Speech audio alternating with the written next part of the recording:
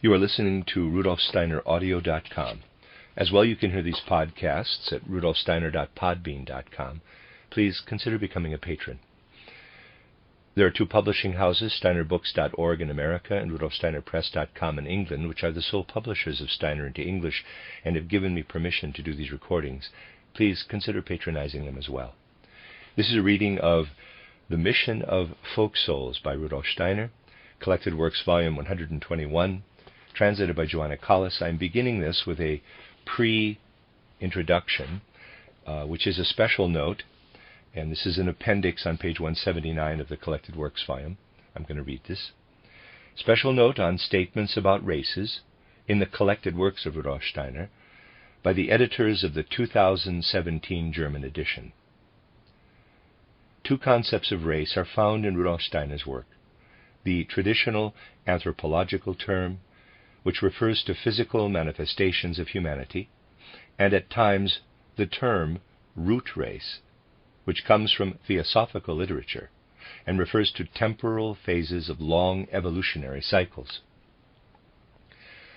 Steiner used the latter in the early days of his theosophical period, beginning in 1904 in the journal titled Lucifernosis, only to then distance himself from the theosophical use of the term root race in issue 32 of the same journal in 1906. In quotes, races, according to Steiner, did not exist in the early time of human evolution on Earth. They only arose in certain periods of time and would dissolve again in the future. Because of its limited validity, the concept could not be used generally for the evolutionary phases of humankind. In 1909, Steiner refers in lectures to the concept of the root or main race as a, in quotes, childhood disease of the theosophical movement. One has to be clear, he said, quote, that the concept of race ceases to have any meaning, especially in our time, close quote. In Rudolf Steiner's writings and lectures, one finds in certain contexts remarks about peoples and races, as well as designations such as Negroes, savages, and Hottentots, which were formulated in the context of the discourses common at the time, and which today are generally understood as discriminatory. In the meantime, not only has the scientific concept of race changed, but against the background of the history of the rest of the 20th century, systematic disparagement and defamation of members of any ethnic group or religion, especially when they occur in connection with public calls for hatred and discrimination, are considered a criminal offense in most Western countries. As a result of public criticism in the 1990s, a commission of inquiry headed by the lawyer Ted van Berda was mandated by the Anthroposophical Society in the Netherlands to investigate the accusation of racism against Rudolf Steiner and to prepare a detailed legal study of all the statements made by Steiner in this regard. The study examined the extent to which Steiner's statements can be regarded as discriminatory according to current Dutch and EU legal standards if they were spoken or disseminated as a point of view today. Many such passages were judged to be unobjectionable, another group as misleading or at most slightly discriminatory. However, 16 passages were classified in the final report as statements with a discriminatory effect. These and similar passages are noted as such in the latest editions of the relevant volumes in the German Complete Edition. The present special note, and where relevant, additional notes are employed to this purpose. The activities of the Rudolf Steiner Nachlassverwaltung and the Rudolf Steiner Verlag are editorial and not interpretive. Rudolf Steiner's work is reproduced in the Collected Works as completely and authentically as possible, and therefore includes original passages and formulations that can be seen as controversial. The editor's notes are usually limited to philological references and historical facts, without commentary on the content or interpretation of the texts.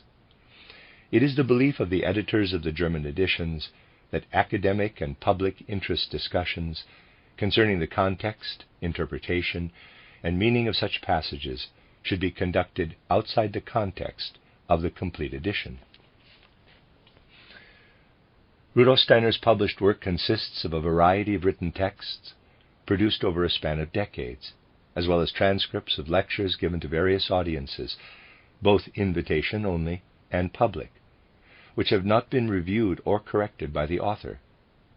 The core concern of Steiner's philosophy and anthroposophy, in theory and practice, is the emancipatory development of the free, self-determined individual on a path of knowledge, irrespective of any ethnic or other characteristic.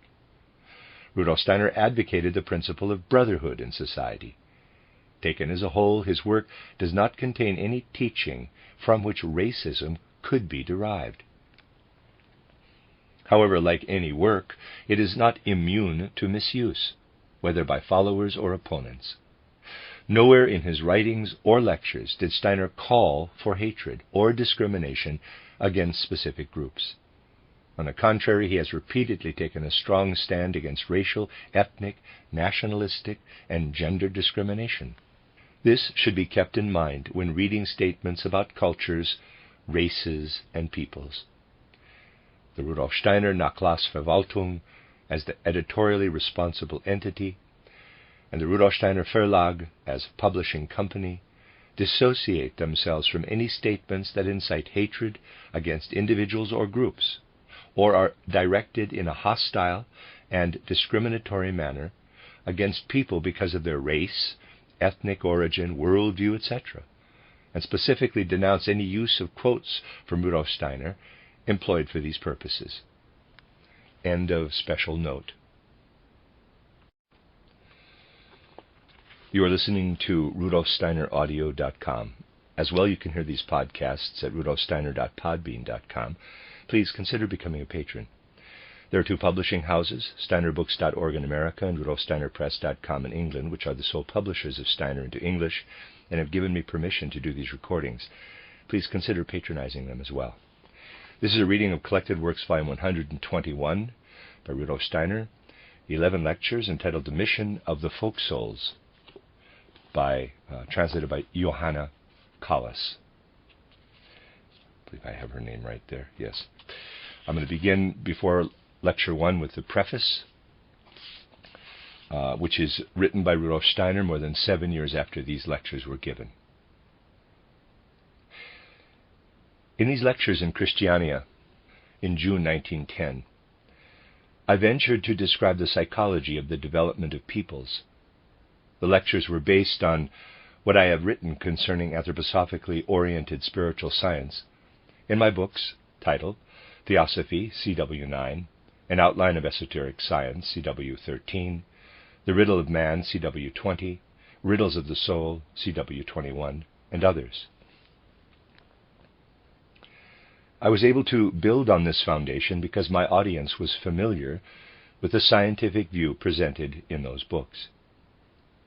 To the external reason for my choosing this viewpoint must be added another, more inward consideration, namely that ordinary, anthropological, ethnographical, and even historical studies are unable to provide an adequate basis for a genuine psychology of the characteristics displayed by different peoples. These sciences can take us no further than can anatomy and physiology in our search for knowledge about the soul life of human beings. Just as we have to look beyond the body and seek the soul in order to reach an understanding of the inner life of an individual, so must we explore the soul spiritual element that underlies the characteristics of different peoples, if we wish to understand these characteristics. This soul spiritual element stands above the mere interaction of individual souls with one another, and the sciences of today do not concern themselves with it.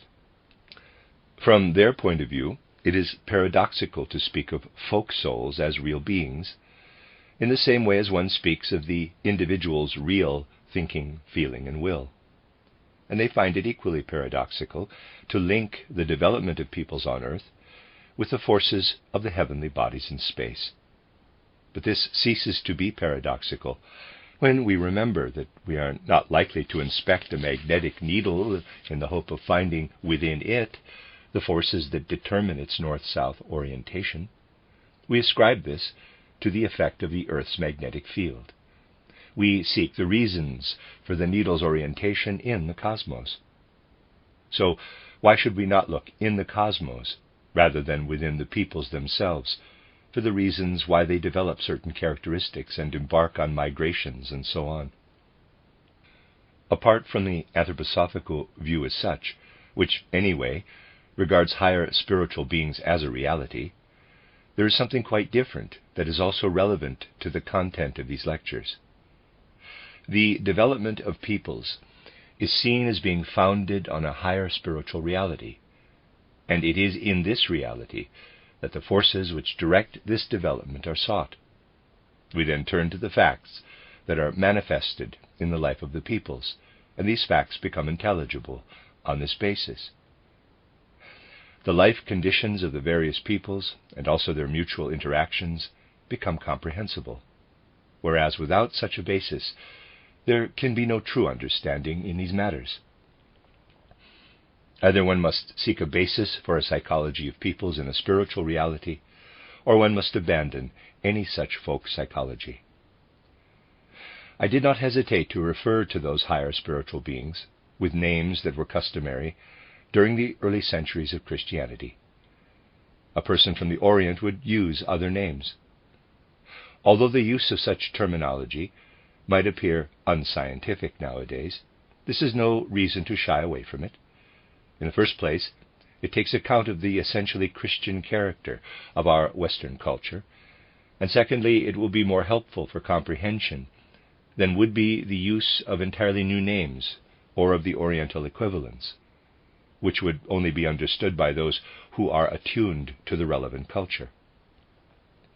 It seems to me that someone who wishes to investigate these spiritual matters, assuming he does not reject our whole approach, will not object to names such as angels, archangels, thrones, and so on, any more than physical science objects to terms such as positive and negative electricity, magnetism, polarized light, and so on.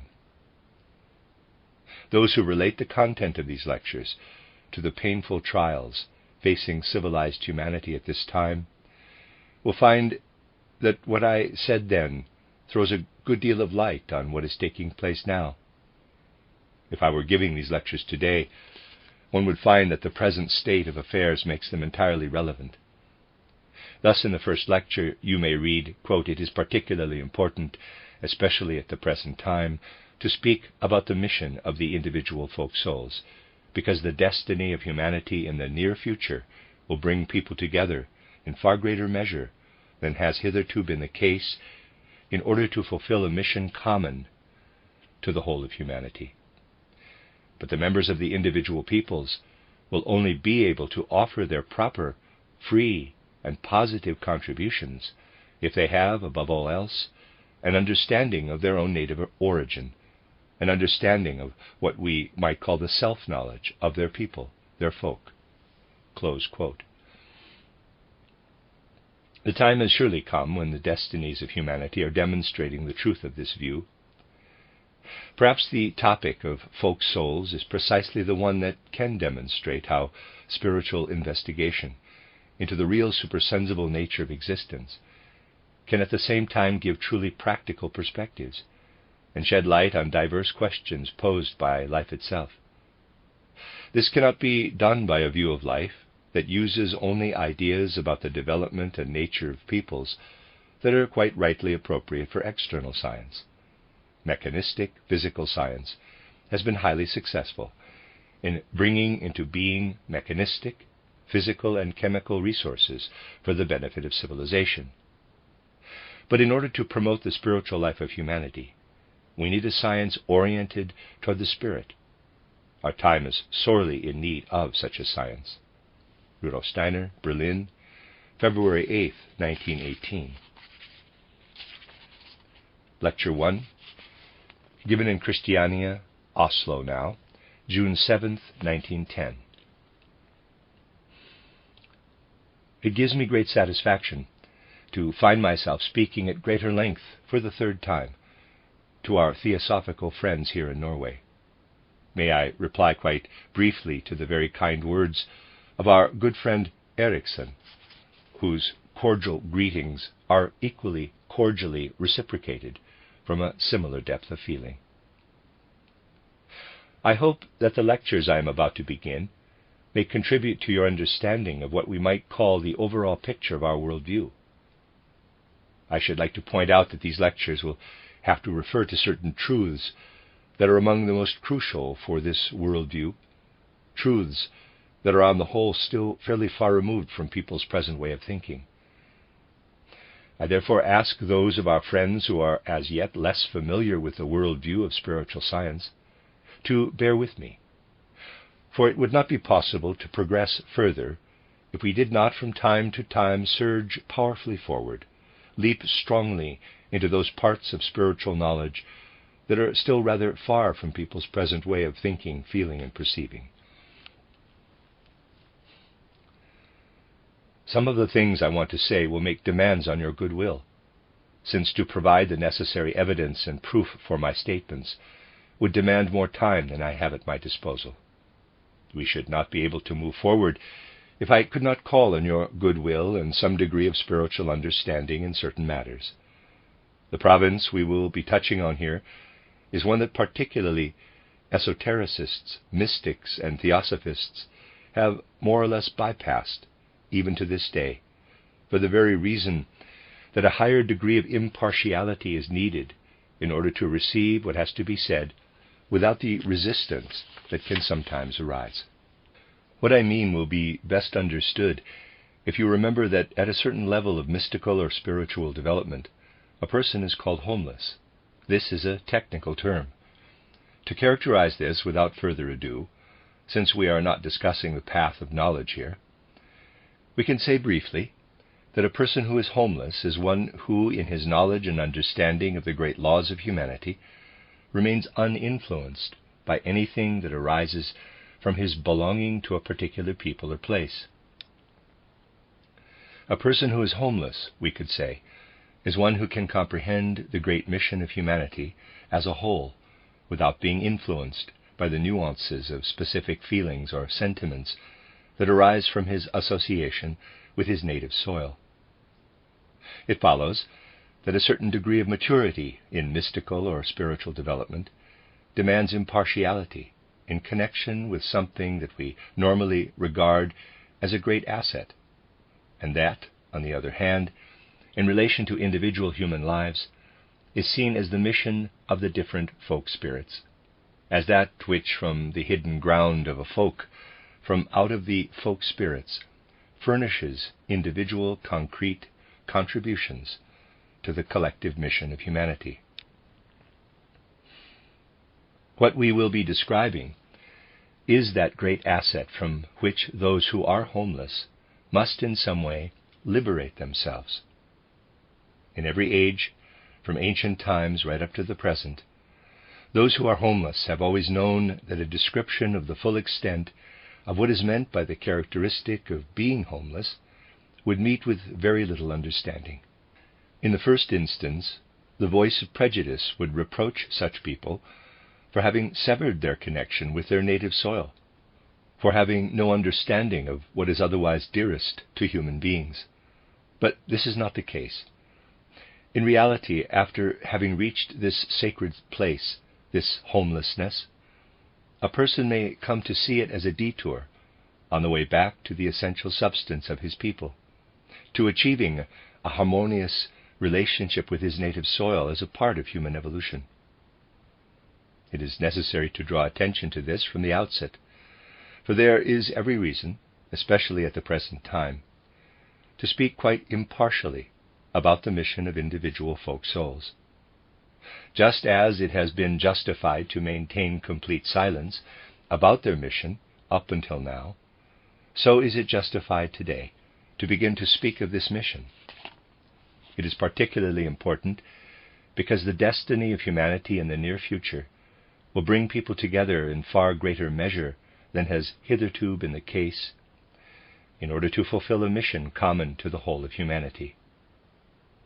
But the members of the individual peoples will only be able to offer their proper, free, and positive contributions if they have, above all else, an understanding of their own native origin, an understanding of what we might call the self-knowledge of their people, their folk. The injunction, "Know yourself," played an important part in the Apollonian mysteries of ancient Greece. In the same way, in the not-too-distant future, the following injunction will be addressed to the folk souls: "Know yourselves as folk souls." This maxim will have a specific significance for the activities of humanity in the future.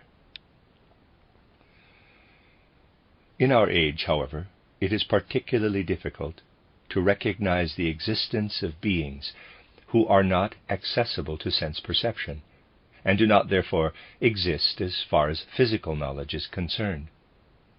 Perhaps it is not too hard for us to admit that human beings visible to our eyes may also possess certain parts, certain members, that are supersensible and invisible. Our present materialistic outlook does not find it too difficult to concede that beings, such as humans, who have an externally visible aspect, also have a supersensible, invisible aspect. But it is asking a great deal of our present age to accept the existence of beings who are not real from the ordinary point of view. So what is it that people now and again refer to as a folk soul, a folk spirit? At best, it is something that is acknowledged to be a common characteristic peculiar to some hundreds or millions of people concentrated in a certain geographic region. It is difficult to persuade people today that in addition to the millions gathered together in that region, a living reality also exists there, a reality that is identical with the conception of the folk spirit and that underlies this conception. To take a case that is not controversial, we might ask what people mean when they speak of the Swiss folk spirit. They would describe, in abstract terms, a few characteristics peculiar to the people inhabiting the Swiss part of the Alps and Jura mountains, and they would find it understandable that this description bore no relation to anything discernible by external cognition, such as that through the eyes or other organs of perception. This is like a preliminary step before developing the ability to frankly and honestly form thoughts that acknowledge the existence of beings who are not manifest to our senses, who do not present themselves to our ordinary physical capacities of perception, invisible beings, who exist amongst those who we can perceive with our senses, invisible beings, who are able to influence visible ones, just as the human being influences human hands or human fingers. Then it is possible to speak of the Swiss folk spirit in the same way as we speak of the spirit of a human being, which is as distinct from those 10 fingers as the Swiss folk spirit is from the millions of people living among the mountains of Switzerland. The folk spirit is something else as well, namely a being, just as a person is a being. But he differs from human beings in that the latter present a sense-perceptible exterior to our organs of perception, whereas the folk spirit has no external appearance that can be perceived by organs of perception or seen with external senses, and yet he is unmistakably a real being. Today we will try to form some kind of idea of a real being such as this. How do we proceed in spiritual science if we want to form an idea of a real spiritual being? A typical example of how this may be achieved is by studying the human being. To describe the human being from the anthroposophical point of view, we differentiate between the physical body, the etheric or life body, the astral or sentient body, and the I, which we look upon as the highest member. We know that human beings of today consist of these bodies or members.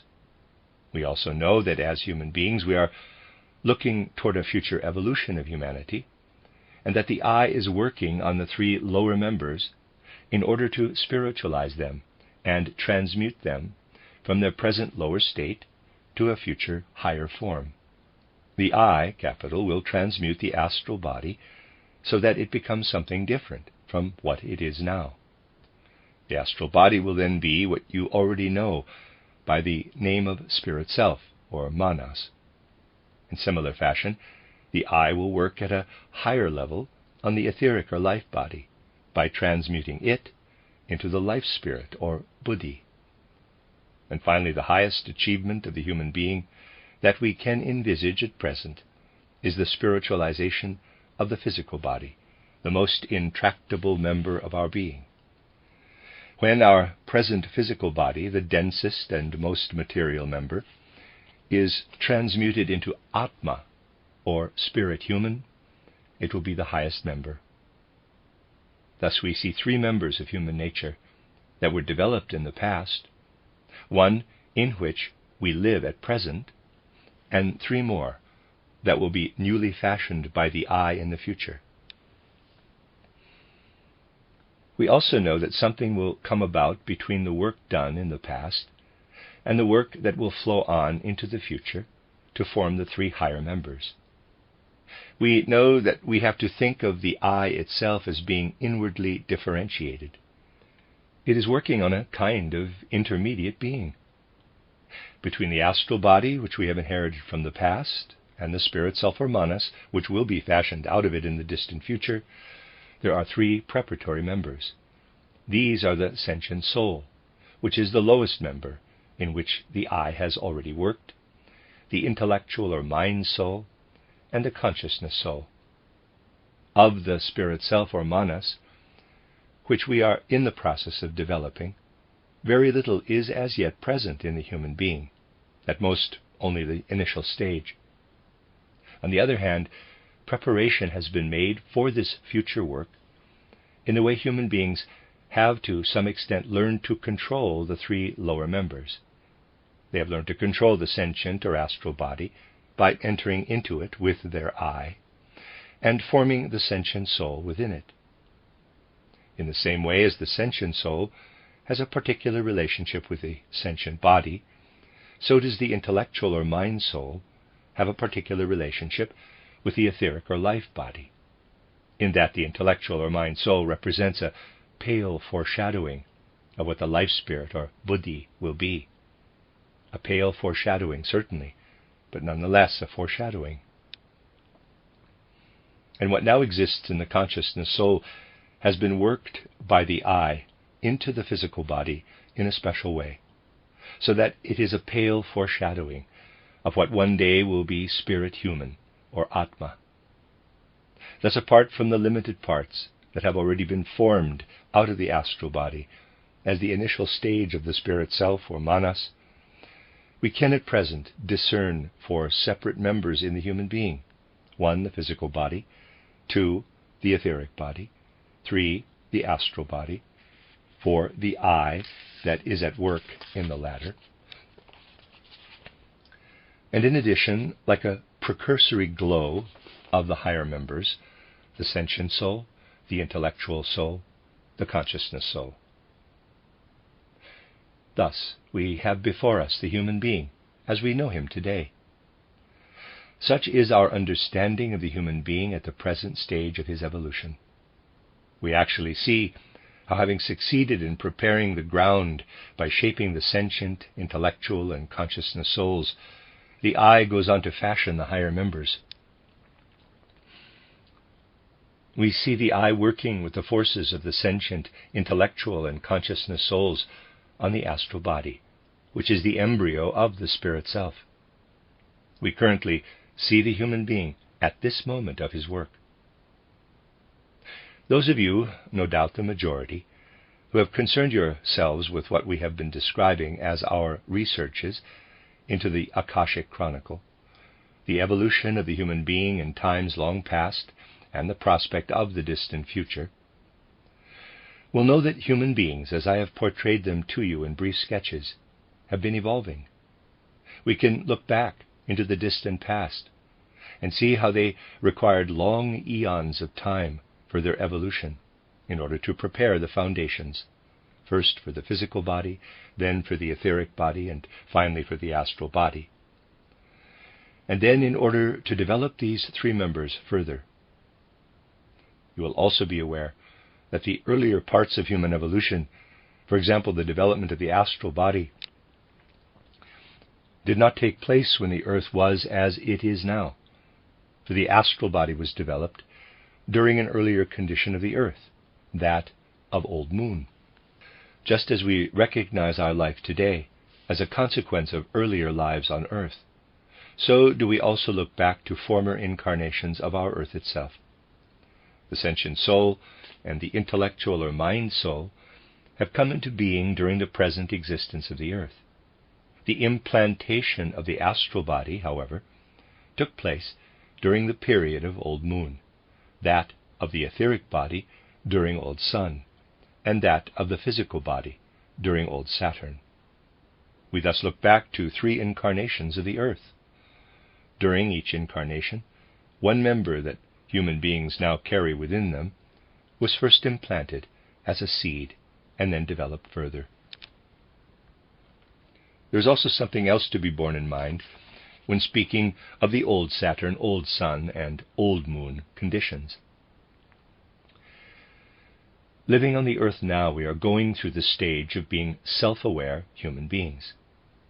But during the earlier conditions of the earth's evolution, there were other beings who went through this stage back then. It is immaterial whether we adopt the terminology of the East or the more familiar terminology of the West when describing them.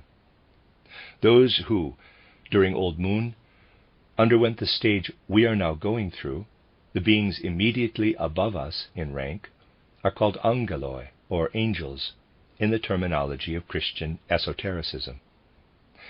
They are one stage higher than today's human beings, because they completed their human stage one period earlier.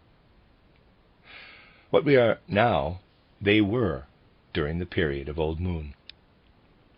But in the way they existed during old moon, they did not walk about there as we now do on the earth. They were beings undergoing their human stage, but they did not live in bodies of flesh as we do today. It was merely their human stage of evolution that corresponded with what we are undergoing now. In similar fashion, we find beings of a higher rank who passed through their human stage during the period of old sun. These are archangeloi, or archangels, who are 2 stages above human beings, and underwent their human stage 2 periods earlier.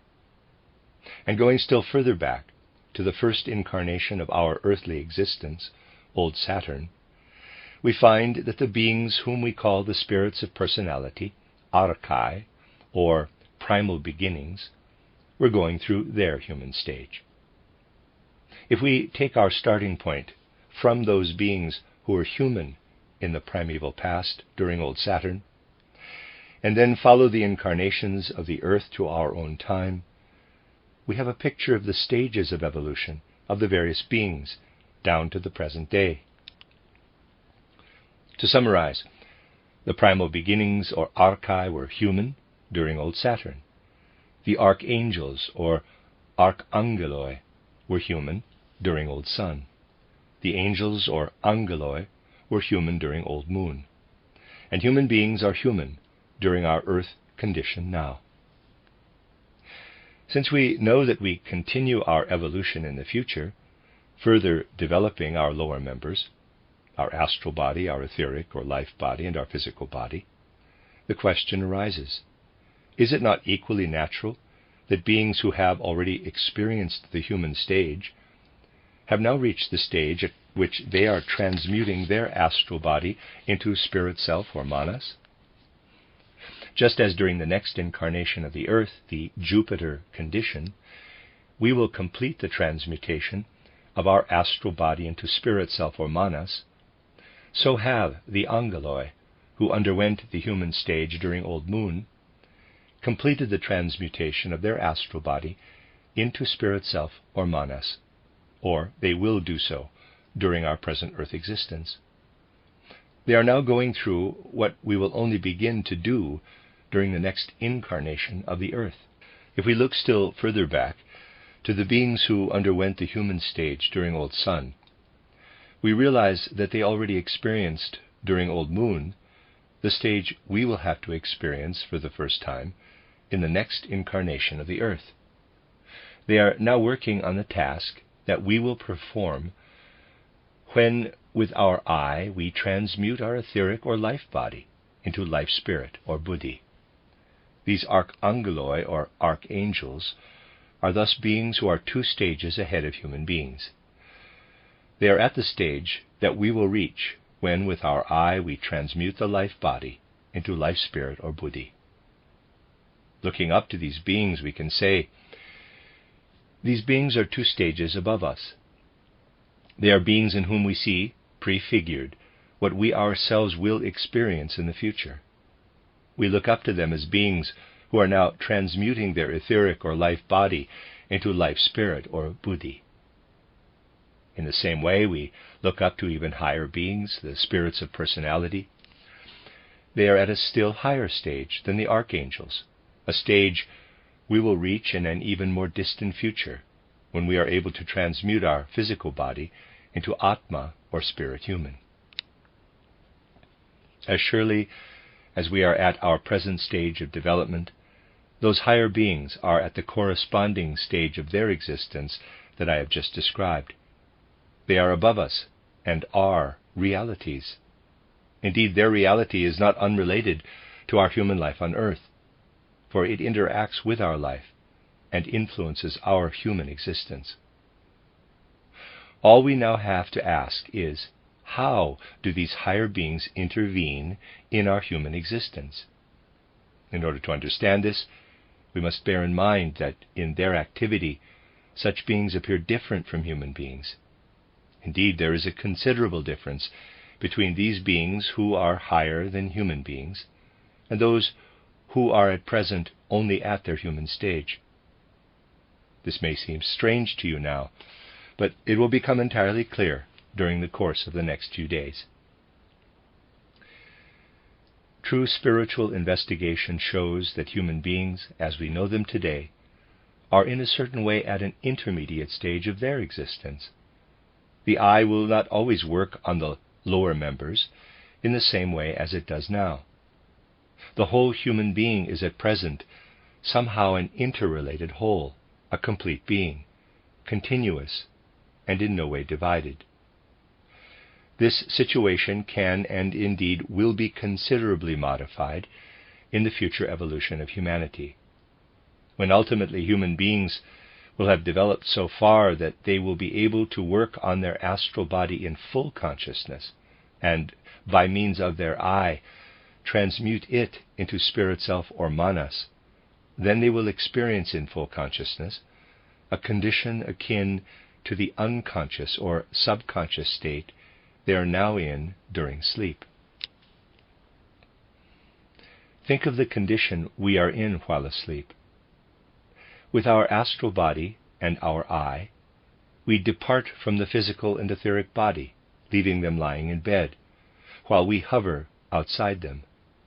And now, imagine that while you are in this state, the consciousness arises, quote, I am an I, close quote, and that this consciousness is, as awake, in this spirit body, as it is when you are awake in the daytime. How remarkable would be your impression of yourself. From one position you would feel, quote, here I am, close quote, and perhaps down there, far away from this first position, quote, that is my physical body and my etheric body. They are over there, and they belong to me. But with my other members, I am hovering outside them, up here, close quote. When we become aware in our astral body outside our physical and etheric body, then, however highly developed we might be on the earth, it is only in our astral body that we can move about freely from one place to another, or be active in the world independently of our physical body, but we cannot yet do this with our physical or etheric body. In the distant future, however, we will be able to direct them from the outside and accompany them from some place in, let us say, Northern Europe to another place. We will say, "Continue on," and then we will steer their movements while we are outside them. This is not yet possible, but it will be possible when we have evolved from the stage of Earth to that of Jupiter, the next stage in the evolution of our planet. Then we will feel that we can direct ourselves from the outside. That is the essential thing. And it will lead to a split from what we have described today as the human being. Materialistic consciousness is at a loss as to what to make of this. It is unable to realize that what is today already taking place outside human beings will one day take place within them in a similar way. Such phenomena exist already, and people would be able to perceive them if only they would pay proper attention. They would then see that there are certain beings who, for example, have undergone this kind of development prematurely. If human beings wait for the right time in the Jupiter condition of evolution, they will be able to guide their physical and etheric bodies. But some beings have developed prematurely, without waiting for the proper time. Such prematurely developed beings are to be found among the birds, namely the migratory birds that make great journeys every year across the face of the earth. Here we have an example of the group soul that is linked to the etheric body of every individual bird.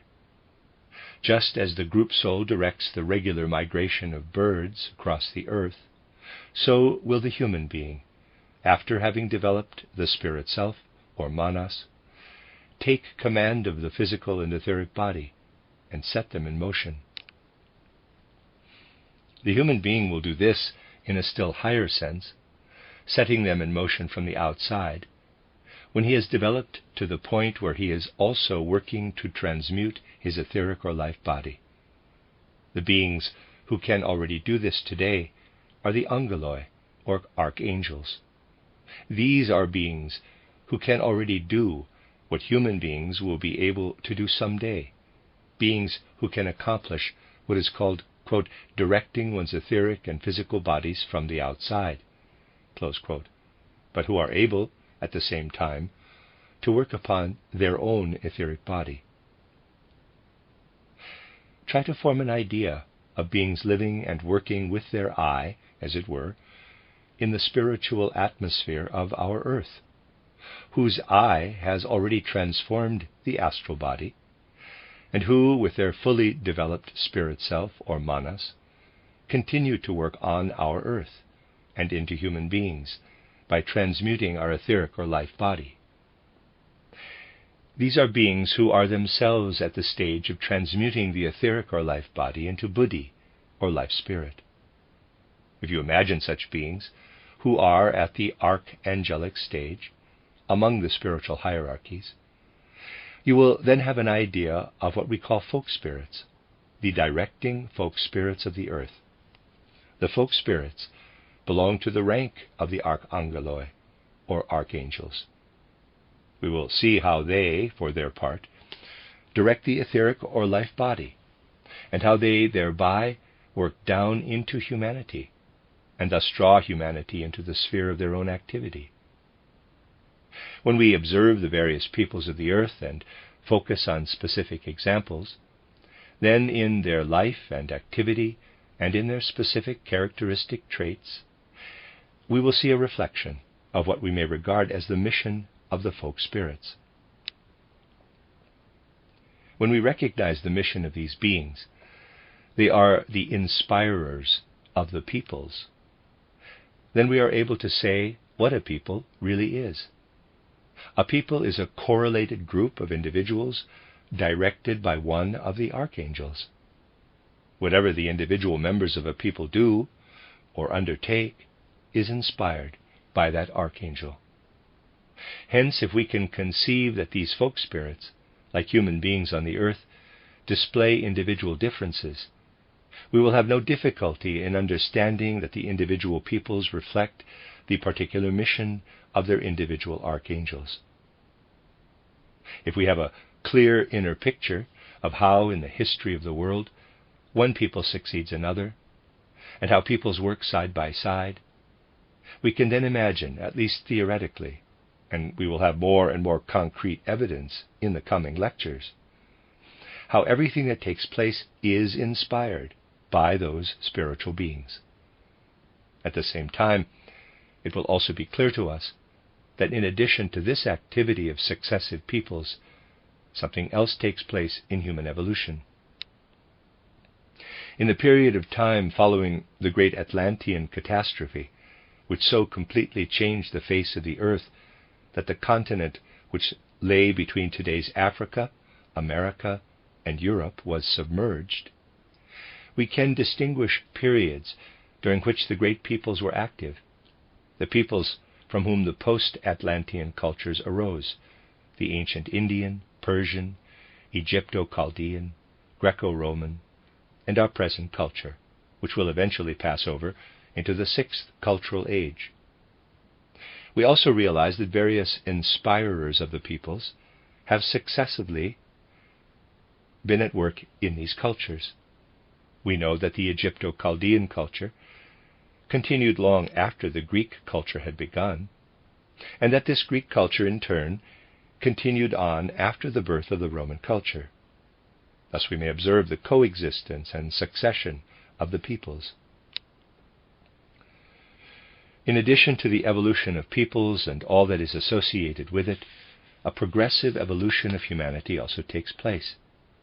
It is not a matter of considering one particular culture to be superior or inferior to another. To express a preference for the ancient Indian culture, for example, is a matter of personal opinion. But if personal opinion does not matter to us, then we will be indifferent to how things are valued. For we will know that regardless of how they are valued, humanity will continue to go forward, even if this comes to be seen later on as a decline. Necessity leads humanity ever onward. When we compare the various ages, 5,000 years before Christ, 3,000 years before Christ, 1,000 years before Christ, we find something else in addition to the folk spirits, something that transcends the folk spirits, yet something in which they all participate. You can observe this now. How is it that so many persons are able to sit together in this hall? Individuals who have come here from many different countries, and who understand each other or are trying to understand each other when they touch upon vital questions that have brought them together here. All these various persons come from the spheres of activity of widely differing folk spirits, and yet they have some common ground of understanding. In the same way, various peoples were able to understand one another in the past, because in every age there is something that transcends the different folk souls and brings them together, something that is more or less understood everywhere. This is the time spirit, or spirit of the age. There is a time spirit, or spirit of the age, in Greek times, and another in our own. Those who understand this spirit in our time are drawn toward spiritual science.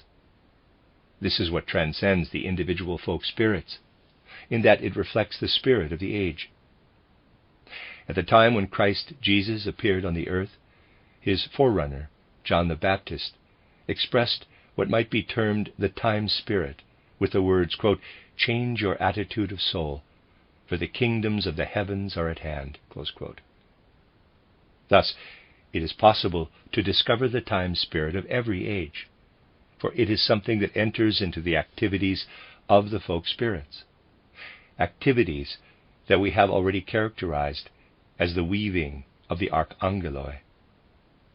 Today's materialists regard the time spirit as something entirely abstract, devoid of reality, and even less can they accept the time spirit as an authentic entity.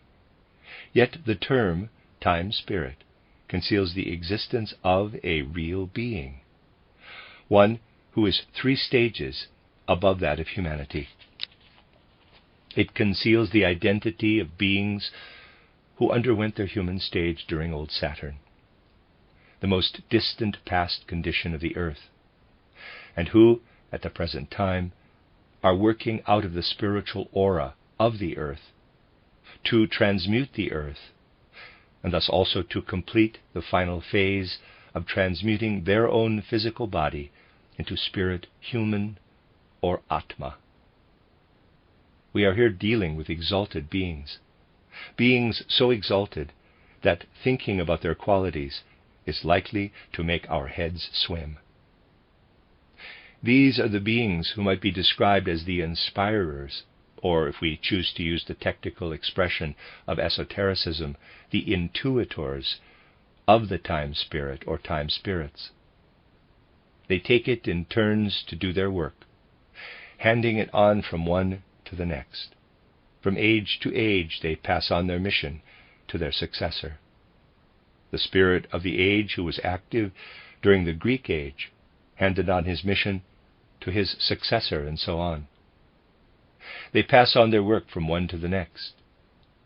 As we have seen, there are a number of such time spirits, or spirits of personality, who work as time spirits. These spirits of personality, these intuitors of the time spirit, are higher in rank than the folk spirits.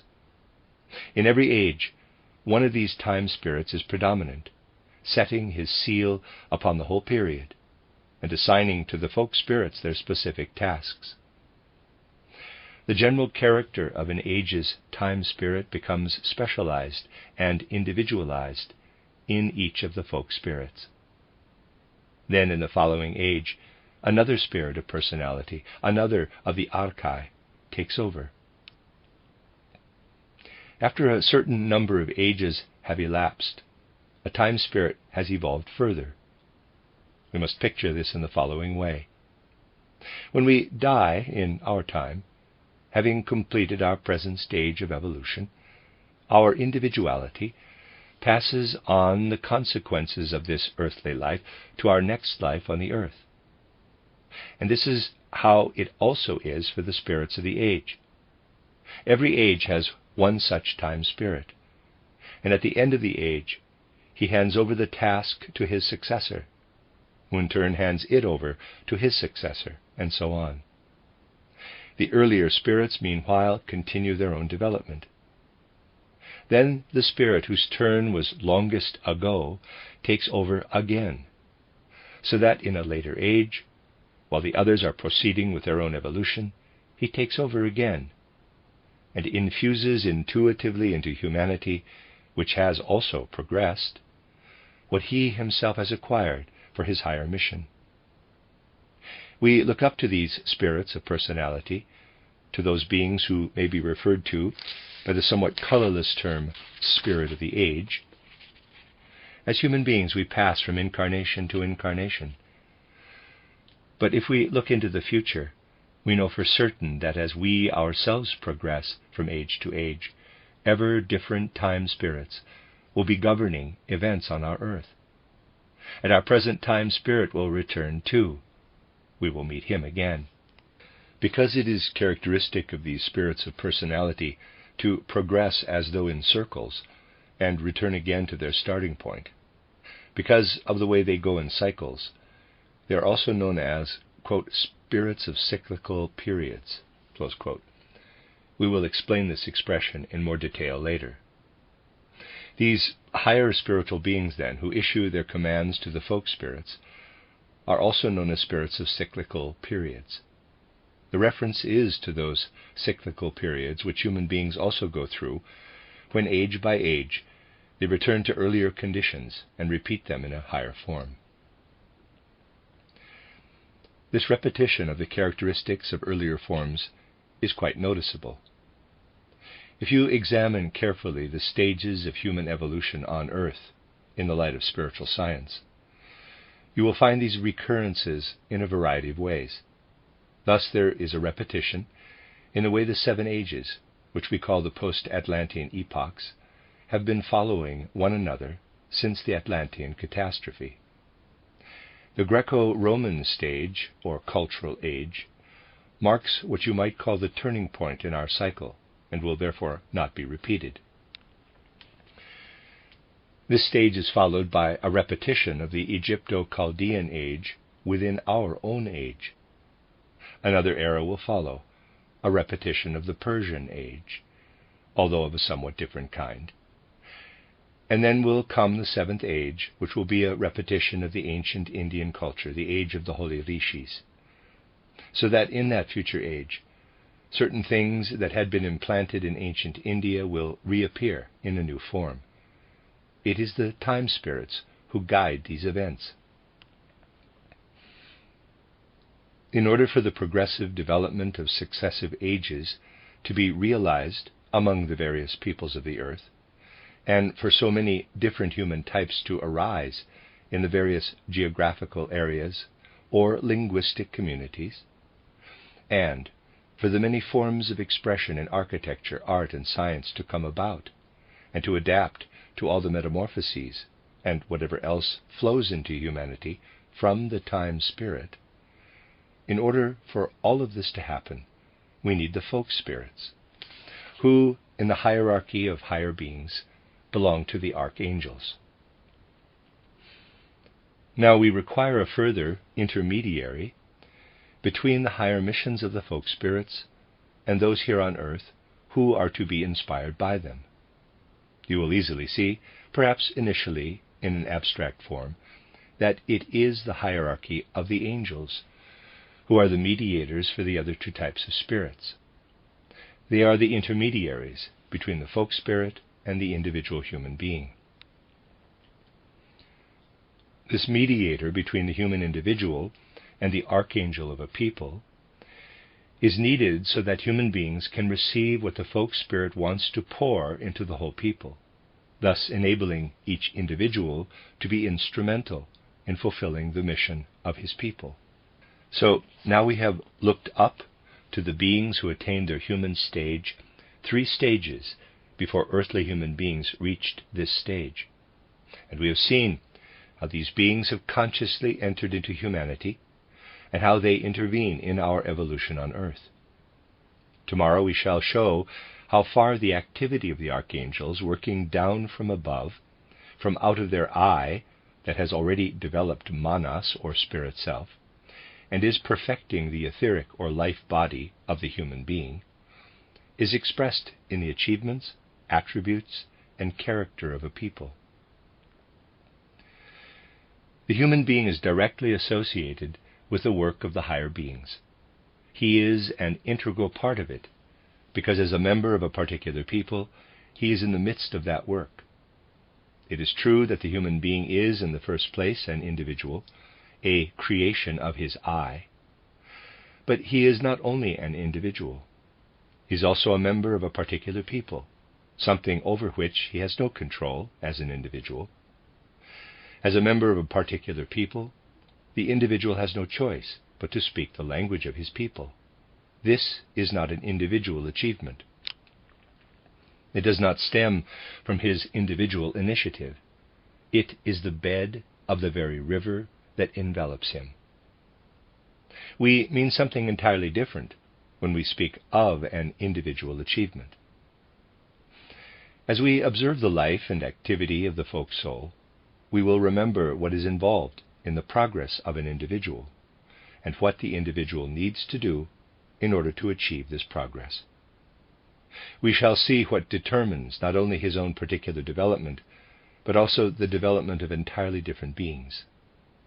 Thus we see how the human being is integrated into the ranks of the hierarchies, and how from age to age, beings whom we already know from another aspect cooperate with him. We have also observed how these beings are able to express themselves in a variety of unique ways, and how what they have to offer can enter into the life of human beings. The guiding principles of each age are determined by the time spirits. The individual folk spirits are responsible for disseminating the spirit of the age over the whole earth. While the time spirits inspire the folk spirits, the angels act as mediators between the folk spirit and the individual human being, so that these individuals may fulfill their mission. That individual human beings become instruments in the mission of the folk spirits is made possible because the angels, or angeloi, stand between the human being and the folk spirit.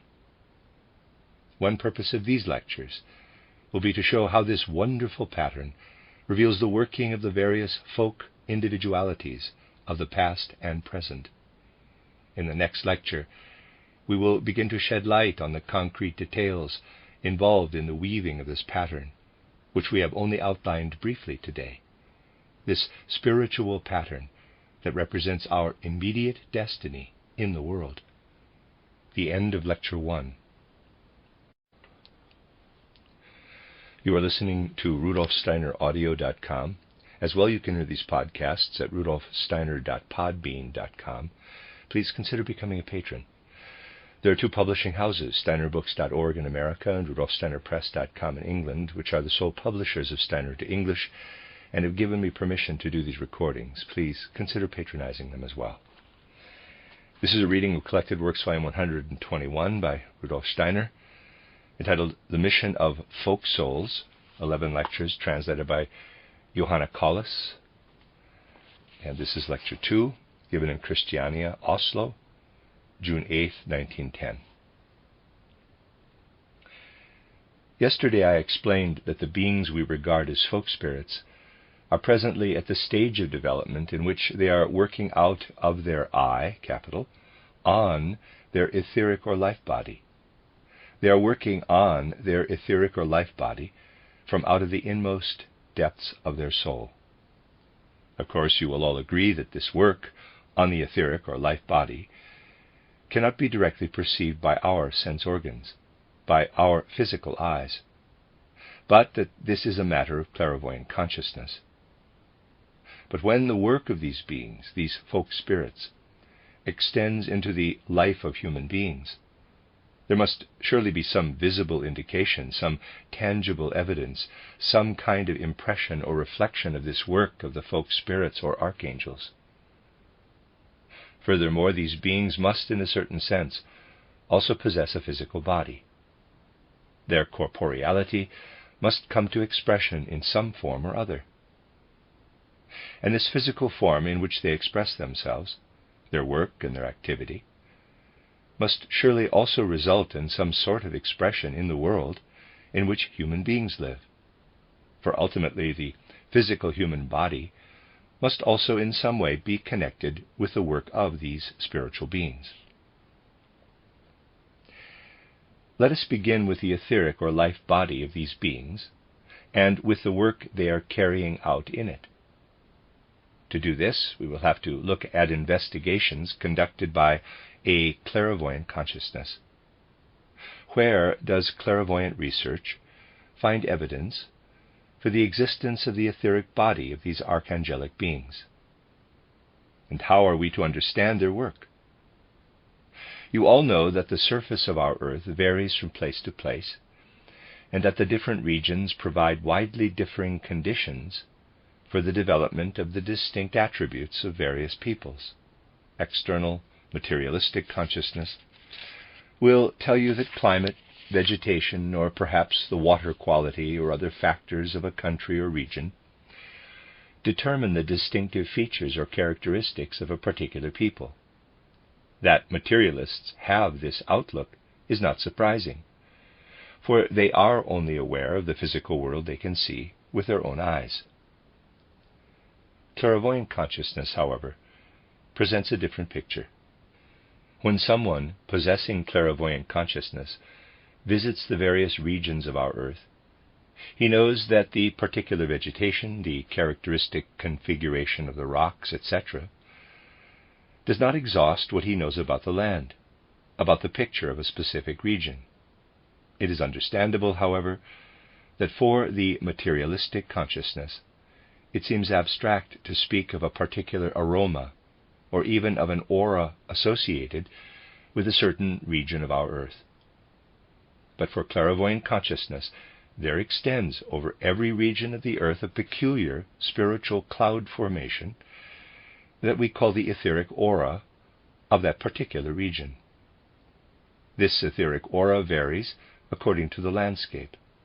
In Switzerland, it is different than in Italy, and again different in Norway, Denmark, or Germany. Just as every human being has his own etheric body, so does a kind of etheric aura loom above each region of the Earth's surface.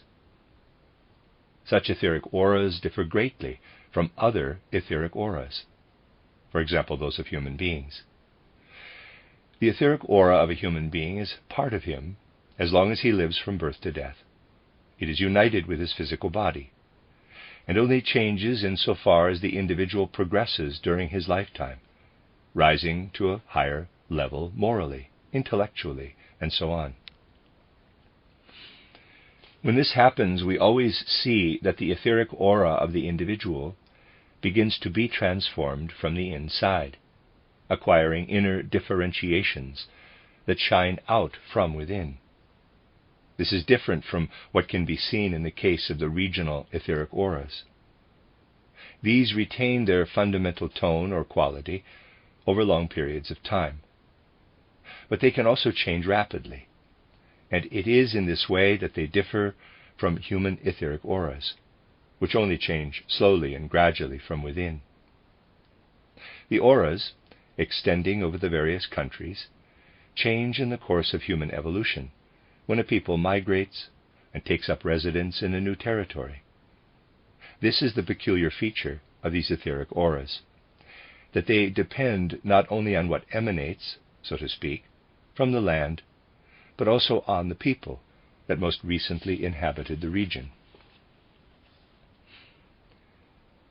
Those who wish to observe how the destinies of our human race are shaped on the earth, therefore focus their endeavors on observing how these parts of the etheric auras in the different regions of our earth interact. In Europe, the various etheric auras underwent enormous changes during the great migrations of late antiquity. The etheric aura of a particular region, we find, is subject to change, to sudden transformations that may even have their source in external factors to some extent. So, every one of these etheric auras is, in a certain respect, a fusion of the emanations from the land with whatever migrating peoples bring to it. In connection with this aura, we must be clear that the statement so freely quoted in Theosophy, and yet seldom grasped in its fullest implications, the statement, namely, that everything which our physical consciousness sees in the outer world is only Maya or illusion, has the most far-reaching validity. The statement is freely quoted by adherents of the theosophical worldview, but it is rarely observed in detail and rarely brought to bear on life. People speak of it in an abstract way, and then when it is a matter of considering the concrete connections, they forget about it and cling to their old materialistic outlook. The truth is that what mysteriously comes to meet us in a region inhabited by a particular people is its etheric aura.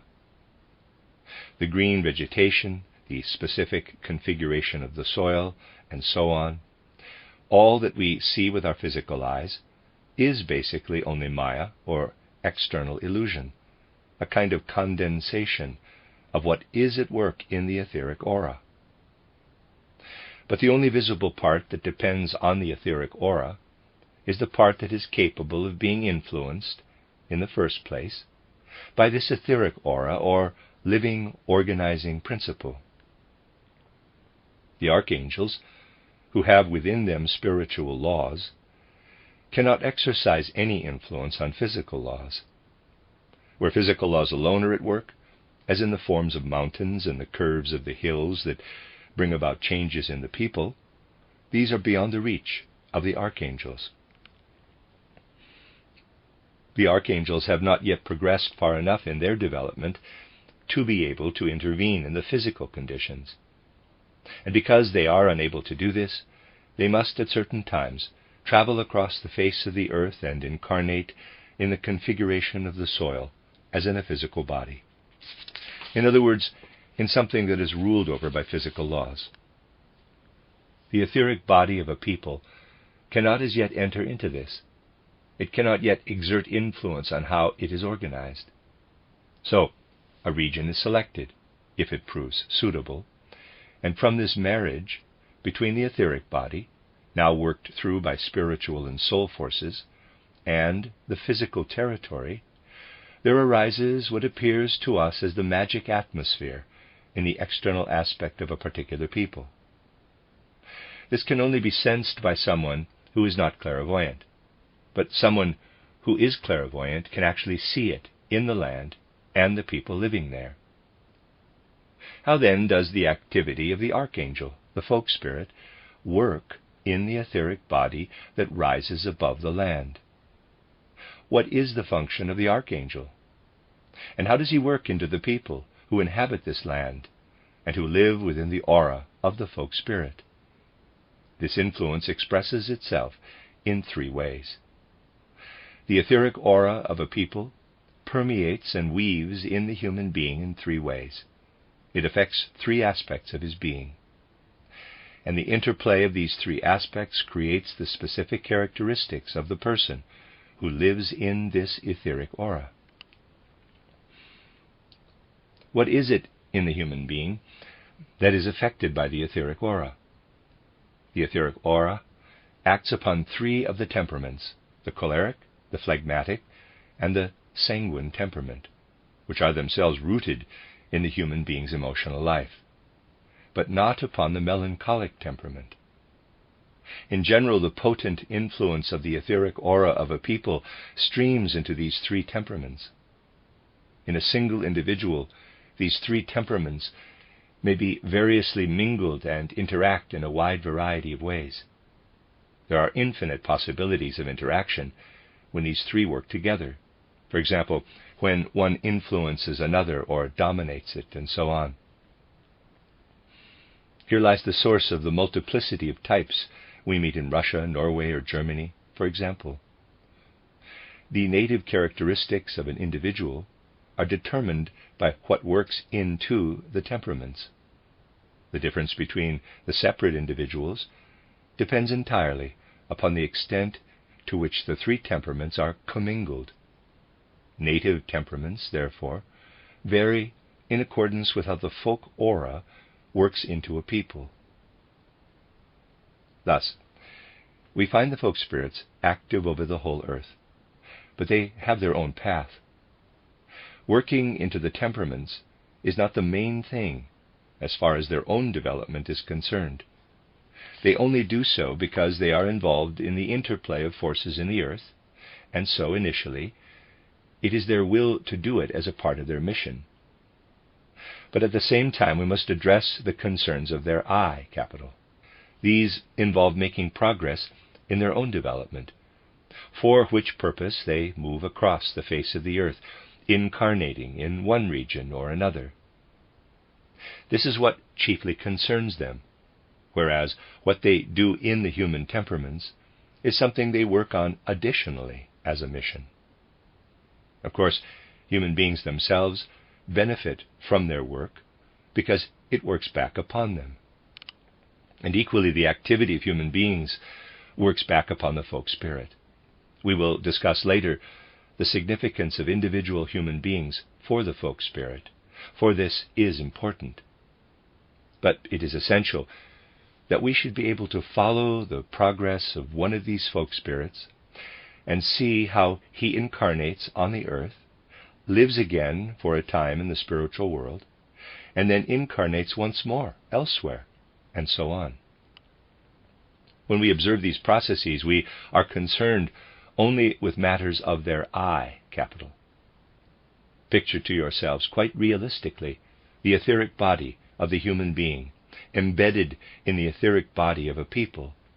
Then picture the interaction of the human etheric body with the etheric body of that people, and think further of how the etheric body of that people is reflected in that people's temperaments, in the mingling of the temperaments in individuals. Therein lies the secret of how the folk spirit reveals his character within a particular people. With these words, we have in fact described the full scope of the most important work of the true archangels or folk spirits. If we were to consider only the character of an individual member of a people, we would by no means have exhausted that people's characteristics. The archangelic beings, the true folk spirits, have this task.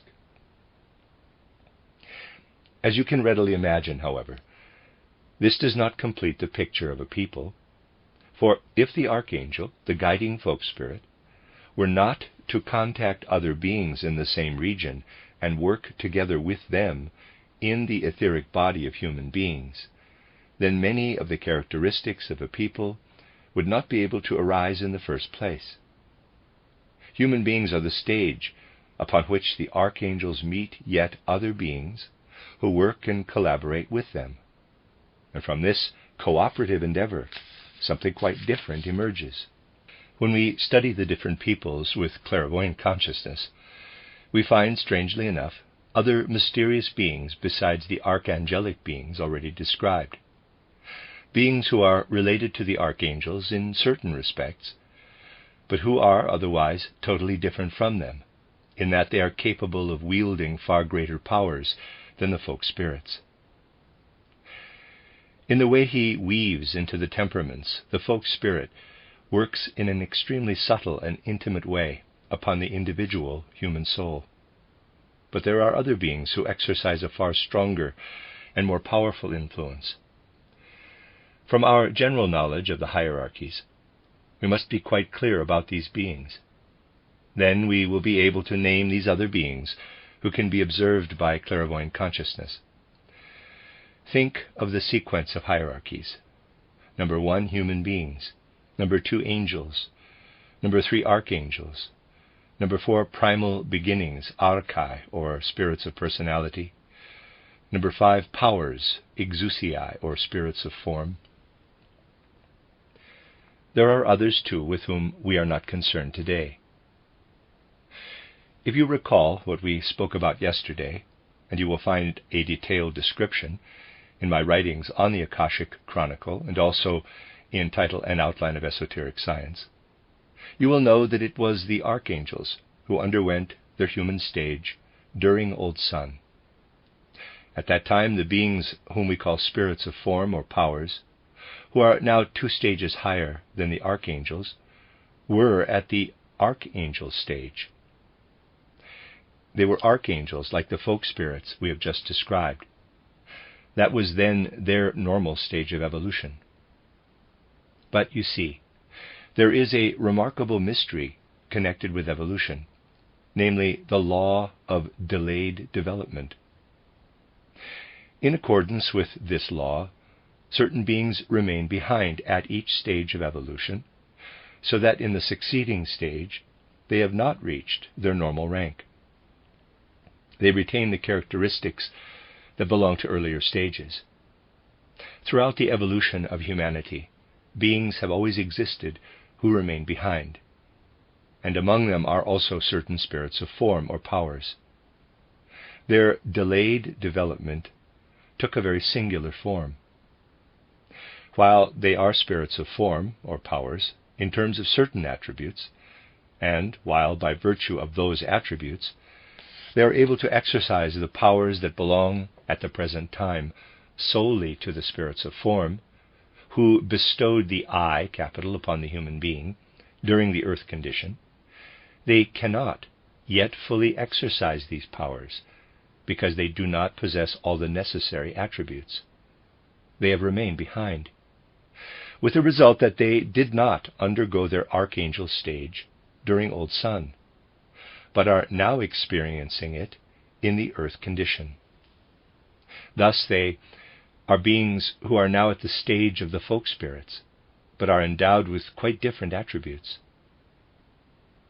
While the folk spirits work in a subtle way into the life of human beings, because they are 2 stages above them, and are consequently still related to them, These spirits of form are 4 stages above the human stage.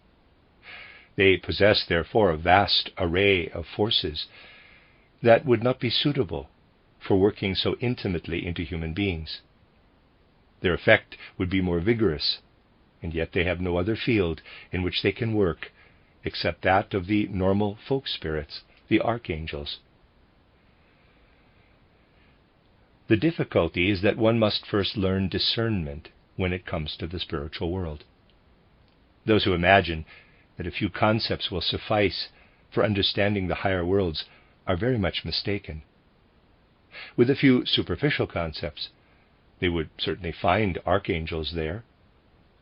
But one must distinguish between the archangels who have reached the archangel stage in the normal way, and those who ought to have reached it during the old sun condition of the earth.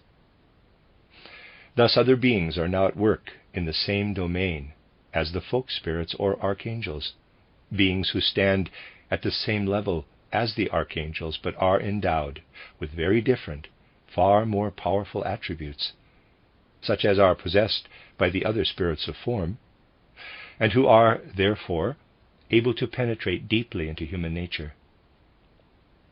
In what respects have human beings been influenced by the spirits of form during earth existence?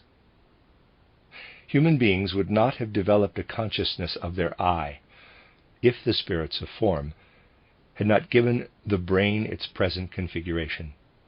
Such beings are able to work into the physical human form, even though they are only at the stage of archangels.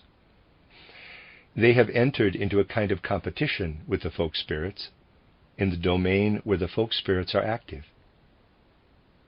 The first major effect brought about by the clash of these spirits coming from opposite directions is language, which could not arise at all were it not for the whole structure and form of the human body.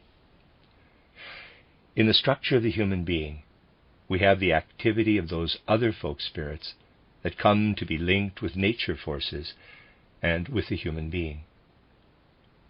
Thus, we must not ascribe the birth of language to the beings who work intimately into the folk temperament, and in their capacity as beings who are 2 stages above the human stage, also imprint their configuration upon a people. The beings who give us language have great strength. Indeed, they are powers. They influence the earth because they have remained upon it, whereas their other companions work in the eye from out of the sun into cosmic space. Before the advent of Christ Jesus, human beings worshipped Yahweh or Jehovah, and subsequently they then worshipped the Christ being who worked into the world from out of cosmic space. As to the spirits of language, we have to say that human beings cherish particularly the aspect of language that has remained with the earth. But we must learn to accustom ourselves to new points of view. People are in the habit of projecting their own ideas onto the universe as a whole. But they are quite wrong to think that these exalted beings, remaining behind in their development, is comparable to a schoolgirl failing to move up to the next class. They do not remain behind because they have failed to learn their lesson, but because of the great wisdom that is present everywhere in the world. If certain beings had not renounced their normal development in order to remain on the earth instead of moving on with the sun, then what we know as language would not have been able to come into being on the earth. In a certain respect, human beings should inwardly love their language, because it was from motives of love that higher beings remained behind with them and renounced certain attributes, in order that humanity should be able to evolve in accordance with higher wisdom. Just as we must regard, quote, hurrying forward, close quote, as a kind of sacrifice, so must we also look upon, quote, remaining behind, close quote, at earlier stages of evolution as a kind of sacrifice. And we must clearly realize that human beings could not have acquired certain attributes if such sacrifices had not been made. Thus we see how two kinds of beings share their tasks in the etheric body of the human being and in the etheric body of the folk spirit in question. On the one hand, the archangels who have followed a normal development, and on the other, those spirits of form who have remained behind at the archangel stage and have sacrificed their own evolution in order to implant native languages in human beings during their evolution on the earth. They had to have the power to transform the larynx and all the organs needed for speech and language in such a way that they could bring forth language as a physical manifestation. Thus the collaboration that took place has resulted in what we may call the folk sentiment, the folk temperament, in combination with language. The way individuals speak, how they manifest as members of their people, the sounds of language that resonate from them in the air, these are what the spirits of form have succeeded in bringing about in collaboration with the folk spirits, solely because they have remained with their great powers at the stage of the folk spirits.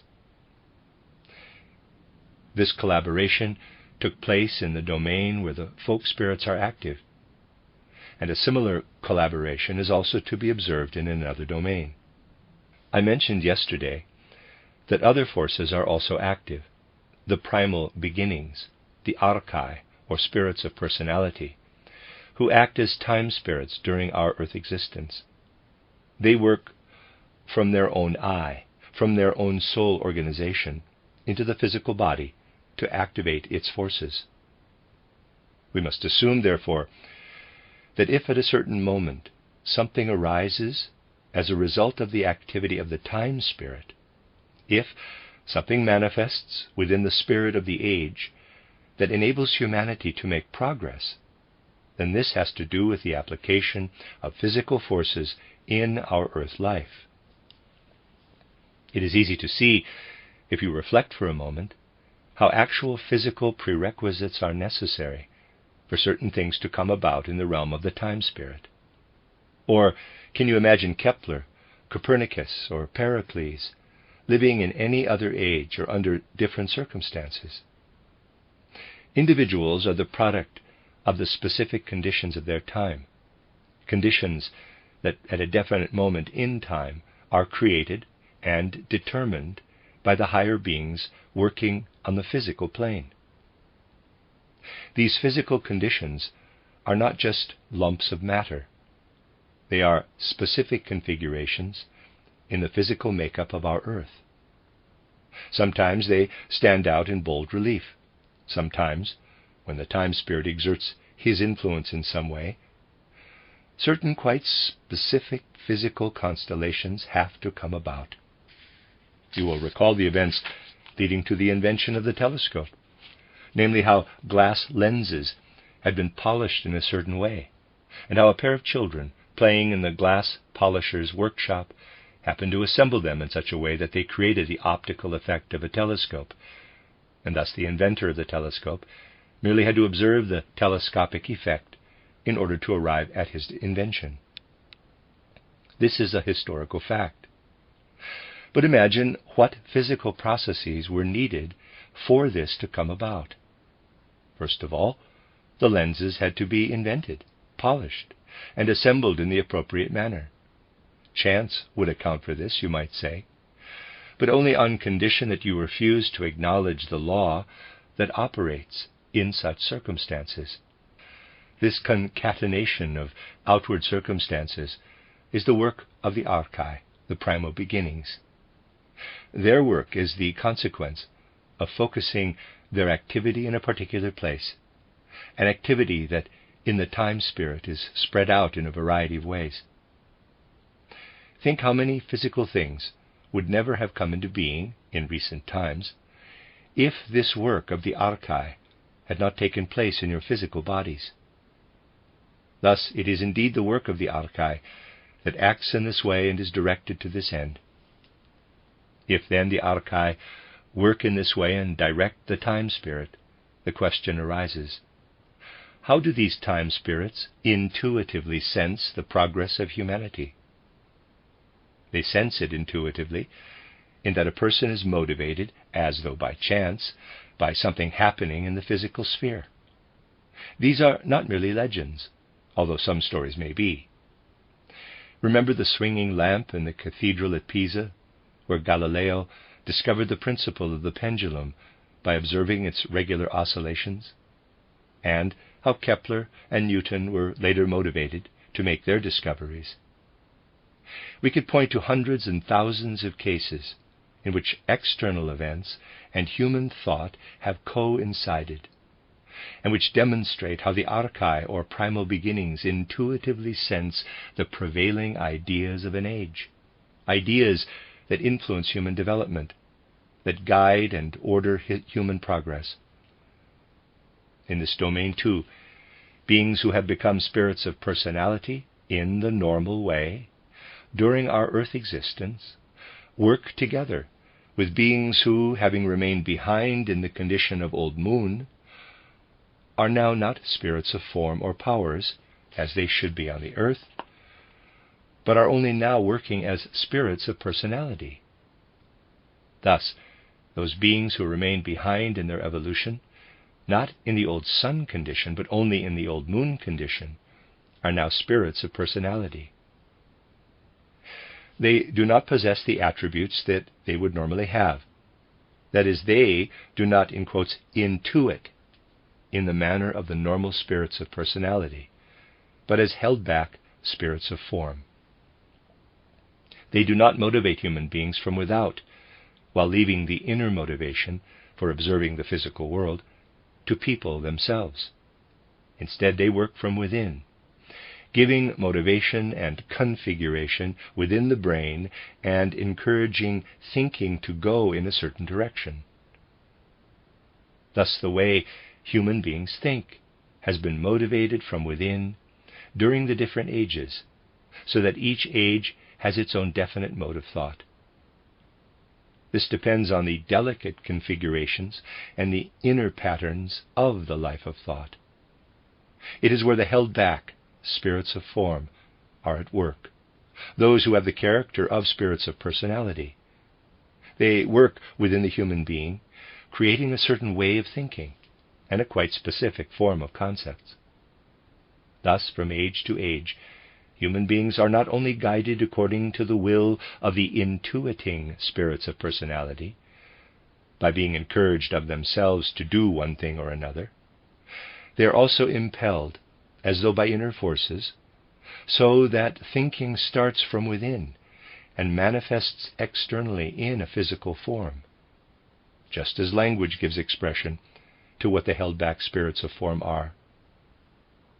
Thus, the way of thinking expresses itself as a manifestation of the spirits of form, who in our time appear as spirits of personality.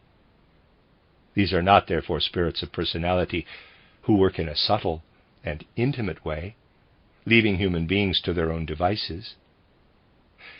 Instead, they take possession of them and drive them irresistibly on. You can always find these two types among individuals who are motivated by the time spirit. Those motivated by the true time spirits, who are at the normal stage of their development, can be recognized as true representatives of their age. We can look upon them as individuals who are destined to appear. We feel certain that they could not have acted in any other way. But there are also other individuals in whom those spirits of personality are at work, who are actually spirits of form. These are the spirits whom we call the thought spirits, who during the old moon condition advanced to their present rank. The human being is the stage upon which the activities of these beings are coordinated. This is demonstrated by the mutual interaction between language and thought, the reciprocal relationship, not only between spirits at the same stage of development, but also between the normal archangels, who determine folk sentiment and temperament, and those just described. That is, not only between the spirits of form, who are at the archangel stage, but also between those spirits of personality, who in reality are held back spirits of form. Both kinds of beings appear in the nature and makeup of the human being. It is extremely interesting to study this relationship when looking at the different peoples with spiritual knowledge and insight. There, you can see how the normal folk spirits work and take their direction from the time spirits, but also how these folk spirits collaborate inwardly in the human being with the language spirits and the thought spirits, who take effect in human beings' thoughts. In the inner human being, there are not only normal and abnormal archangels, but also the archangels in contrast to the abnormal spirits of personality, who inwardly regulate the work of thinking in a particular age. Parenthesis, I have already mentioned that I proposed to touch upon conditions that you must accept with your spiritual understanding, and that must be clothed in ordinary language, because no language has yet been invented that would make all this clear and credible. I am therefore obliged to use a terminology that is somewhat figurative. Nonetheless, my description of the situation accords with an important fact in the evolution of humanity. Close parenthesis. It is then most interesting and instructive to follow the evolution of humanity in recent times, and to discover that a mutual agreement was once arrived at between one of the guiding folk spirits, who is a normal archangel, and an abnormal spirit of personality, who works within the human being as a spirit of thought forces. The far-reaching consequence of this agreement is reflected in a particular period in history. To make this agreement fully effective, a harmonious relationship was established with the corresponding abnormal archangel, who was the guiding spirit of language at the time. Thus there was a moment in the evolution of humanity when the normal and abnormal archangels worked together, and when, furthermore, the mode of thinking brought about from within by an abnormal spirit of personality was also introduced. The agreement between these three parties is reflected in a particular people, namely the ancient Indians, who inaugurated post-Atlantean times with the first post-Atlantean epoch. It was during that Indian culture that the constellation arose in which those three beings were able to work in the greatest harmony. Everything that came about as a result of this is what we might call the historical role of the Indian people. The prolonged effects of what was decided in that agreement could still be felt in later times, about which historical records exist. That is the reason why the old sacred language of India exercised such a powerful influence and had such telling effects upon culture, both then and in subsequent ages. This power was the work of the abnormal archangels who were active in language. The power of the Sanskrit language rests upon the agreement I have just described. This also accounts for the unique Indian philosophy, which, as though working outward from within the human being, remains unsurpassed by any other people. It explains the inner homogeneity of thinking that is characteristic of Indian culture. In all other regions, different conditions prevailed. The picture I have just presented refers only to the Indian culture of that age. Hence it is so infinitely fascinating to follow up those trains of thought which assume their characteristic pattern, because they have resulted not from the predominance of the normal archangel over the abnormal archangel, but from the harmonious interaction of those beings. For every thought was absorbed by the temperament of the people and elaborated with loving care at the time when the Indian people represented the first flowering of the post-Atlantean culture. And the language preserved its powerful influence because the conflict that would have arisen anywhere else did not arise in this case, due to the collaboration between the normal and abnormal archangels. The language that thus arose, the spontaneous outflow of a pure, uncorrupted temperament, is itself the product of that temperament. This is the secret of the people whose culture reigned in the first post-Atlantean epoch.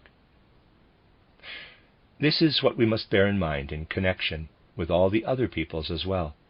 In all of them there is a unique collaboration between these three forces: the normal folk spirit or archangel, the abnormal archangel, and what works in the abnormal time spirit, who is not active as a time spirit, but is working from within the human being.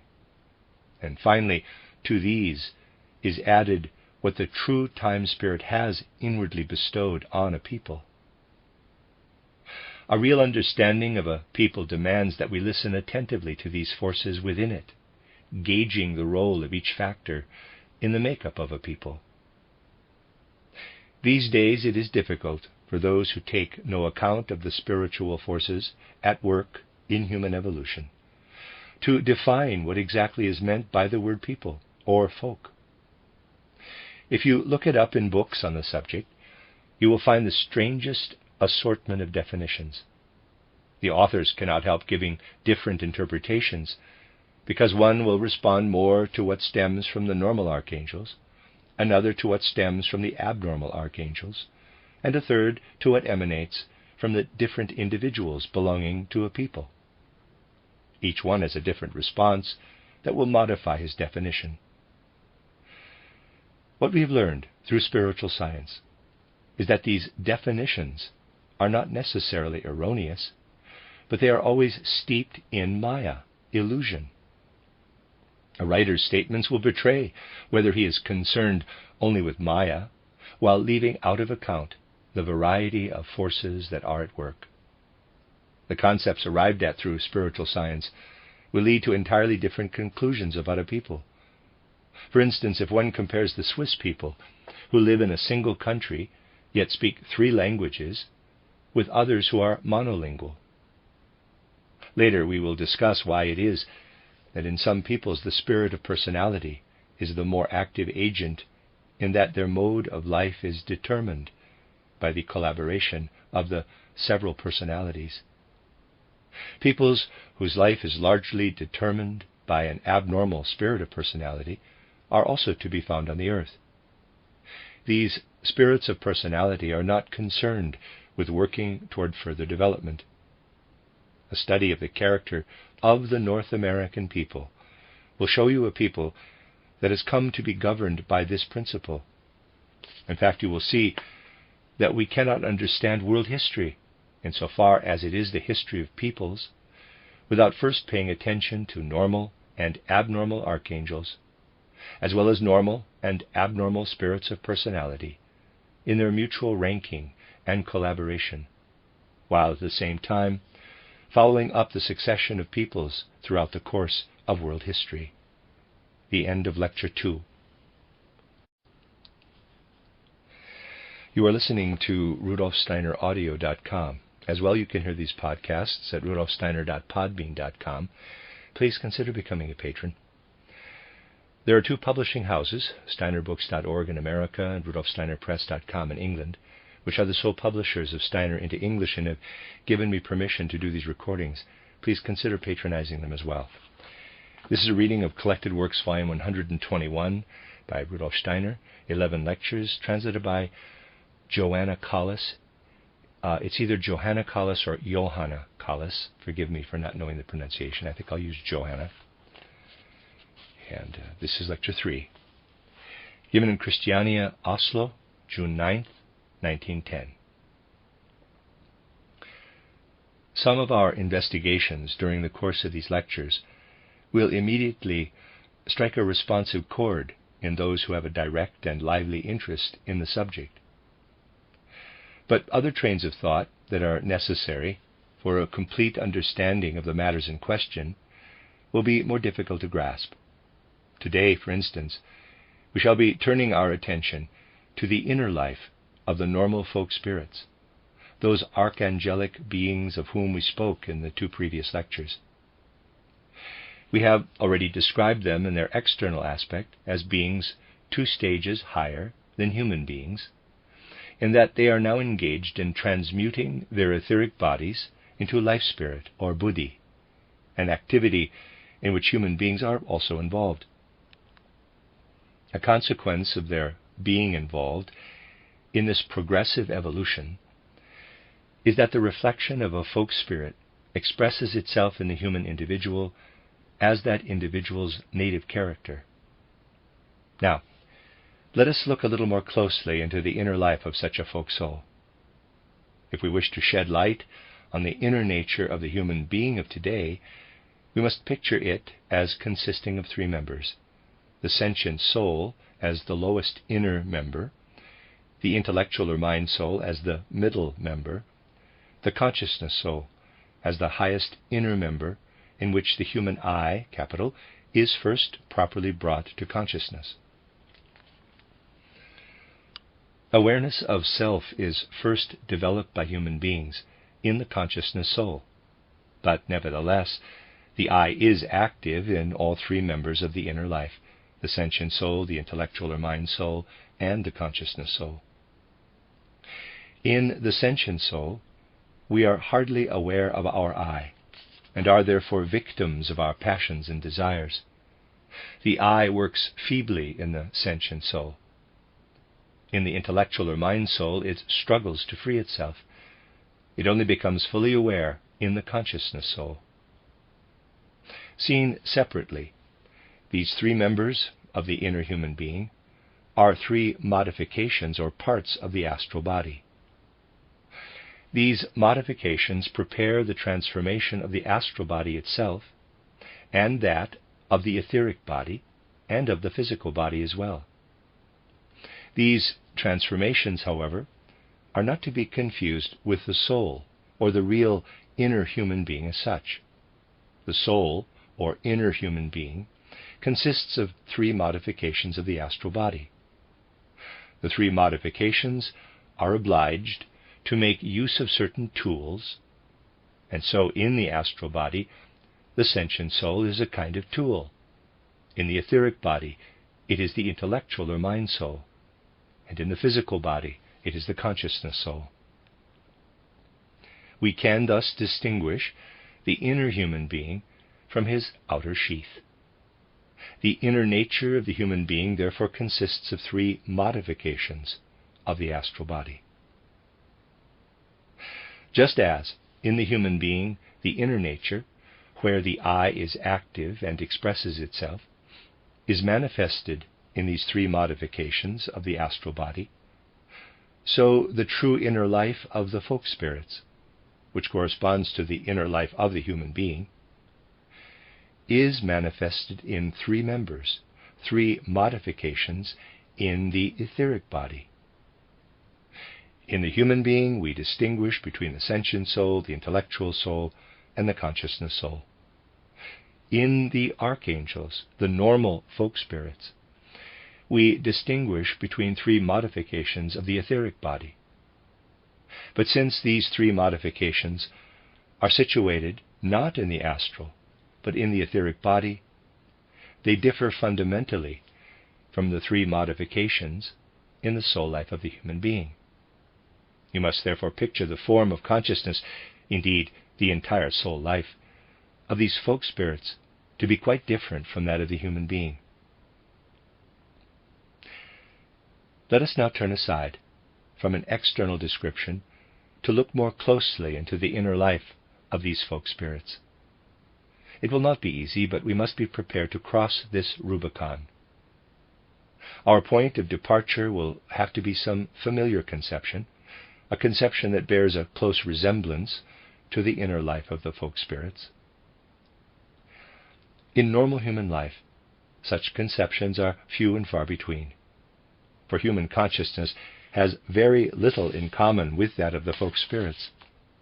But you will be able to reach an understanding of it if you will bear with me in the following consideration. You all learned at school that the sum of the 3 angles of a triangle is 180 degrees. And you know that this axiom cannot in any way be demonstrated from external experience. Think of the wooden or metallic triangles in your box of geometrical instruments. You can measure the 3 angles of a triangle with the aid of a protractor, but you will never discover by looking at them alone that the sum of these 3 angles is equal to 180 degrees. But inwardly, whether you construct a triangle or merely imagine it, you will know at once from inner experience that the sum of the 3 angles is 180 degrees. This must be an inner experience. It must spring from the inner power of your own soul. To realize this, you need only reconstruct mentally the following. The diagram is intended only as a symbolic representation of the thought. This figure shows conclusively that the sum of the 3 angles is 180 degrees. You need only visualize it, and it will confirm this axiom for all triangles. You can hold this figure in your mind's eye, EYE, without the need to draw it. You thus perform an operation in pure thought by the power of your own inner activity.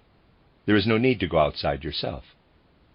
You can imagine momentarily that the worlds of feeling and of sense impressions no longer exist.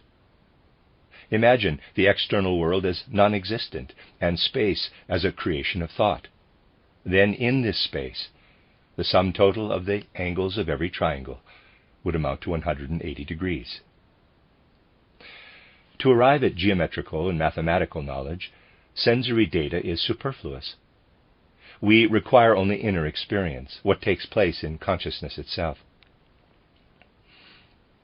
I selected this example because it is the simplest and most practical, since people already know it from having learned it at school. I could have given you the example of Hegelian logic, which would also provide you with a number of inner concepts. But here you would find much with which you are unfamiliar, as Hegelian logic is known only to a few. The example has demonstrated that one can arrive at knowledge purely from within, without any external motivation. If you imagine something that can externally only be arrived at through mathematical construction, you will have some idea of how the consciousness of archangels works. They do not perceive the external world of colors and sounds experienced outwardly by human beings. These sensations are unknown to beings of this kind. It is impossible for them to receive tactile impressions of objects. Such experiences are foreign to them. Their experiences can be expressed in these words, quote, "Something is coming to me from a world that inspires me. This world has passed through my whole consciousness and fills it entirely." Close quote. Now, archangels are not beings who are limited only to mathematical concepts.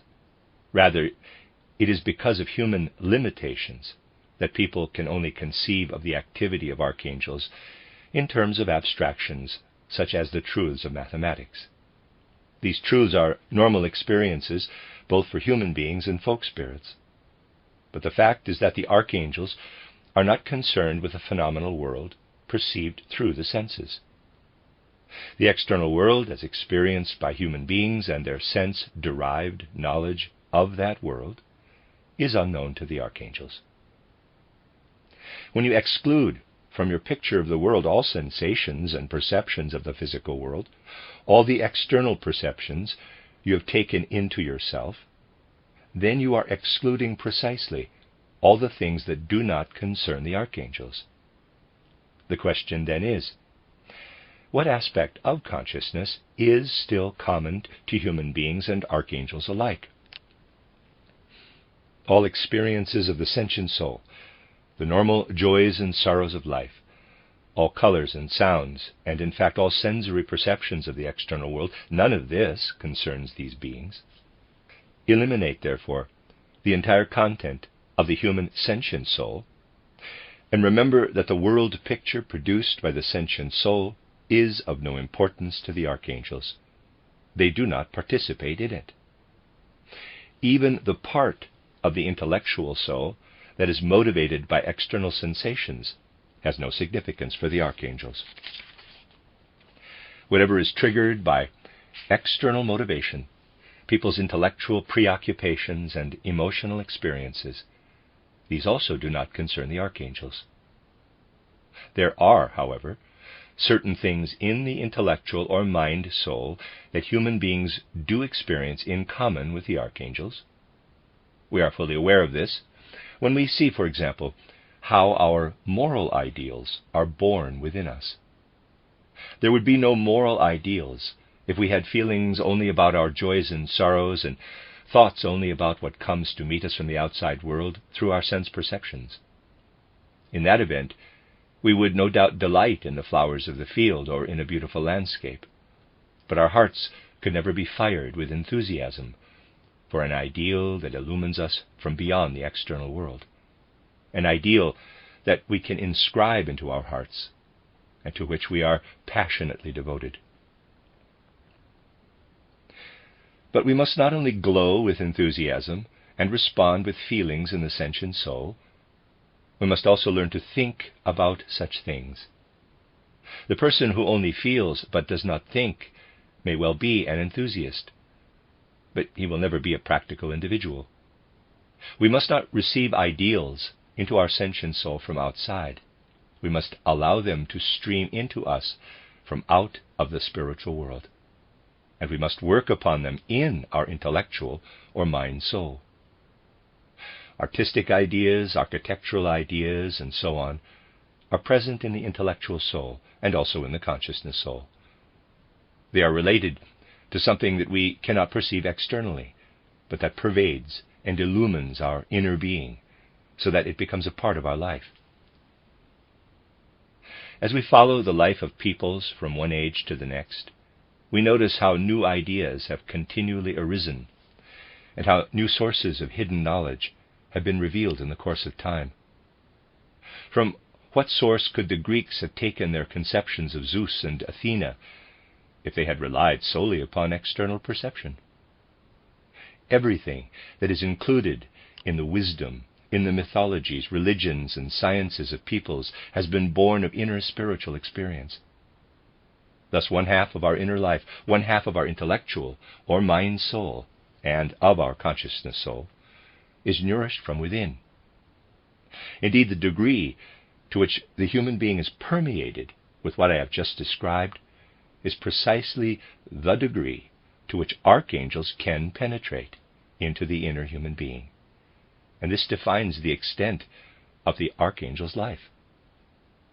Whatever is received by the sentient soul from the outside and elaborated by the intellectual or mind soul cannot be counted as a part of the inner life. We now come to the I capital, which is the highest member of our being. What we there introduce into our moral consciousness are ideals, moral, aesthetic, ideal thoughts.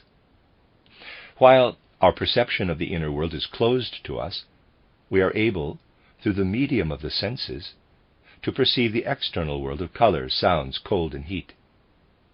At the same time, we are aware that behind these colors, sounds, heat, and cold, there exists another fundamental reality, namely the beings of the animal, plant, and mineral kingdoms. And so we can think of the world in the way I have indicated as having continuity in higher realms. But the vision of these higher realms is denied to the ordinary person. If this were not the case, there could be no materialism. If people could have a clear view of the realm extending upward beyond the intellectual soul and the consciousness soul, it would be just as foolish to doubt the existence of the spiritual world as it would be foolish today to doubt the existence of the animal, plant, and mineral kingdoms. You will recall how our I, our highest member, embraces the sentient, intellectual, and consciousness souls. With the archangels, the soul life begins with the experience of the intellectual or mind soul. It then rises into the I, which embraces a world of higher realms, a realm of spiritual realities in which it dwells, just as the human being dwells in the kingdom of animals, plants, and minerals. We must therefore realize that the soul life of the archangelic being may possess what in us would be the human I. But the I of the archangel is not of the same nature, it is not identical with the human eye. The eye of the archangel is, in fact, 2 stages higher, so that with his eye, the archangel is rooted in a higher world. Just as the human being sees colors and hears sounds by means of his sense perception, so does the archangel look down upon the world that embraces the eye as objective truth. But around this eye is still gathered some of that part of the astral nature which we human beings know as the intellectual or mind-soul within ourselves. Think of those beings as looking into a world that does not extend to the mineral, plant, or animal nature. Instead, imagine their spiritual gaze to be directed toward their world picture, and that in it they perceive centers or focal points. Each such center is the eye of a human being, around which is gathered something that appears as a kind of aura. This picture illustrates how the archangel looks down upon the individuals in the people belonging to him, the individuals who constitute his particular people. His world consists of an astral field of perception in which there are certain centers. These centers, these focal points, are the individual human beings, each one being the eye of an individual person. Just as to us colors, sounds, heat, and cold lie within our field of perception and constitute our world of reality, so to the archangels, to the folk spirits, we ourselves, with a part of our inner life, are their field of perception. And just as we set out to master the external world and transform it to serve our purposes, so we, in our turn, insofar as we belong to a particular folk spirit, are the raw material for the archangels or folk spirits to mold. Strange though it may sound, what we are describing is a higher epistemology of the archangels. This is entirely different from the epistemology of humans, for the given starting point for the archangels is entirely different. For us, the given starting point is everything spread out around us in space that manifests through our senses as color, sound, heat, cold, hardness, and softness. For the archangels, it is that which appears internally in human consciousness. For them, this is an assemblage of centers or focal points around which the inner experiences of human beings are gathered, insofar as these experiences take place in the intellectual or mind-soul. Their activity, by comparison, is of a higher order. What are the specific characteristics of the world picture that archangels or folk spirits have? The world picture of human beings is characterized by the fact that they feel an object to be hot or cold when they take hold of it. Archangels experience something similar in the way they encounter human individuals. They may meet an individual whose soul is filled with inner activity and whose inner life is rich.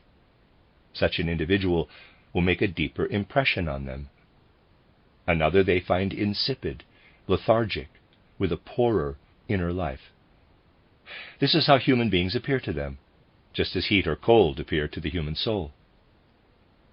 Thus an archangel's world picture is specialized in a way that enables him to use individual human beings and to work on their behalf by weaving from out of his own being what is to lead the whole people. There is also another way in which the life of this archangel is related to the life of a particular people he is leading. Just as a human being has ascending and descending periods in his life, the ascent of youth and the decline of old age, so does the archangel experience his youth and his old age in the rise and fall of a people's culture. We will now look again into the inner life of an archangel. From what I have said, you will have gathered that what human beings receive from outside, the archangel receives from within. He experiences the individual members of a people as centers within him. He feels that this experience does, in effect, originate within his consciousness, while at the same time being alien to him. It resembles the sudden ideas that flash into our consciousness. He also experiences, in the opposite way, what in human beings would be youth and old age. In youth, human beings feel their limbs to be young and supple, to be growing and developing.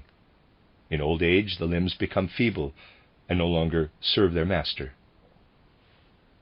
We feel this to be something that emanates from within, while the archangel also feels that everything comes from within. The rise and fall of the people nevertheless seems alien to him. He feels it to be independent of him, something for which he is not directly responsible, but which gives him the opportunity to incarnate in a particular people at a specific time. When the opportunity for incarnation occurs, when a people can be found in the full vigor of youth, in the creative period of its life, then the archangel incarnates in that people, just as a human being incarnates after passing through the period between death and rebirth. In a similar way, the archangel senses his impending death, feels the need to withdraw from the people in question when he perceives the individual centers beginning to be less productive, less active, and to lose their inner vitality. The time then comes when he withdraws from the particular people and enters into his Devachan, his life between death and rebirth, in order to seek out another people later on. Thus the springtime of a people, its youthful vigor and vitality, testifies to the youth of the folk spirit. He experiences it as a living, vitalizing force in which he lives. And he experiences the decline of the life of a people as a withering of the centers in his inner field of perception. This description, then, was intended to give you some insight into the inner being of a folk soul. In light of this information, we may say that in certain respects, a folk soul is rather far removed from the individual human being, whose sentient soul and the lower part of his intellectual soul are beyond the immediate perception of the folk spirit or archangel. For the human being, however, this is something very real, something that he feels to be intimately associated with the very core of his own life. In a certain respect, the archangelic being, the guiding spirit of a people, is something that hovers above the individual members. The individual's personal experiences, which derive from his sense perceptions, are wholly alien to the archangel who is guiding the people. But there are intermediaries, and it is important for us to realize that such intermediaries exist.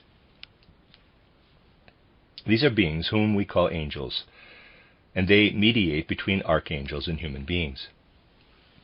You must understand quite literally that folk spirits are archangels, spirits who have completed the transmutation of their astral body into spirit self, or manas, and are now in process of transmuting their etheric or life body into life spirit, or buddhi.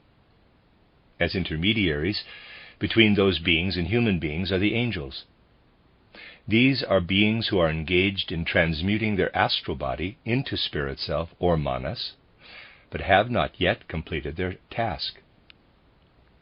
At the present time, the human being is in the initial stages of this task, whereas the angels are nearing its end, although it is by no means finished yet. Therefore, the field of activity of these beings is far more closely related to that of human beings. With their whole soul nature, they feel more drawn to the astral body. Hence they have the fullest understanding of human joys and sorrows. But because, on the other hand, they extend much higher than the human eye, in that they possess a higher eye, because they can take in a part of the higher world, their consciousness reaches into those realms in which the archangels have their consciousness.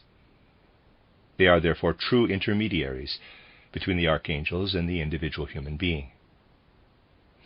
They receive the instructions of the folk spirits and transmit them to the individual souls, and thereby help to determine what the individual can do not only for his own evolution, but also for his whole people. In the life of the human being, these two streams flow side by side. The one stream carries him forward from incarnation to incarnation. It is concerned with his personal destiny, which he has to fulfill in order to perform that duty which is the most solemn and sacred for him, because it belongs to him alone. He cannot afford to stand still, because this would allow his latent capacities to lie fallow, if he failed to cultivate them. Such is his individual destiny, by virtue of which he progresses from incarnation to incarnation.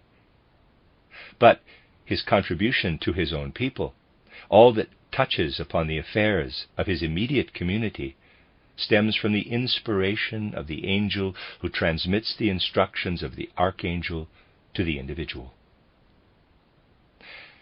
It is not difficult to imagine a people inhabiting a certain region. Over this people there extends the etheric aura of that people, into which the forces of the folk spirit work, modifying the etheric body of the human being in accordance with the three types of force. It is the archangel who is at work in this folk aura. We must think of him as a higher being, 2 stages higher than the human being in his evolution, hovering above the whole people, issuing directives concerning what this people as a whole must fulfill. The archangel knows what steps must be undertaken during the creative, ascending period of a people when its youthful vigor and vitality are strongest. He knows what aims must be pursued by a people during the period of transition from youth to age, in order that his impulses may unfold in the right way. This overall plan is the work of the archangel. Here on the physical plane, the individual human being must ensure that these great aims are realized. Between the individual and the archangel are the angels who mediate between them. The angels impel the human being toward the locality ordained for him, so as to bring about, in the overall structure of the people, whatever corresponds to the ordinances of the archangel. We will see this in the right light if we take what I have been describing not simply as an allegory, but as a close approximation of reality. The whole pattern of events woven by the archangel is, however, influenced by the abnormal archangels, the spirits of language, as I described them yesterday. We have also described how the abnormal spirits of personality, the Archai, exercise their influence. We can now turn our attention to the domain where the archangel issues his directives, where he apportions the various tasks that are then transmitted by the angels to the individual human beings. But the archangel is also able to work into the sphere of the abnormal spirits of personality. And in the mutual collaboration of the archangel with the abnormal spirits of personality, since the latter are pursuing totally different aims, it is possible for the plans of the archangel to be thwarted in some ways. If that happens, if these abnormal spirits of personality thwart the designs of the archangel, then factions with specially appointed tasks form within a people. Under these circumstances, the activity of the spirits of personality becomes visible externally. This may last for centuries. In Germany, for example, where there is an urgent need for the work of spiritual science, you have seen for centuries this interplay of the archangel of the German people with the separate spirits of personality who are sometimes in opposition. The fragmentation of the one German people into smaller groups illustrates the interplay of the abnormal spirits of personality with the archangel. Peoples like this are not very centralized. They look more to the development of individuals. In some ways, this is good, for a variety of shades within the native character can thereby find expression. We may also take the other case, where not the abnormal spirits of personality, but the normal spirit of personality expressing himself as the time spirit, assumes for a certain period greater importance than would normally follow from the ordinary course of events. In studying a people, we regard the archangel as its guiding principle. Into this there works the time spirit. He gives his directives to the archangel, who in turn passes them to the angels, who transmit them to the separate individuals. Since as a rule we see what is closest to us, we consider the activity of the archangels to be the most important element in this interaction. Circumstances may arise, however, when the time spirit has to issue more important, more momentous directives, when he is compelled, so to speak, to take over some of the authority of the archangel, because he must detach a portion of the people in order that the task of the age, the mission of the time spirit, may be fulfilled. In such a case, native groups split off from the rest. Here the time spirit visibly gains the upper hand over the influence of the archangel. Such a case occurred when the Dutch severed their connection with the kindred German people. Holland and Germany originally shared an archangel in common.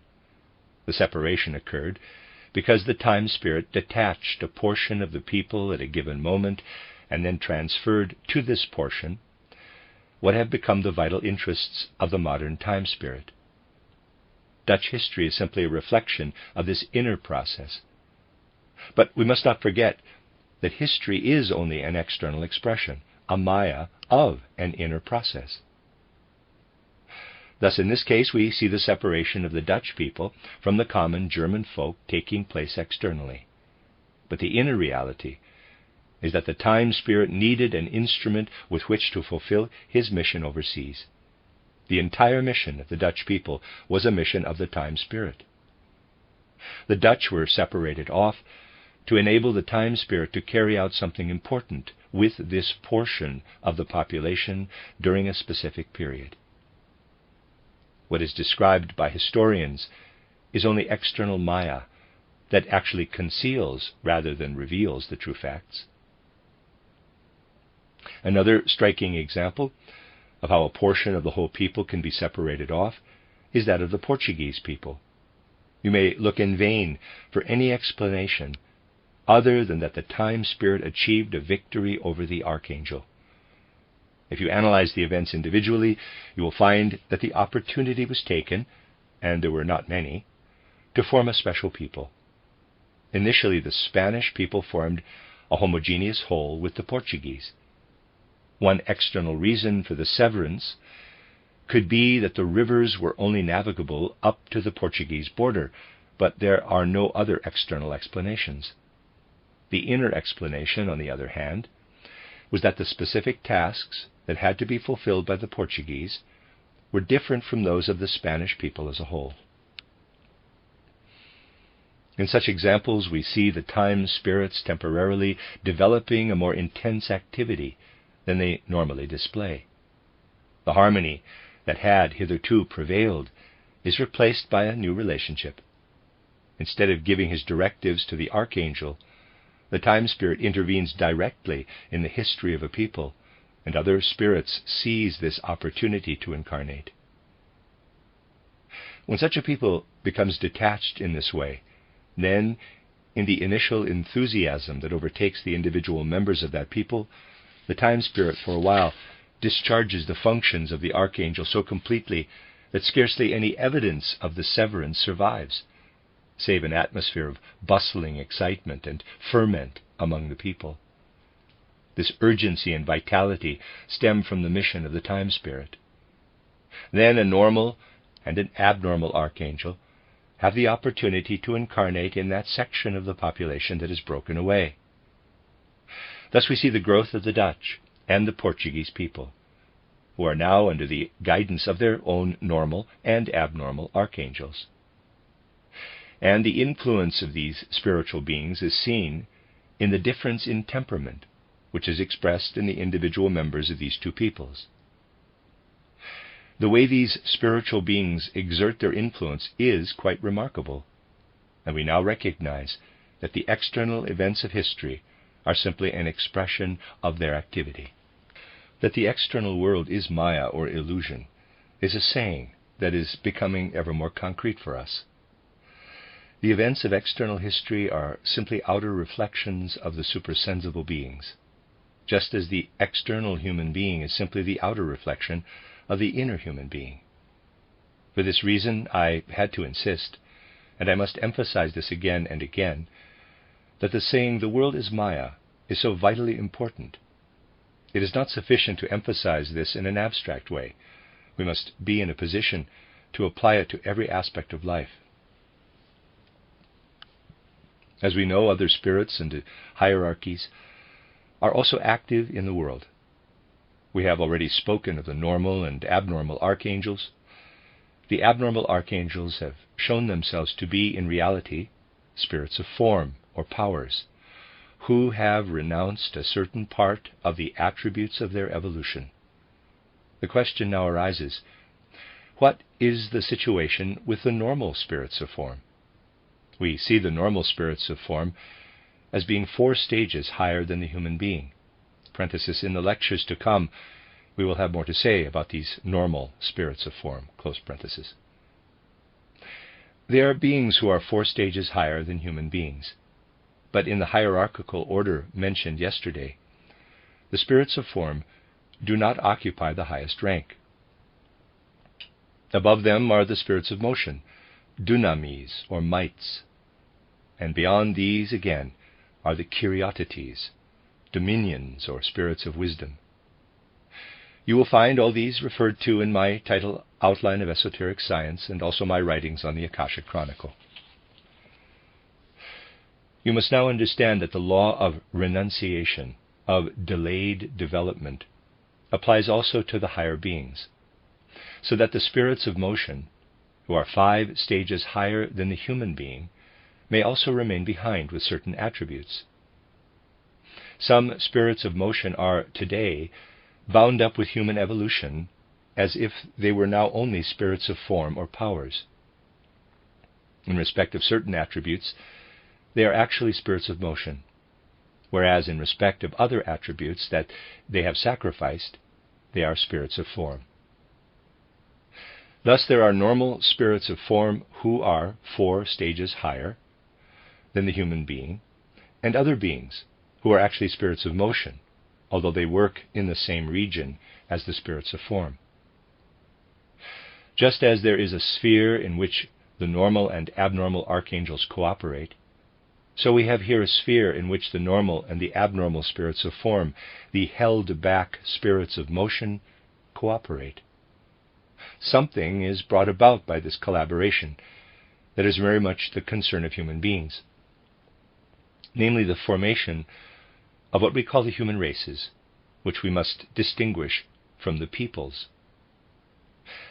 Rather than becoming confused when we think of the matter in this way, we will gain a fluid concept. We must not lump everything together. A people is not a race. The concept of a people has nothing to do with the concept of race. A race can be divided into many different peoples. A race is a community, and a people is a different kind of community.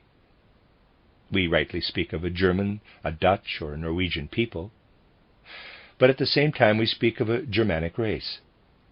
So what lies behind the concept of races? The beings whom we describe as normal spirits of form work there in conjunction with those beings whom we have come to know as the abnormal spirits of form, who are actually spirits of motion entrusted with the missions of spirits of form. This is the reason why humanity is divided into races. It is the normal spirits of form who give us everything that makes human beings equal all over the world, irrespective of race, everything that makes us members of humanity as a whole. But it is the abnormal spirits of form who, through an act of renunciation, have brought about the division of all humanity into races, so that instead of a single humanity, a wide diversity of human beings now exists all over the earth. Here then we have the foundation, the basis from which the separate individual peoples emerge. We have an overview of our whole planet Earth, and we find that by virtue of the normal spirits of form, this Earth is intended to bear one common humanity, and that the held-back spirits of motion enter into this region of the spirits of form, and as abnormal spirits of form, differentiate the whole of this common humanity into separate races all over the earth. If we look into the purposes of these spirits, if we inquire closely into the aims and objectives of these normal and abnormal spirits of form, then we will understand the intentions they have for the races of humanity, and how through these races a foundation is laid for what is to emerge from them. And if we then take the example of a particular people and study it, we will comprehend and understand that people rightly. The end of Lecture 3. You are listening to RudolfSteinerAudio.com. As well, you can hear these podcasts at rudolfsteiner.podbean.com. Please consider becoming a patron. There are two publishing houses, steinerbooks.org in America and rudolfsteinerpress.com in England, which are the sole publishers of Steiner into English and have given me permission to do these recordings. Please consider patronizing them as well. This is a reading of Collected Works, Volume 121 by Rudolf Steiner, entitled The Mission of Folk Souls, 11 lectures, translated by Johanna Collis. And this is Lecture 4, given in Christiania, Oslo, June 10th, 1910. If we wish to understand the interrelationship of the human races, which are the foundation on which the different peoples come into being, we will have to bear in mind that individual human beings as we know them today, indeed we ourselves, are beings of great complexity, who have been created in our present form and nature by the collaboration of many, many cosmic beings. We know from the Akashic Chronicle, and from other considerations concerning the evolution of humanity, that our Earth had to pass through 3 conditions before reaching the condition in which it now finds itself.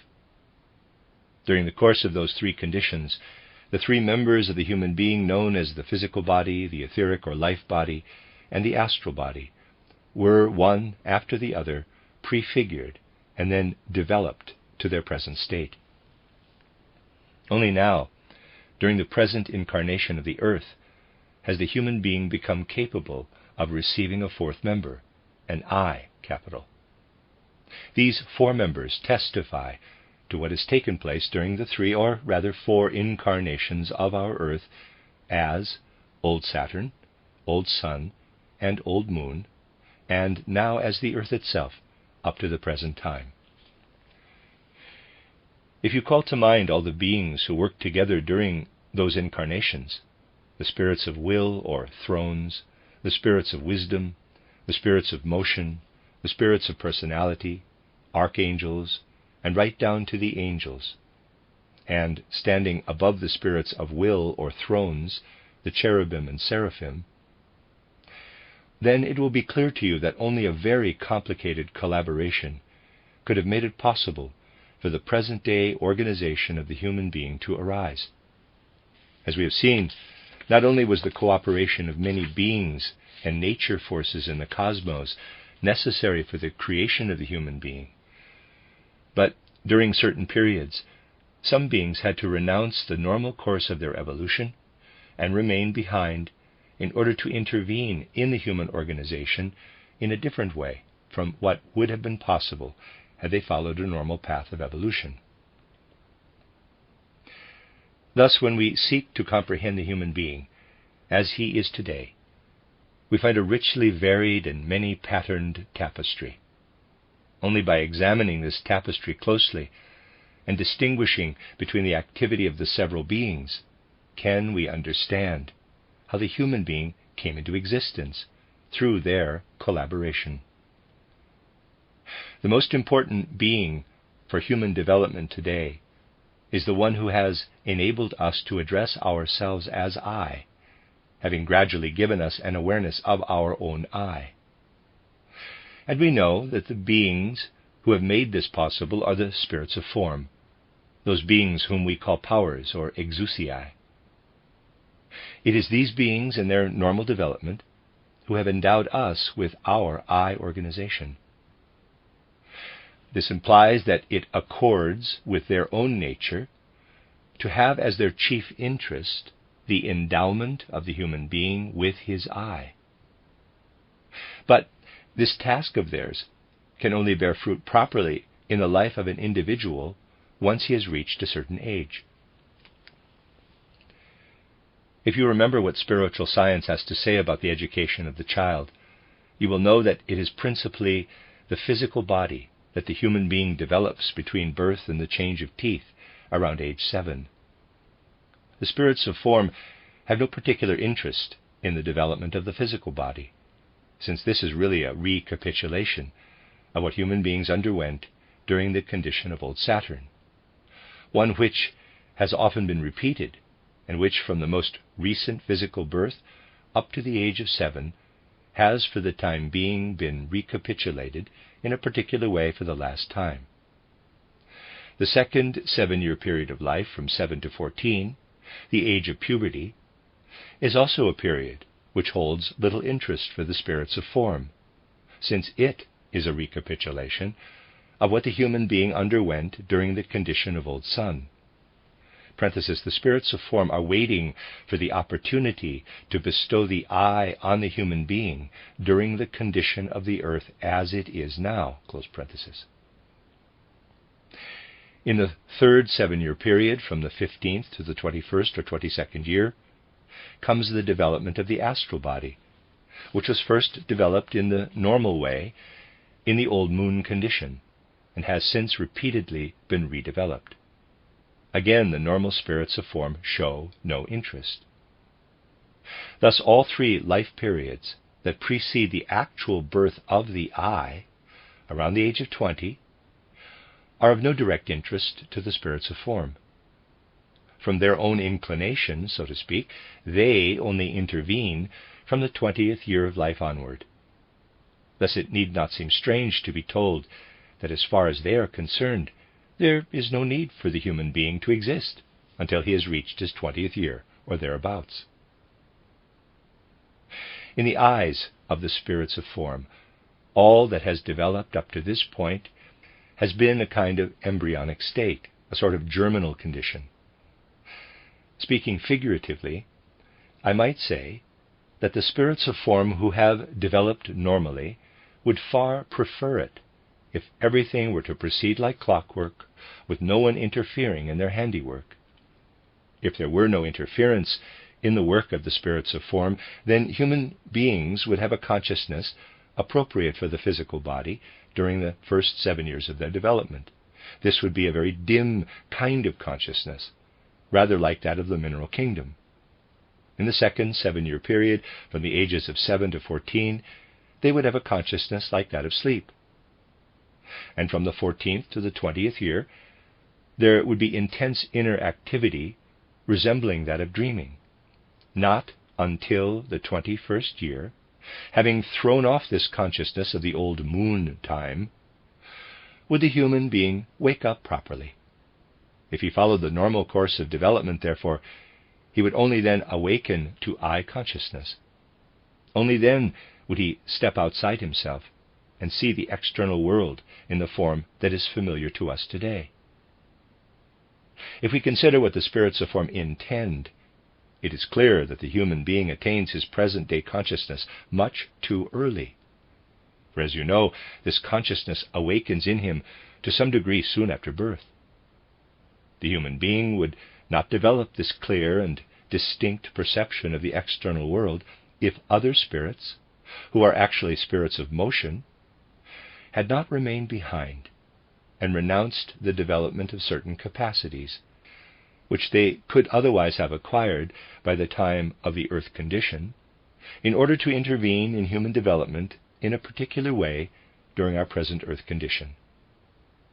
Because their evolution followed a different path, they are in a position to bestow upon the human being what he should not acquire until his 20th year or thereabouts. Thus, these are spiritual beings who have renounced the possibility of following their development up to the earth condition in the normal way.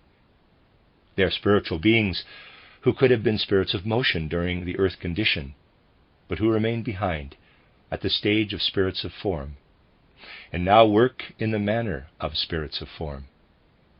Thus they are able, during our earth condition, to bestow upon the human being, who is by no means mature enough to receive it, and still has much to redeem from earlier times, the I consciousness that in the normal course of development would be his only around the age of 20. In this way he is entering into life and receiving from the abnormal spirits of form certain capacities which otherwise he would not be receiving until around his 20th year. The consequences of all this are highly significant. Imagine for a moment what the situation would be like if these abnormal spirits had not intervened. In that case, human beings would be incarnating on the physical earth in the state that is natural to them around their 20th year. They would have to be born as physical beings after first undergoing quite a different kind of embryonic development. Indeed, these abnormal spirits of form bring it about that human beings are already in the physical world from birth onward up to their 20th year. This amounts to about 1/3 of our life on the earth. Thus the first third of our life on the earth is not governed by the spiritual beings who rule our present earth condition, but by others who are abnormal. And because these abnormal spirits participate in evolution, we human beings do not possess the form we would have if we were to be born in the condition appropriate for us at the age of around 20. Human beings have to pay for spending the first third of their life, up to their 20th year, under the powerful influence of these abnormal beings. The whole period of growing up is spent under the influence of the abnormal beings. And the penalty for this is that after the middle third of life has run its course, which is basically under the influence of the normal spirits of form, a downward trend sets in, a decline, in which the etheric and astral organizations deteriorate. Life, therefore, is divided into 3 sections or periods: an ascending, a middle, and a descending third. We are only full human beings during the middle part of our life on earth, for in the final third we have to give back what we received during the first, ascending third. We have to repay our debt.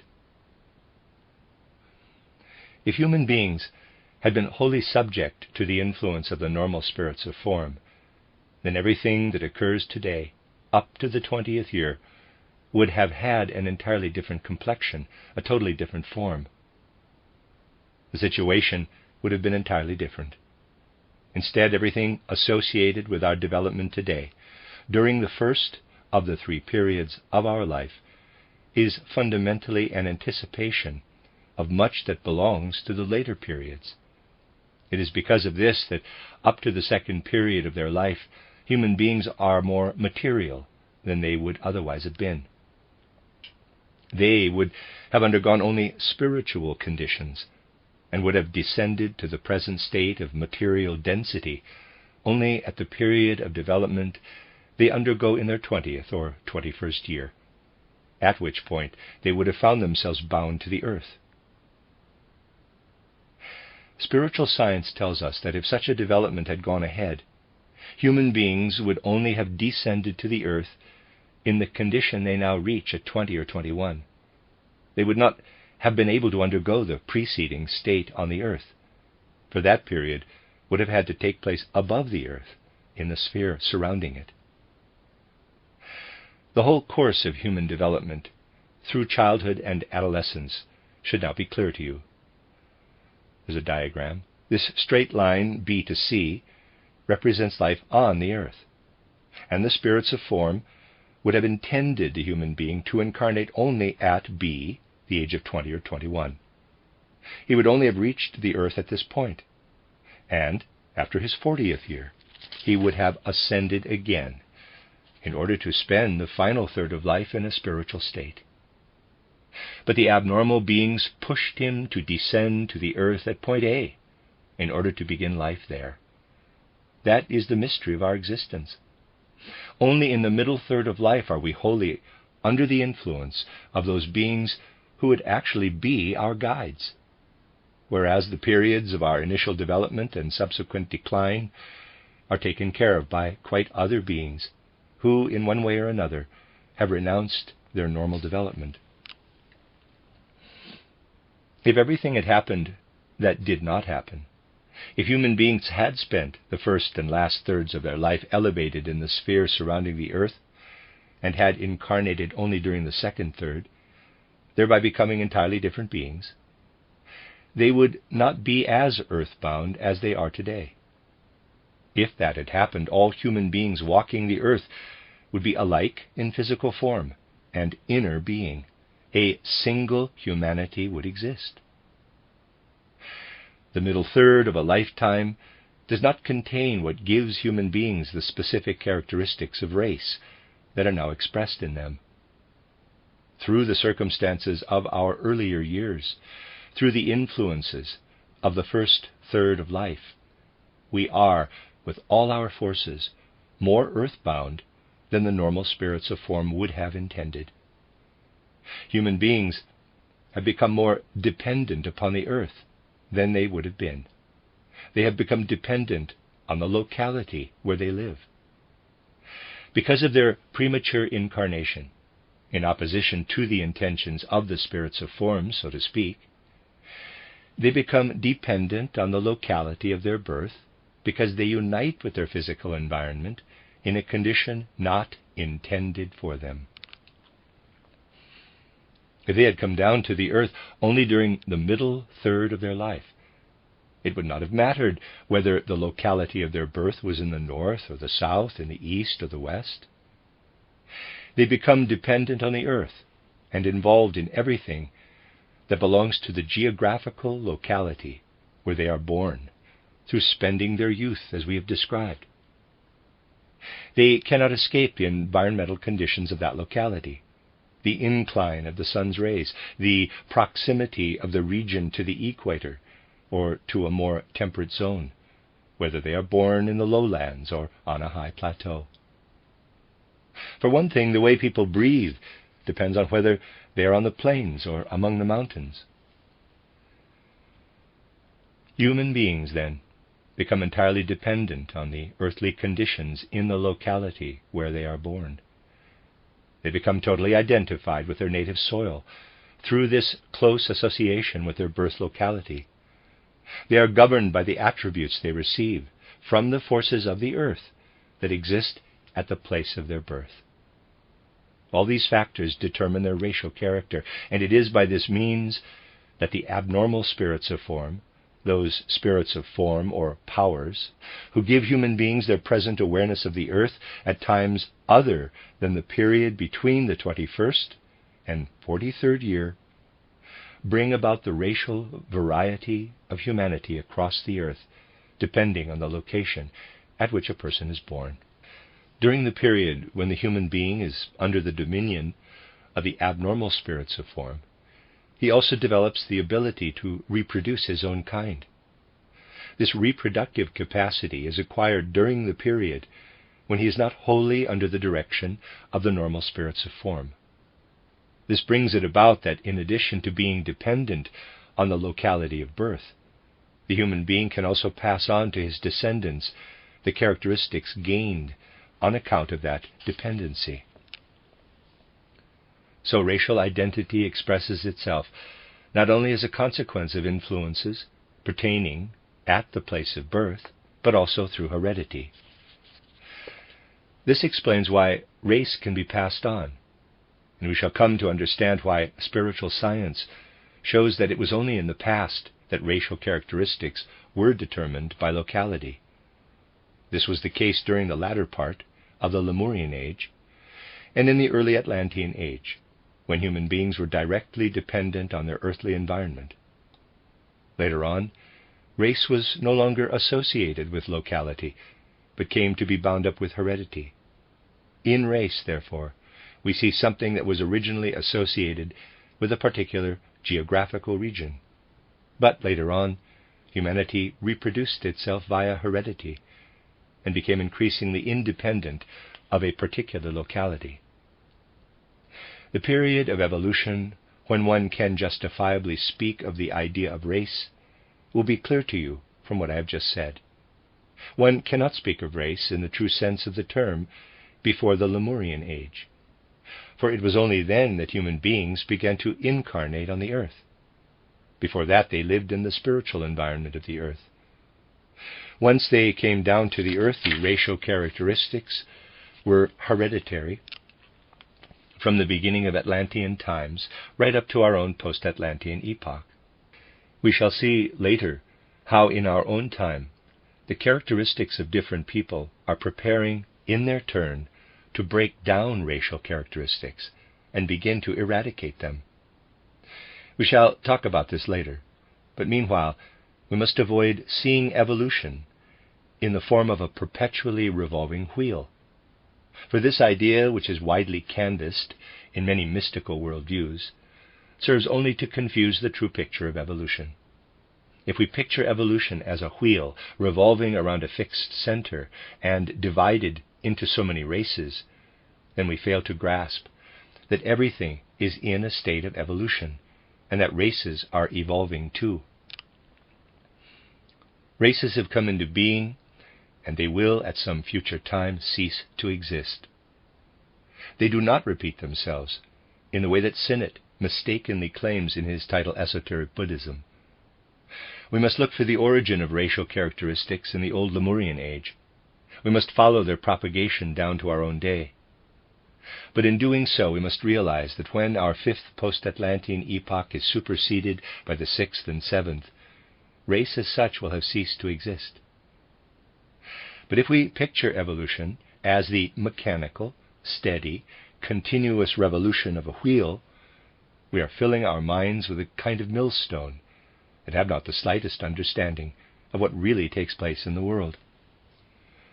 Thus, races began to evolve during Lemurian times through the activity of the abnormal spirits of form, who allow the forces of our earthly planet to intervene at the locality where a human being must spend the early years of his life.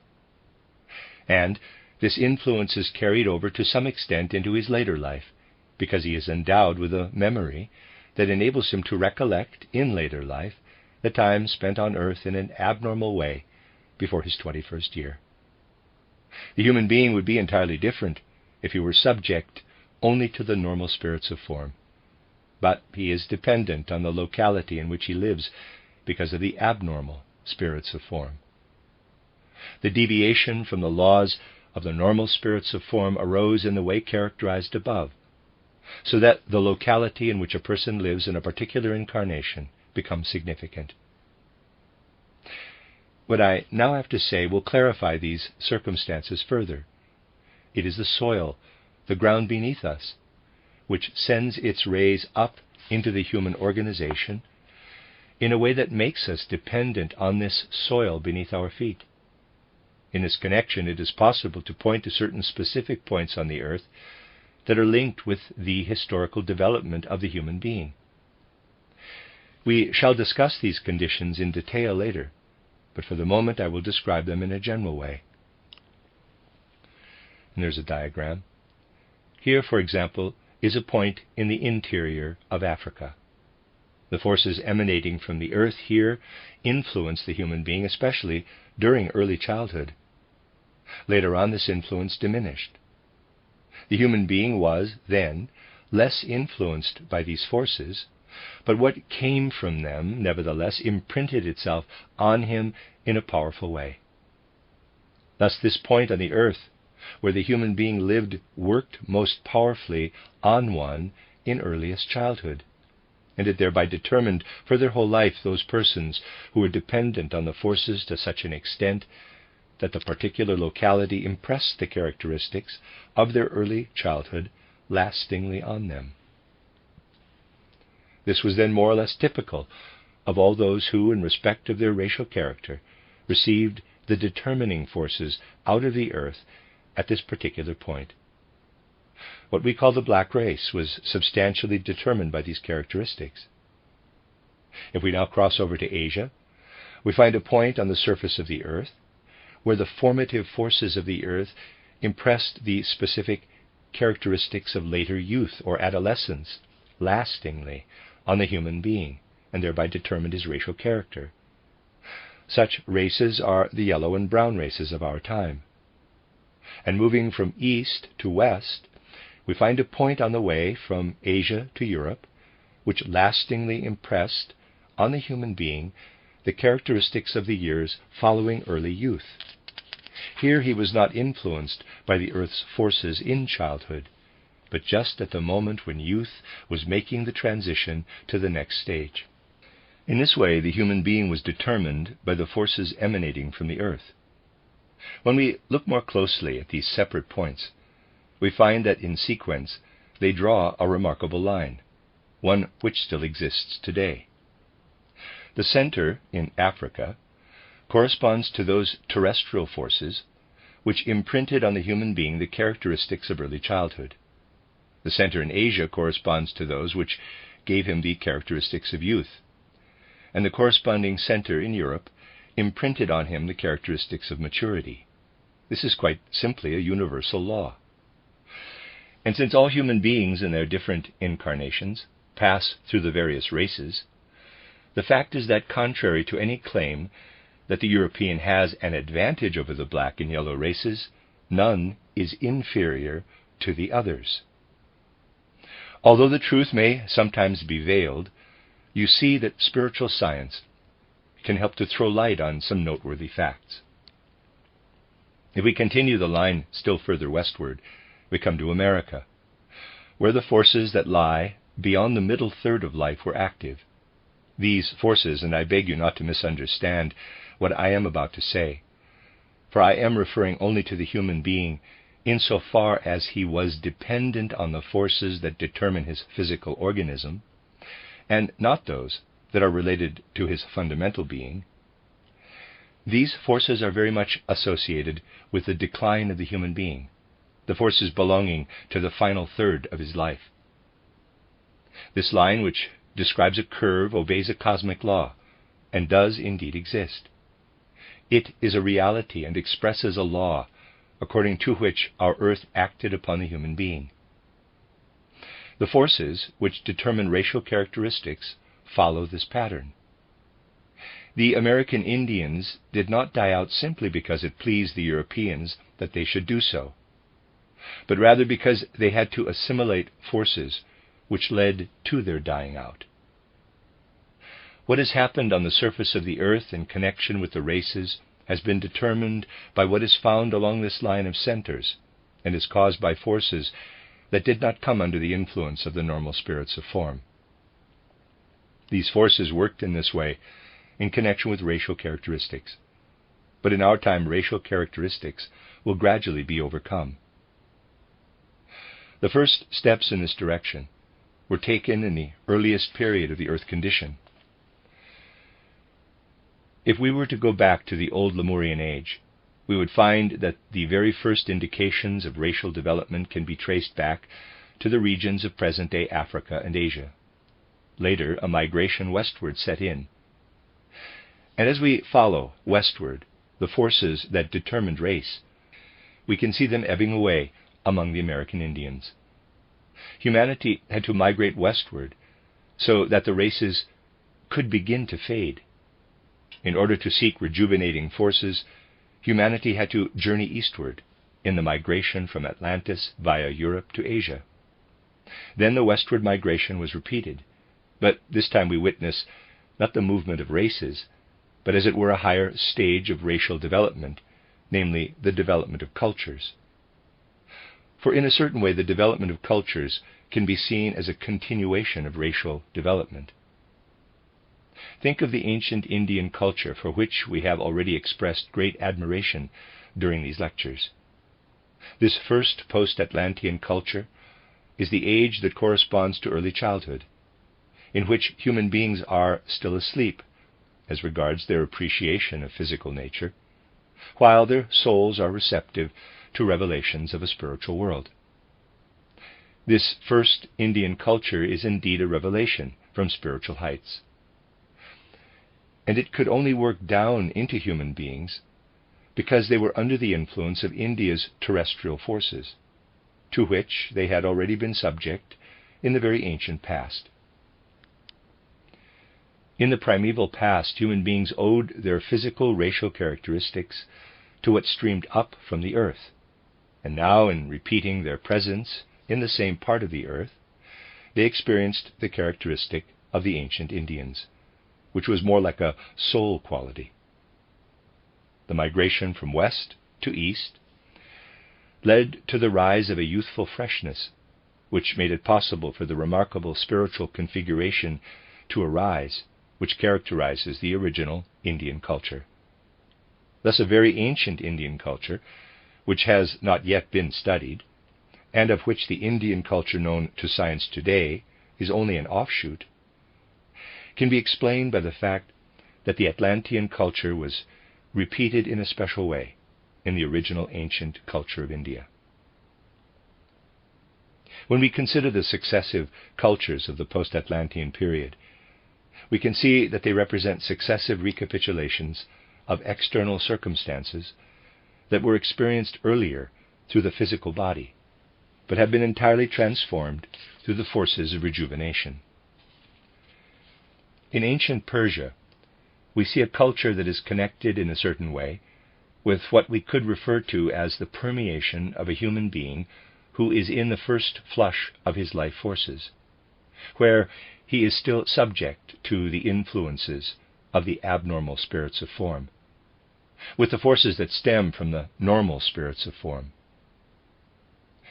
In the Persian culture, this confrontation is depicted in the awareness of the duality of light and darkness, of Ormuzd and Ahriman.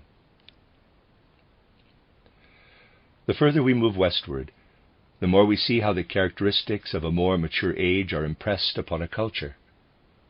While we have to admit that even up to the present time, what is created by human beings is still to a large extent dependent on the abnormal forces and beings of the universe, we can nevertheless understand that as they move westward, they are no longer exclusively influenced by characteristics of race. We can also understand that the trend of culture as such is accompanied by a decline in its youthful freshness, the further westward it goes. To the unprejudiced observer, a variety of factors serves to show that our contemporary culture, too, is determined in this way in accordance with a fixed law. But people are not inclined to be objective. If you bear in mind that in reality all culture is in a state of flux, you will come to realize that the further we move westward, the less productive a culture becomes. As a culture, it becomes moribund. The further westward one goes, the more does a culture flourish only in external ways, ways that are not vitalized by the forces of youth, but are given over to the forces of old age. Thus in the West, humanity will still be capable of achieving great things in the realms of discovery in physics, chemistry, astronomy, and anything that is not dependent on the refreshing powers of youth. But whatever calls for creative energy will require a different configuration of the forces that affect human beings. Take the example of a human being growing up from childhood to the stage when his spiritual life begins to blossom. Initially, he develops physically. The forces concentrated in a small space in a child must be allowed to expand physically. Thereafter, what forms the human being is pressed inward. And the same applies to humanity in general. The curve of development we have already described reveals a remarkable law that applies even to the continents. We see the original starting point of physical human beings in Africa. Thereafter, the territory in which human beings developed expands far afield. Characteristic of this expansion are the wide open spaces of Asia, where human beings inhabit vast tracts of country. Let us now look at the repetition of race development in the post-Atlantean cultures. Just as in their youth, human beings look with curiosity at their environment, so did those of the ancient Indian culture look around them in the world. This is associated with the fresh, youthful forces that help them grow until they reach their full stature, when the spiritual life must begin to unfold, and the physical must be compressed. And it is noticeable that as civilization advanced westward into Europe, the geographical area that humanity inhabited became narrowed down to smaller and smaller lands. We observe that Europe is the smallest continent, and the further humanity moved westward, the more it strove toward a process of compression. Human beings set out for peninsulas surrounded by the sea, and were drawn ever closer together. All this is connected with the spiritual course of evolution. We have here a unique insight into the mysteries of spiritual evolution. With this narrowing of the geographical area in a westerly direction, a critical situation arose. On account of this crisis, a more unproductive element began to operate. In a certain way, creative activity dies out to some extent in the peninsulas the further westward one goes. This impoverishment is illustrated in what I have already described, namely, that culture itself, the further it moves westward, becomes progressively more rigid and senile, and slowly declines. This has always been known in the mystery schools. You will now understand why I said that what I wanted to communicate to you might be somewhat fraught, since people might take offense. And it will be a long time before everything can be revealed that would enable the human being to gain independence with regard to the higher realms of his being, so that he may perceive the terrestrial forces that determined race, that later on determine the character of cultures, and that still later will lose their significance once humanity has returned again to the spirit. Thus, you will understand that the whole process of human evolution is linked with the spiritual evolution that has always been known to those who were initiated into the deeper secrets of existence. The truth of this does not depend on whether one approves or disapproves. It depends on evolutionary necessity. To deny this necessity is pointless. It merely serves to put obstacles in its path. Therefore, it is only natural that those who migrate to regions lying more in a westerly direction should seek rejuvenating power, spiritual substance from the east, and that Central Europe must call to mind its own creativity as it existed before the formation of peninsulas. This is why, especially in Europe, I mean that part that encompasses the area we share, Scandinavia and Germany, people must draw on the resources of their own soul life, and why, in contrast, we must look to the West to find that part of humanity that is to receive something from the East. These things are deeply rooted in the nature of all earthly humanity. You can see this being repeated even in the development of theosophical thought. We also witness it in the fourth post-Atlantean epoch of culture in the Romans and Greeks. Of course, in some ways the Romans were more advanced than the Greeks, yet they took their spiritual life from the people they had conquered, who lived more toward the east. The law demonstrated by this becomes ever more relevant the further westward a country lies. It is really only possible to hint at these great truths. They show us the inner character of our mission in every corner of the globe. So, you see, we must reach an understanding of what we have to do in order to rise up to the level of what is common to all humanity. Herein lies the great responsibility we must take upon ourselves if we wish to involve ourselves in the overall progress of humanity. As far as the overall progress of humanity is concerned, we cannot allow any personal sympathy or enthusiasm to play a part. These are of no consequence. Only what is determined by the great laws of humanity is decisive. We must recognize this from out of those great laws themselves, and not allow ourselves to be prejudiced in favor of one thing or another. This is indeed the fundamental characteristic of Rosicrucianism as a whole.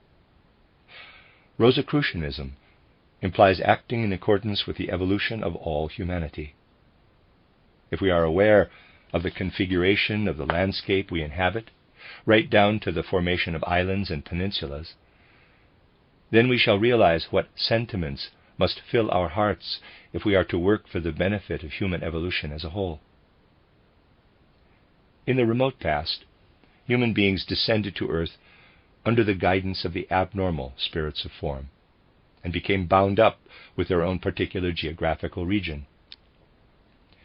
That is how the foundations were laid for the development of the races. After that, we see a progressive intermingling of races taking place. Then we see the development of peoples arising out of the development of races. And we see how the development of peoples intervened even in the development of the individual human being. A great mystery is expressed in the question, who was Plato as regards his external being and his participation in humanity as a whole? He was an individual who entered into the lineage of Solon, was a member of the Ionian tribe, the Greek people, and the whole Caucasian race. The realization that Plato was a descendant of Solon, an Ionian, a Greek, and a Caucasian expresses a profound mystery, if we understand the law behind it.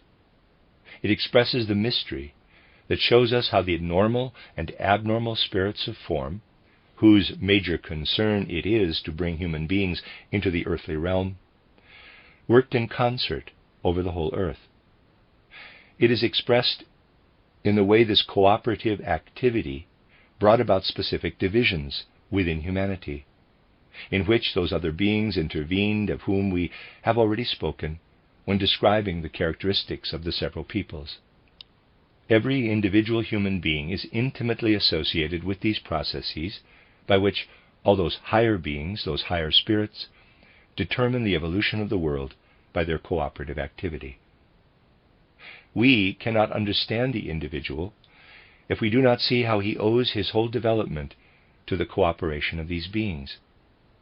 It was because a Caucasian race was once created on our earthly planet through the mysterious collaboration of the spirits of form, who had undergone a normal development, with those spirits of form who had been through an abnormal development, that the stage was set for the incarnation of an individual such as Plato. And because we are aware of the intervention of the abnormal and normal archangels, right down to the angels, we realize the steps that were necessary to bring forth a Plato, whom we recognize as a human being with a human countenance, endowed with attributes of thinking, feeling, and willing specific to him alone. A people occupies an intermediate position between the race and the individual. Having now outlined the conditions fundamental to the evolution of race in general, we shall tomorrow consider the emergence of peoples out of races, and also the intervention of other spirits of the hierarchies, and especially their intervention in the activity of the spirits of form. The end of Lecture 4. You are listening to RudolfSteinerAudio.com. As well, you can hear these podcasts at rudolfsteiner.podbean.com. Please consider becoming a patron. There are two publishing houses, steinerbooks.org in America and rudolfsteinerpress.com in England, which are the sole publishers of Steiner into English and have given me permission to do these recordings. Please consider patronizing them as well. This is a reading of Collected Works, Volume 121, by Rudolf Steiner, 11 lectures entitled The Mission of Folk Souls, translated by Johanna Collis. This is Lecture 5, given in Christiania, Oslo, June 11th, 1910. As we heard in yesterday's lecture, if we wish to make an impartial study of the facts underlying our present investigation, we must transcend the prejudices that might easily arise concerning what I will now describe objectively. So long as one has the slightest tendency to take personally an impersonal description of a particular race or people, it will be difficult to reach an unprejudiced understanding of the facts discussed in these lectures. For this reason, too, the only foundation on which we can base what has to be said about these things is that of spiritual science. For whatever we might hear about the character of one particular people or another, and however much our feelings and emotions might be tied up with our belonging to a particular race or a particular people, we do have an adequate counterweight in the teachings of spiritual science about karma and reincarnation, when this is rightly understood. It opens up a future prospect of the inmost core of our being entering into incarnation in all kinds of races and all kinds of peoples. When we contemplate this inmost core of our being, we may therefore be sure that through it we will share not only the positive, but perhaps also the negative aspects of all races, of all peoples, but also that we will receive in our inmost being the countless blessings of all races and peoples, through being incarnated in all of them at one time or another. Our consciousness, our horizon, is widened through these ideas of karma and reincarnation.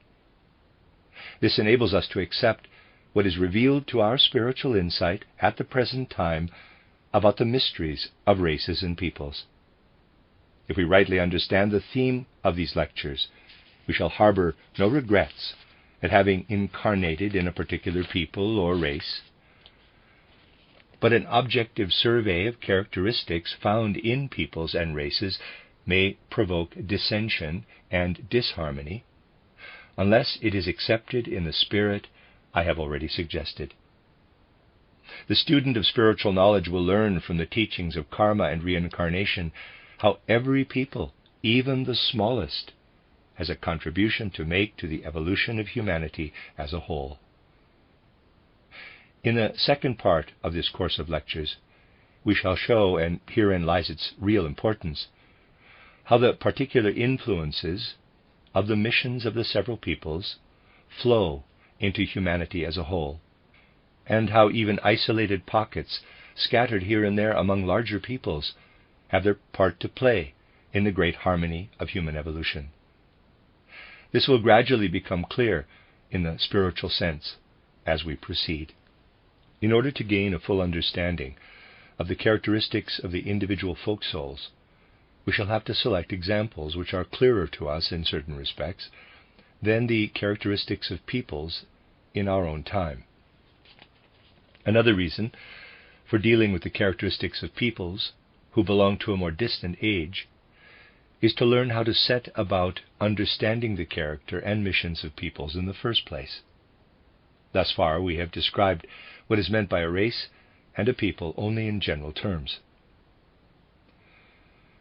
In the course of the previous lectures, we have learned that races come about through the cooperative activity of a normal and an abnormal spirit of form, while a people arises through the cooperation of a normal and an abnormal archangel. This showed us how the beings of the spiritual hierarchies intervene in evolution. The question now arises, how do the beings of an even higher order work into the external world? We shall do well to create a basis for our understanding of this by studying the hierarchies, of which the human being is the lowest member. You will recall that we placed the human being on the lowest rung of the ladder. Below him are the three kingdoms of nature, the animal, plant, and mineral kingdoms. Above him are the angels, archangels, and archai, or primal beginnings. This is the hierarchy immediately above the human being. The next hierarchy is as follows. Number 1, spirits of form, powers, exousiai. Number 2, spirits of motion, mites, dunamis. Number 3, spirits of wisdom, dominions, kyriatetes. Then comes the highest of the three hierarchies. Number 1, spirits of will, thrones. Number 2, cherubim. Number 3, seraphim. Now let us ask, since all spiritual beings reveal themselves in some way, appearing somewhere in the realm of Maya, or illusion, which is the realm of the sense-perceptible world, where can we find them at this lowest level of manifestation, this level of deception? In their normal perception of nature and spirit, human beings know only the realm of Maya, or illusion, the most external manifestation of these spiritual beings. Let me show you an example of what I mean. Suppose a person is walking on foot over the bare rocky landscape of a northern country. His first impression will be of a rocky expanse spread out before him, and he will describe this solid rock formation in terms of his first impression, namely as hard, rocky substance. But someone who penetrates into the very nature of things will see something entirely different in this rocky substance.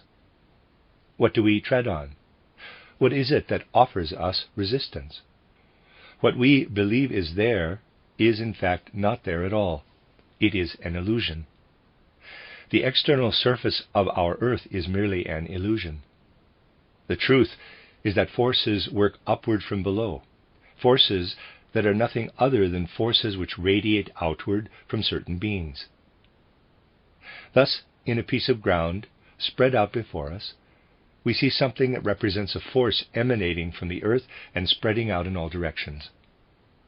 These forces truly exist and spread out into space. Yet, if these were the only forces, we should not be able to walk about on the ground, because they would hurl us out into space at great speed. We owe our ability to stand on firm ground to the circumstance that on all sides other forces stream in from the universe. Where the forces streaming in encounter the forces streaming out, a boundary arises, and this is the surface of the earth. Thus, what we see as a surface is no more than an illusion, the result of in-streaming and outstreaming forces which impede each other's progress at the place we see as the surface. The forces raying out are the activities of the thrones, the activities of the spirits of will. These spirits send out their forces from the earth in all directions, and the forces that stream in from the universe are essentially the forces that emanate from certain spirits of motion. These two kinds of force meet here, and this interaction of the thrones with the spirits of motion, caused by the thrones being interrupted in their work by the spirits of motion, brings into being the surface with its manifold configurations. Thus, what we see as the surface of the earth out there is an utter untruth, an extreme deception. In reality, it is the product of a balance of forces, an agreement, as it were, between the spirits of will and the spirits of motion, leading to the many and varied configurations to be found on the earth's surface. But this interplay alone would not enable our earth to arrive at its present planetary form. The forces of the spirits of will and the spirits of motion, acting and reacting upon each other, would not be sufficient for this. The effect would be something entirely different. If the spirits of will, raying out from within the earth, were to have only the spirits of motion as their sole opponent, the earth would be in a continual state of flux, with ever-moving forms that never come to rest. It would not be quite as fluid as the ocean in its present state. It would not be as liquid as water, which easily throws up waves. But waves of a more viscous kind would nevertheless form. To help you imagine how the spirits of will and the spirits of motion originally worked in concert, I would like to give you an example and would ask you to follow this on the map. In the first place, let me draw your attention to the Alps, which today form a solid mountain skeleton, a solid rocky barrier separating the Italian peninsula in the south from the rest of Europe. How did this alpine chain come into being? There was a time in the far distant past when the alpine massif did not exist. but to the north and west there were older hills, which had by then already become solidified. Waves of a semi-fluid consistency were then thrown up from the south. We may picture the situation somewhat like this. See diagram on the following page. Here at A we have the Bohemian Plateau. Now imagine a huge wave thrown up from the south that divided and spilled over the Bohemian Plateau on the right and the central plateau of France on the left. In primeval times, this was the mighty wave that formed the Alpine Massif. Even without specialist knowledge, someone standing on one of the Alpine peaks and surveying the unique configuration of the Alpine chain can observe what spiritual science has long since observed, and what geologists are also observing today, namely the peculiar wave-like formation which dates from the time when the primeval mass of the earth was still in a semi-fluid state. Such would be the configuration of the earth today through the cooperation of the spirits of will and the spirits of motion, if another activity had not intervened, an activity which was remarkably persistent and which was manifested on the surface of our earth by the interweaving of the activity of the spirits of form with the spirits of will or thrones, who worked in conjunction with the spirits of motion. Thus you may imagine how these spirits of form, dancing as it were upon the waves, brought the ever-moving masses to rest and molded them into forms. We can therefore point to the cooperative activity of three different forces that proceeded from three kinds of being. On the one hand, we see the spirits of form, who directed their activity both upward and downward, both toward the sphere of the spirits of will and toward the sphere of the spirits of motion. Above them are the spirits of motion, and below them the spirits of will. What on the earth appears, for the most part as a fluid element, not the liquid water we see around us today, but the primal fluid element that was brought to rest by the spirits of form, we must regard as the most external manifestation of the spirits of will or thrones. But another element always mingled with this activity. The spirits of will or thrones were aided by the cherubim and seraphim. The cherubim gave their assistance in the air element, in everything aeriform that penetrated the apparently solid substance of the earth. Air is an illusion behind which stand the mighty beings we call cherubim. The seraphim work in fire. They are behind everything that manifests as heat. Thus we see what radiates outward from the center of our planet. Our planet is so constituted that the spirits of will or thrones, the cherubim and the seraphim, work from the center. We must look upon our planet in this way. Where the boundaries of air and heat are, the atmosphere is just as much a part of our planet as the water in the dry land. There a kind of surface is formed. Upon this surface, the spirits of form literally danced on the waves, brought them to rest, and molded them into form. They received their name because it was they who brought the semi-fluid element to rest. Behind them were the spirits of motion. It is with their element that the spirits of wisdom intermingled. When, therefore, we look inward toward the center of our planet, we are aware of the presence of lofty beings, thrones, cherubim, and seraphim. When we turn outward, we look, first of all, through the sphere of the spirits of form, who permeate the air and heat with their element, and see the spirits of motion and the spirits of wisdom. When we look outward to the periphery of the earth, when we lift our eyes to the cosmic spheres, all the nature forces and natural phenomena we encounter there are fundamentally the work of the second hierarchy. Everything we see when we look into the depths of the earth, we ascribe to the beings of the third, the highest hierarchy. And it is to the unique cooperative activity of the second and third hierarchies that we owe the configuration of our environment. We have stated that the three elements of water, air, and fire are related to the spirits of will, the cherubim, and the seraphim. In which element of nature do the spirits of form manifest themselves? These are the beings closest to us, who dance upon the surface on which we live and have our being. They come in from universal space, but then unfold their forces in the emanations rising up from the earth. For our observation, they are concentrated in the outstreaming rays of sun. Light, therefore, is the element in which the spirits of form first weave and work.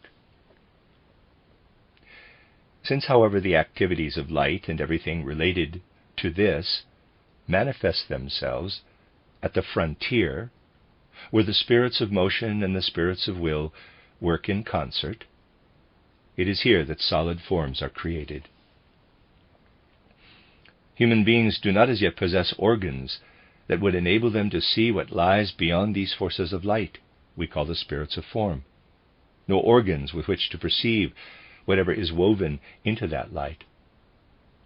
Everything that on our earth brings about decomposition and composition, all the chemical forces active here, are still interwoven with light, and this is principally the domain in which the spirits of motion operate.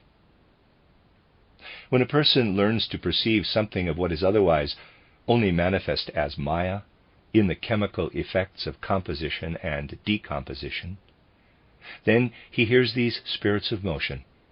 Then he experiences the music of the spheres, spoken of in Pythagorean and other mystery schools. This is what Gerda was describing when, instead of writing about the sun as the giver of light, he said, quote, "The sun in ancient guise, competing with brother spheres in rival song, with thunder march, his orb completing, moves his predestined course along." Close quote. This music of the spheres is still there, but it is inaudible to ordinary consciousness. It is a reality. It is an astral effect that approaches all human beings from outside. Only they do not hear it. Light alternates. It becomes invisible when darkness falls. And if they could discern a similar alternation in the music of the spheres, then they would hear it at certain times. In fact, it resounds by day and by night, but they can only hear it after undergoing some spiritual schooling, some spiritual development. Whereas light streams toward us during the day as light, and continues to weave around us at night as the light we have absorbed and assimilated, the music of the spheres sounds forth continually by day and by night. In this connection we are like the miller who only hears the mill wheel when it is at a standstill. In addition to the others, there are also the spirits of wisdom, who work from the surrounding universe into the weaving light and into the music of the spheres that spreads throughout the cosmos. This is the life of the cosmic etheric raying in onto the earth. Life streams in onto the earth from cosmic spaces and is received by living creatures. It comes from the spirits of wisdom. Thus we look out into cosmic distances and see, first of all, the sun in which these forces are concentrated for our benefit. We see how, from these distant spaces, the trinity of the second hierarchy streams in toward us, the flowing life, the weaving sound, the formative light. And from below upward, there streams toward us the highest hierarchy, the seraphim, cherubim, and thrones. And interwoven with all terrestrial activity, the lowest hierarchy, meanwhile, works chiefly within all beings. In the first place, there are the Archai, acting as time spirits. These time spirits work in all that has been prepared for them by the higher hierarchies. They bring about what we call human history, the cultural evolution of the earth. Then, also around us, we find the archangels, the folk spirits, and finally the angels, those spirits who mediate between individuals and the archangels. We can sum up by saying, in the forces of nature on our planet, in earth, water, air, and fire, the beings of the highest hierarchy stream toward the activity of the spirits of form that come in from outside. From outside, the beings of the second hierarchy stream inward. And in the immediate environment of the earth are the beings of the lowest hierarchy, who, for the moment, possess the weakest forces. Imagine for a moment how powerful are the forces of those exalted beings whom we call the spirits of will, who fashion the very ground under our feet. Then we have those forces that stream in from outside. Think of the spirits of form who are closest to us and who mold the contours of the earth. Then we have the angels, archangels, and archai, who work intimately into human souls. Thus, in the highest hierarchy, we find those forces of nature which we recognize as the strongest, the nature forces emanating from within the earth, the forces of the solid earth beneath us. In the second, we find the forces that live and weave around us in the etheric element. And in the lowest hierarchy is that which lives and weaves deep within us. If we observe the cooperative activity of these three hierarchies and see how they operate in our planet, how they form it out of the womb of the universe, then we have some indication of what was necessary in order to create this earth. It had to undergo various incarnations before becoming the earth, the old Saturn condition, the old Sun condition, and the old Moon condition. In my writings on the Akashic Chronicle, and in my title and outline of Esoteric Science, CW 13, you will find descriptions of how even during those earlier incarnations of our earth, these various spiritual beings worked together, although the nature of that cooperative activity was different from that of today. With each new incarnation in the Saturn, Sun, Moon, and now the Earth state, the cooperative activity of those hierarchical beings assumed a different form, because each of these planetary conditions represents a specific task that the hierarchical beings set themselves. We may confidently affirm that each of the conditions through which our earth has passed, and those which still lie ahead, represents and has represented a particular stage in the process of cosmic evolution. Since all the concepts change from one planetary condition to the next, it is extremely difficult to define the tasks of the old Saturn, old Sun, and old Moon states. It is difficult because at first we can only characterize the mission of our Earth quite abstractly. The simplest way to conceive of this mission is to call to mind the nature of the various forces that are manifest in the universe. Looking at the inner life of the human being, what we find there is willing, feeling, and thinking, while our outer vehicles consist of the physical body, the etheric body, and the astral body. Thus, while ignoring the I, capital, for the moment, we may picture the human being today as a tapestry consisting of physical, etheric, and astral bodies into which are woven, as into an outer envelope, willing, feeling, and thinking. These forces, both externally and internally in the human being, are always related to one mission or another that was linked with earlier incarnations of the earth. Consider the mission of old Saturn. To gain an approximate idea of what this was about, you must think of it as being connected with the human physical body, on the one hand, and with the human will, on the other. Thus, if there had been no Saturn incarnation of our earth, then human will, on the one hand, and the physical body on the other, would not have acquired their present form. Human beings owe their will and their physical body to old Saturn. We are indebted to the Akashic Chronicle for this knowledge about the physical body. every previous condition also works on in the subsequent forms as well. And so the life of will, as we know it today, can be traced back to the after effects of the Saturn element, which resulted in the human being coming to be manifested as will from out of his inmost being. You will gain an understanding of the old sun condition if you consider the human etheric body and link this with feeling. You have already been told that the etheric body can be traced back to old sun, and the after effect of this has meant that the human being was subsequently able to develop the inner forces of feeling. Finally, we find that the old moon condition was related to the human astral body and the inner life of thinking. It thus transpires that 3 successive cosmic missions were needed so that the inner and outer forces of the human being, physical body, etheric body, astral body, and willing, feeling, thinking, could develop into the external and internal life we have today. And to enable the tasks of those 3 successive incarnations of our earth to be fulfilled in the endowment of human beings with the constitution we have today, it was necessary in each case for the beings of the hierarchies to work together in appropriate ways. The mission of old Saturn had to be fulfilled because otherwise the physical body and the life of will could not have been bestowed on the human being.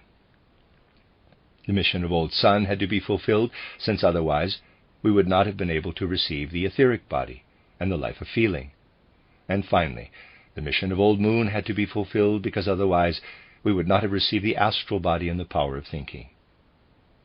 Those 3 previous incarnations of our earth, therefore, were especially devoted to one of the salient aspects of our individual being, our I, capital. In effect, the external physical body that stems from the being of old Saturn, from the spirits of will, is simply the will seen from the outside. Today, the will works outward from within. Parenthesis, these words are carefully chosen. They are no flight of fancy, for they fit the facts completely and you can learn much from them. Close parenthesis.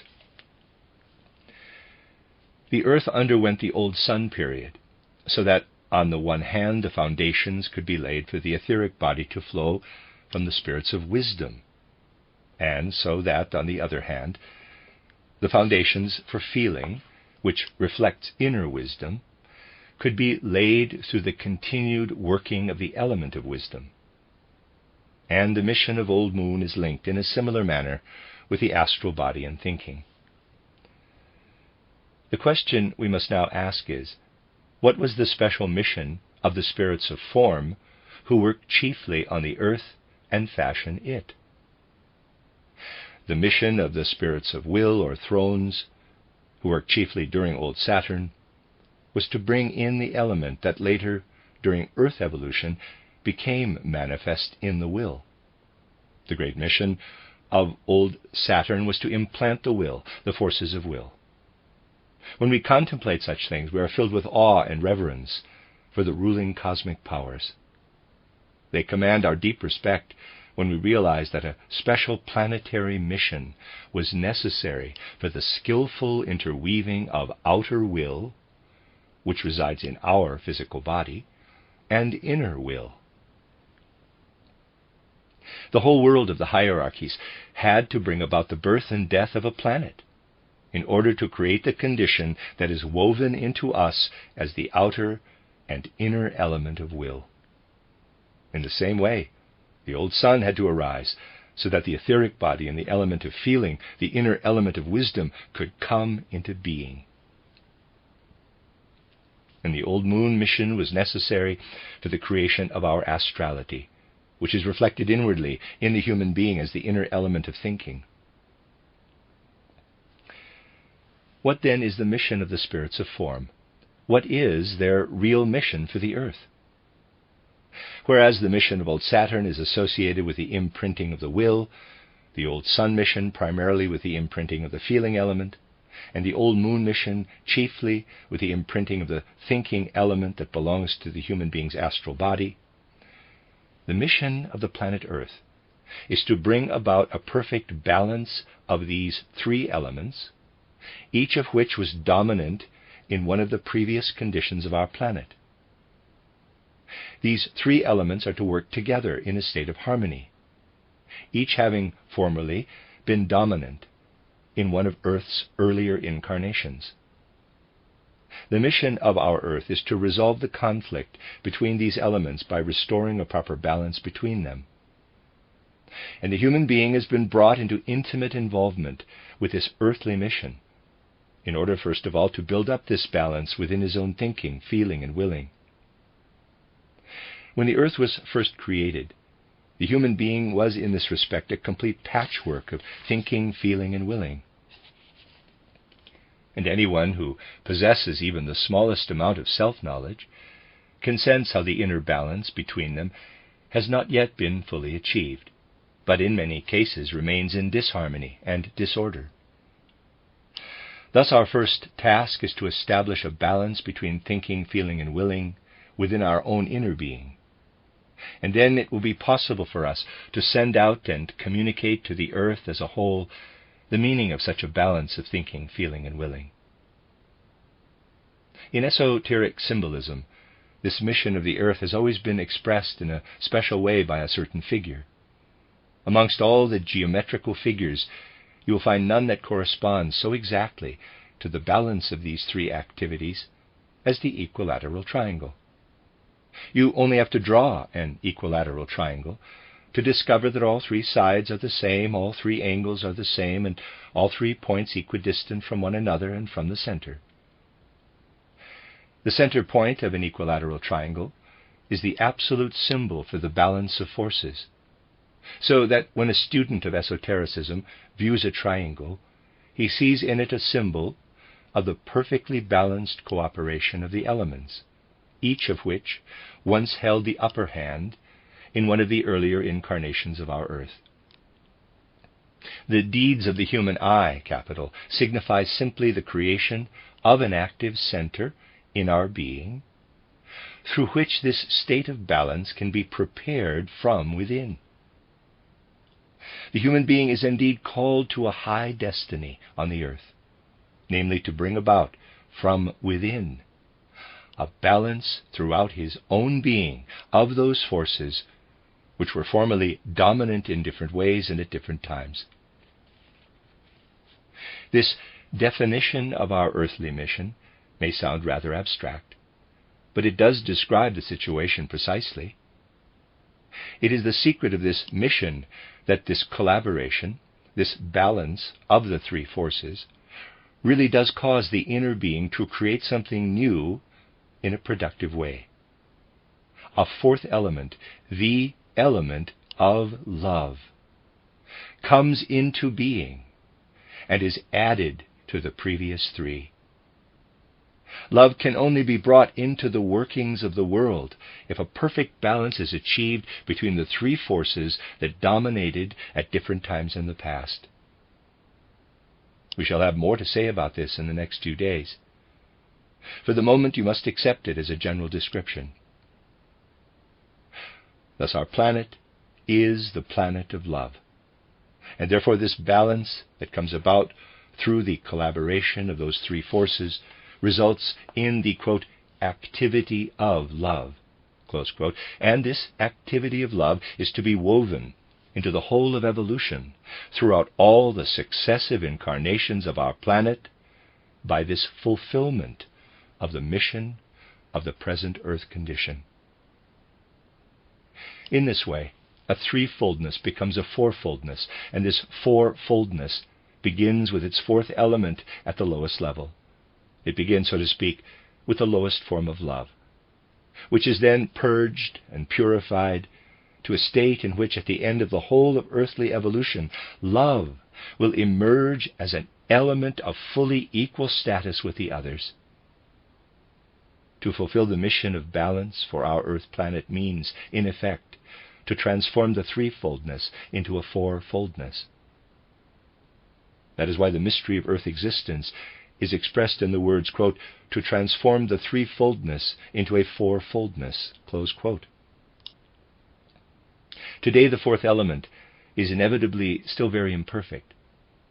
But once Earth has fulfilled its mission, it will become as luminous as the Holy Triangle, which with its perfect balance shines forth as the highest symbol we possess for our earthly ideal in relation to Earth's past.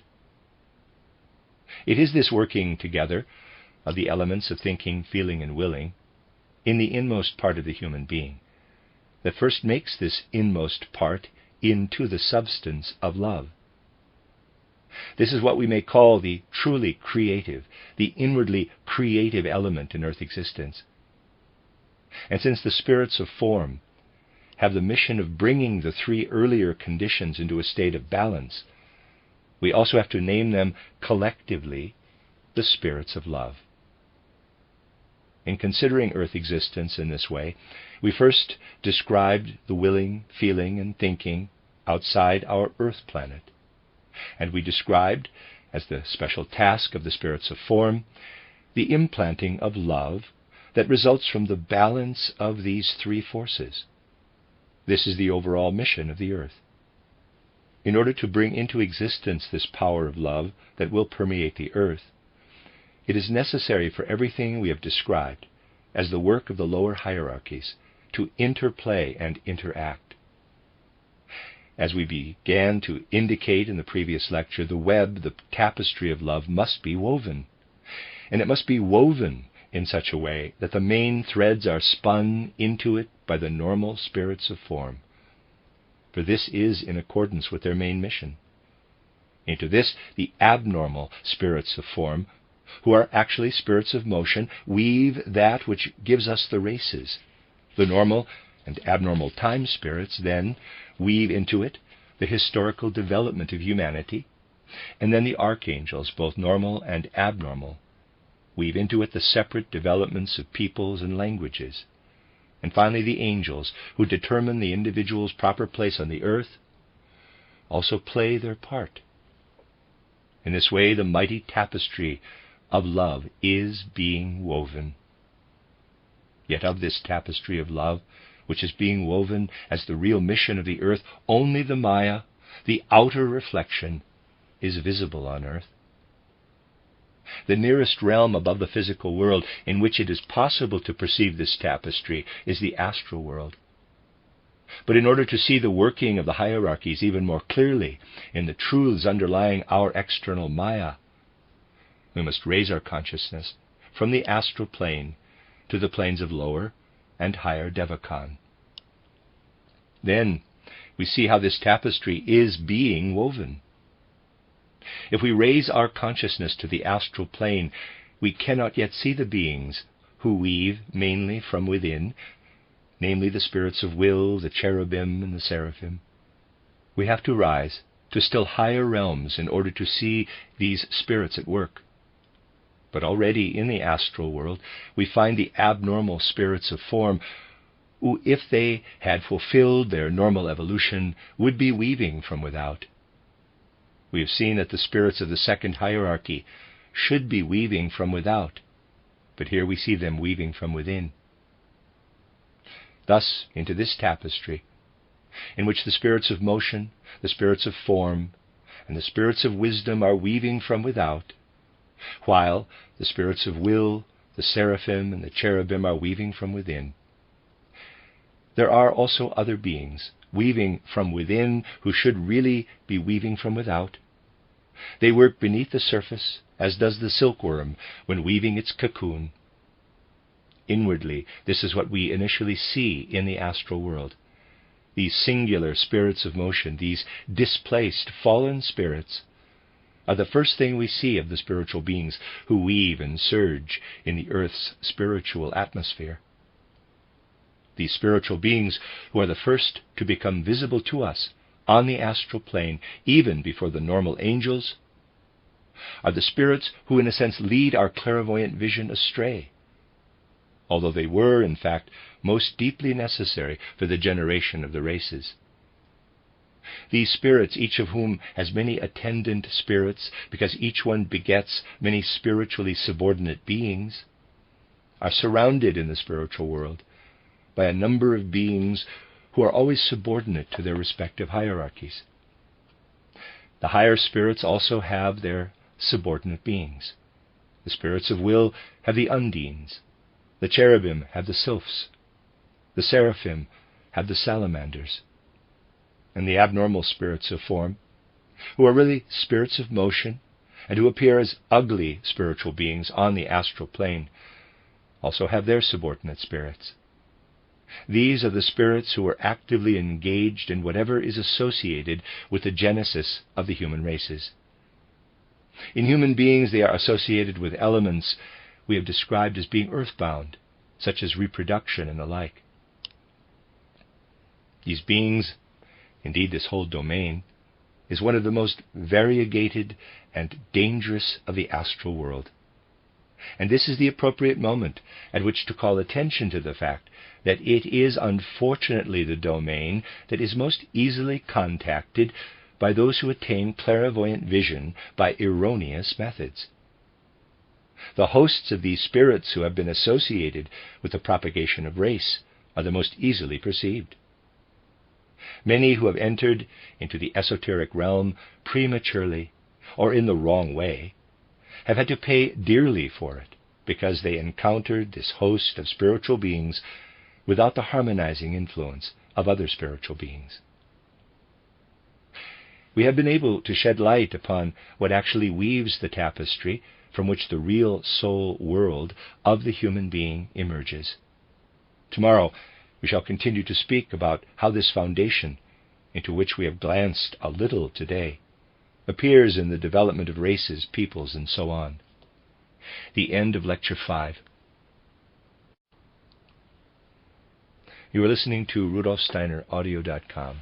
As well, you can do these podcasts at RudolfSteiner.podbean.com. Please consider becoming a patron. There are 2 publishing houses, SteinerBooks.org in America and RudolfSteinerPress.com in England, which are the sole publishers of Steiner into English and have given me permission to do these recordings. Please consider patronizing them as well.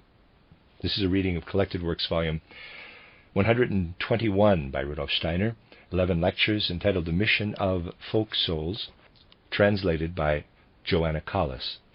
This is Lecture 6, given in Christiania, Oslo, June 12, 1910. It's the morning lecture. You can imagine how complicated it must be when the spiritual beings of the various hierarchies have to combine their forces in a way that will enable the mission of the earth to be fulfilled, when they have to work in a way that will eventually lead to a state of balance or equilibrium. You will understand, therefore, that statements such as those made yesterday are only valid insofar as they refer to a specific period in evolution, and that the whole picture changes as soon as one depicts evolution in another period.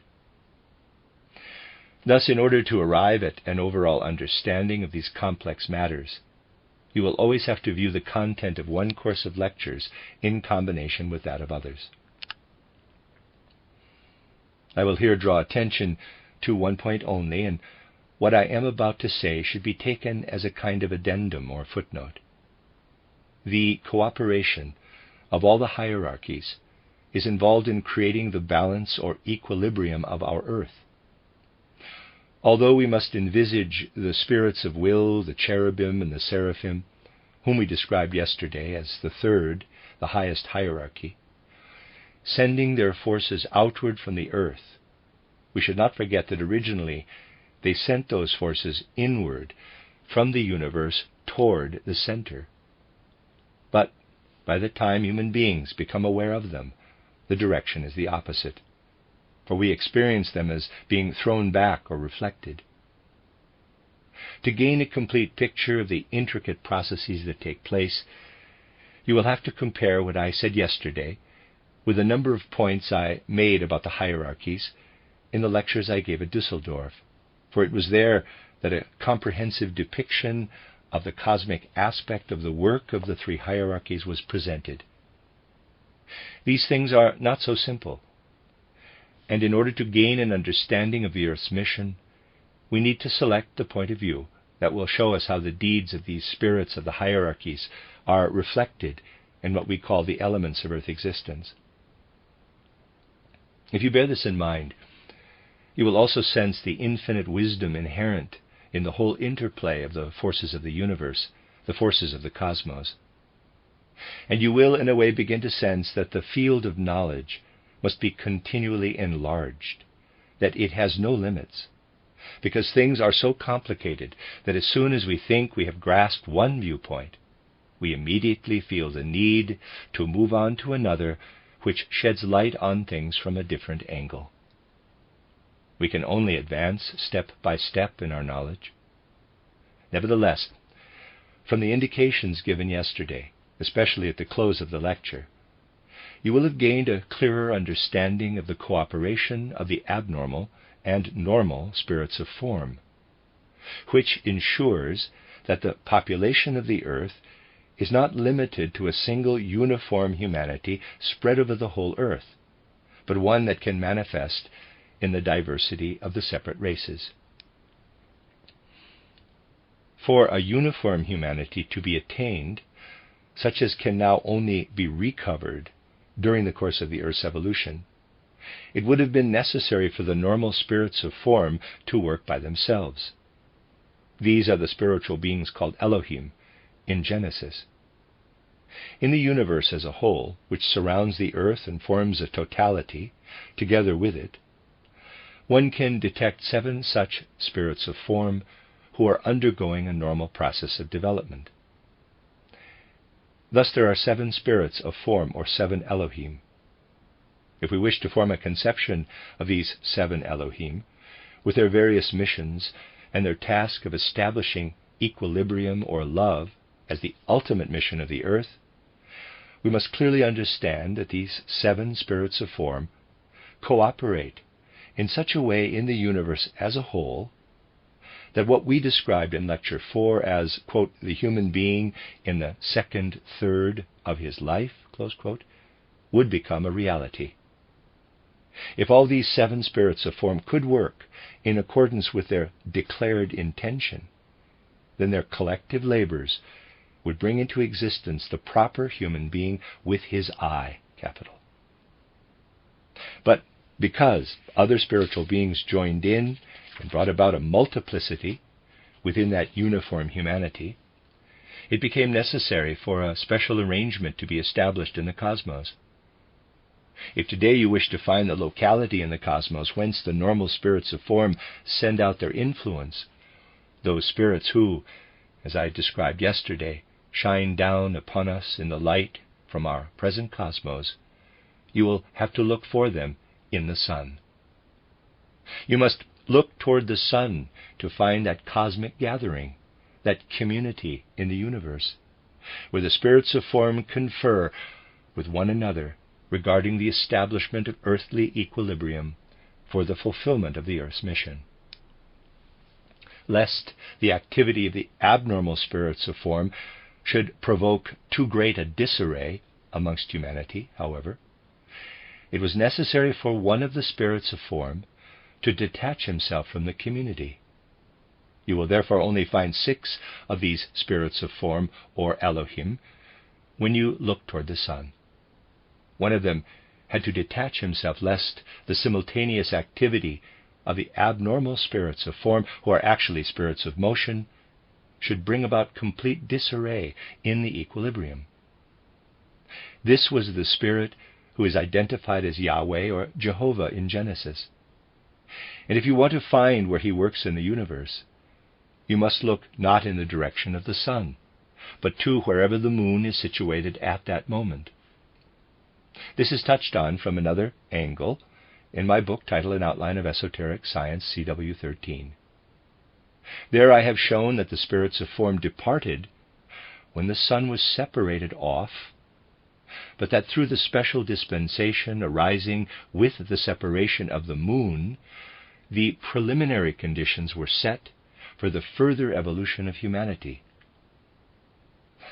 For if the moon had remained united with the earth, the evolution of humanity could not have come about. This further evolution of humanity has only been made possible because one of the Elohim, Yahweh, accompanied the separation of the moon, whereas the other 6 remained in the sun. Yahweh collaborated with his 6 colleagues through counteraction.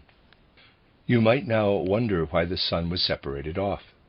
This was necessary for the following reasons. After certain older spirits of motion, who possessed more potent forces than the spirits of form, for they stand higher in the ranks of the hierarchies, had decided to remain behind, the normal spirits of form were obliged to modify their activity by detaching one of their members. Otherwise, they would not have been able to establish the equilibrium necessary for further evolution. To gain a clear idea of the activities of these normal spirits of form, it is best to think of them as streaming down to us in the sunlight. If, however, we wish to understand how the abnormal spirits of form cooperate with the normal spirits of form, who are centered in the sun, for Yahweh withdrew toward the moon sphere solely for the purpose of establishing the equilibrium, then we must imagine that a specific sun force, which streams toward us in the normal spirits of form, is modified by the force that rays down to us from the abnormal spirits of form, who are really spirits of motion. These have their center in the other 5 planets, in Saturn, Jupiter, Mars, Venus, and Mercury, speaking in terms of the 7 heavenly bodies of ancient astronomy. Looking out into the cosmos, you now have a picture of the distribution of the normal and abnormal spirits of form. 6 of the normal spirits of form are centered in the sun, and one of them, Yahweh or Jehovah, acts from the moon as a counterpoise by virtue of his function as regent and guide of that sphere. The activities of these spirits of form are influenced by the activities proceeding from Saturn, Jupiter, Mars, Venus, and Mercury. These forces stream down upon the earth, are arrested there, and ray outward again from the earth, as was described at the close of yesterday's lecture. Thus, if the Elohim, or normal spirits of form, operating from the sun, were to be active in a particular region of the earth's surface, then only the normal I capital would arise in that particular region. There would only arise that which gives the human being his normal existence, his average humanness. But the forces of Mercury, for example, mingle with these forces of the spirits of form, who through the state of equilibrium would otherwise, in quotes, dance upon the surface of the earth. Thus there dance and vibrate in the forces of the spirits of form not only the normal forces, but also something that mingles with these normal forces of the Elohim, these normal forces of the spirits of form, namely, what comes from the abnormal spirits of form who are centered in the various planets. Thus we see that through these abnormal spirits of form, there are 5 potential centers of influence where these reflected planetary forces are concentrated and produce, in effect, what we know as the 5 principal races in Earth existence. Let us now look more closely at the location that in our deliberations in Lecture 4 we found in Africa. If we can now explain that the collaboration of the normal spirits of form with the abnormal spirits of form who are centered in Mercury brought the black race into being, then we are able to name the black race quite accurately as the Mercury race. Continuing along the line we drew, linking the centers or focal points from which the individual races spread outward, we come to Asia, where we find the Venus race, the Malayan race. Moving on, across the wide expanse of Asia, we come to the Mongolian race, the Mars race. And crossing over into Europe, we find the Europeans who in their original racial character were Jupiter human beings. And when we cross the ocean to America, where races or cultures die out, we there find the race of dark Saturn, the original American Indians. Thus, when you look into this more closely, from the spiritual point of view, you discover how the forces have manifested outwardly in the external world in these 5 centers, where the planetary influences are concentrated. With a progressively more definite and concrete conception of this distribution, you will develop an inner understanding of the racial characteristics peculiar to the peoples spread over the earth, and understanding this unique cooperation of the normal and abnormal spirits of form. With this we have sketched the picture as it can be seen to relate to a specific location. But what I have said about the various locations is only valid for a specific period of time in evolution.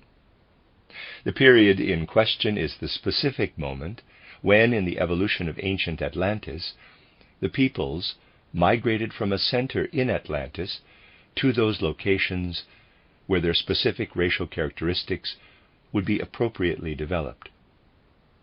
In my book titled An Outline of Esoteric Science, it is pointed out that the distribution of humanity across the earth was taken in hand at certain specific mystery centers known as oracles in Atlantis, in such a way that the equilibrium attained would ensure the corresponding distribution of the races. The truths we are now speaking about were always investigated in such mystery oracles, and originally people took their direction entirely from them. Whatever occurred on the earth was thus guided by those centers.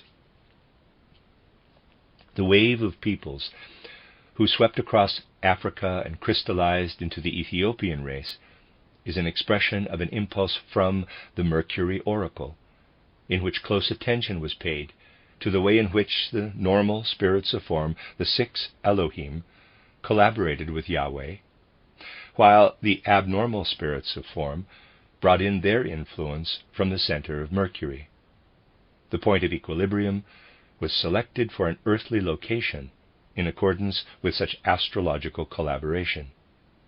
And in keeping with this, the point of equilibrium was laid down from which the influence for a specific race emanated. The formation of the other races was determined in a similar way. And in accordance with this, the grand map is drawn, charting the influences with regard to peoples, generations, and so forth. It is a reflection of the cosmic activity that comes about when cosmic influences stream down into the earth, and then ray out again from it, determining how humanity is to evolve. How then may we look upon a member of the Mercury race, the Ethiopian race? We may look upon him as one who was originally chosen by the Elohim to develop in such a way that he would be an expression of humanity in its totality. But then the abnormal spirits of form exercised a strong influence from their Mercury center, thus bringing about variations that developed into the form of the Ethiopian race. This is what happened with each separate race. The migrations of the peoples were guided in specific directions from the original central point, as is shown in the line I sketched for you the other day. You have to imagine the spirits of form radiating out from a center, and we must picture this central location as it existed in a specific period of ancient Atlantis. Something rayed down into the Atlantean continent and fashioned it in such a way that human spirits were brought under the dominion of the abnormal spirits of form. This is how the broad foundations of the different peoples were created. And when we look up into the infinite expanse of the heavens, we must seek there the forces that have combined to create us.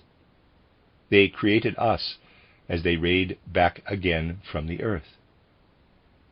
When we look up to the normal spirits of form, the Elohim, we are looking up to what made us human beings as such. And when we look up to what is centered in the individual planetary spirits, with the exception of sun and moon, we see what has made each specific race. How did these race spirits work in and upon the human being? They worked in a very unique way, by thoroughly, in quotes, boiling his forces right down into the physical body. As you know, the four fundamental members of the human being are projected into and pictured in different parts of the physical body. The eye and the blood, the astral body and the nervous system, the etheric or life body and the glandular system. Only the physical body is sufficient unto itself. It is an image of its own being. And as far as the people of today are concerned, it follows its own inherent laws. Meanwhile, the eye shows itself in the blood, the astral body in the nervous system, and the etheric body in the glandular system. Initially, those spiritual beings who boiled within the human being to determine his racial character could not immediately work directly into his higher members. They first boiled within the imprints of the higher members that exist in the physical body. They could not directly enter into the physical body, but they boiled in the blood, which is the imprint of the eye, in the nervous system, which is the imprint of the astral body, and in the glandular system, which is the imprint of the etheric body. The race spirits, the abnormal spirits of form, boiled in these three systems that belong to the physical body, but are imprints of the higher members. Thus you can see how the human physical body was determined from within by these various spiritual beings who intervened in the members of the physical body, which are projections, shadow images of the higher members. Where, for example, did Mercury make its influence felt? By Mercury, I mean all the abnormal spirits of form that are found in Mercury. Mercury works together with other beings, especially in the glandular system. It boiled in the glandular system, where are manifested the forces born of the preponderance of the Mercury forces that were active in the Ethiopian race. Everything that gave the Ethiopian race its distinctive character stems from the boiling and bubbling of the Mercury forces in the glandular system of these people. What transformed the undifferentiated, universal human form into the distinctive Ethiopian type with black skin and tightly curled hair is the boiling of the Mercury forces. Moving on to Asia, you will find there what we might call the forces of Venus as an abnormal development of the spirits of form. By transferring their point of impact, chiefly to the imprint of the astral body, these forces worked in the nervous system. They worked on the nervous system in a special way, not directly as Venus spirits. For the nervous system can be indirectly worked upon in two ways, one of those being through respiration. By working especially upon the respiration, these activities are localized in the respiratory and nervous system, giving it a definite form.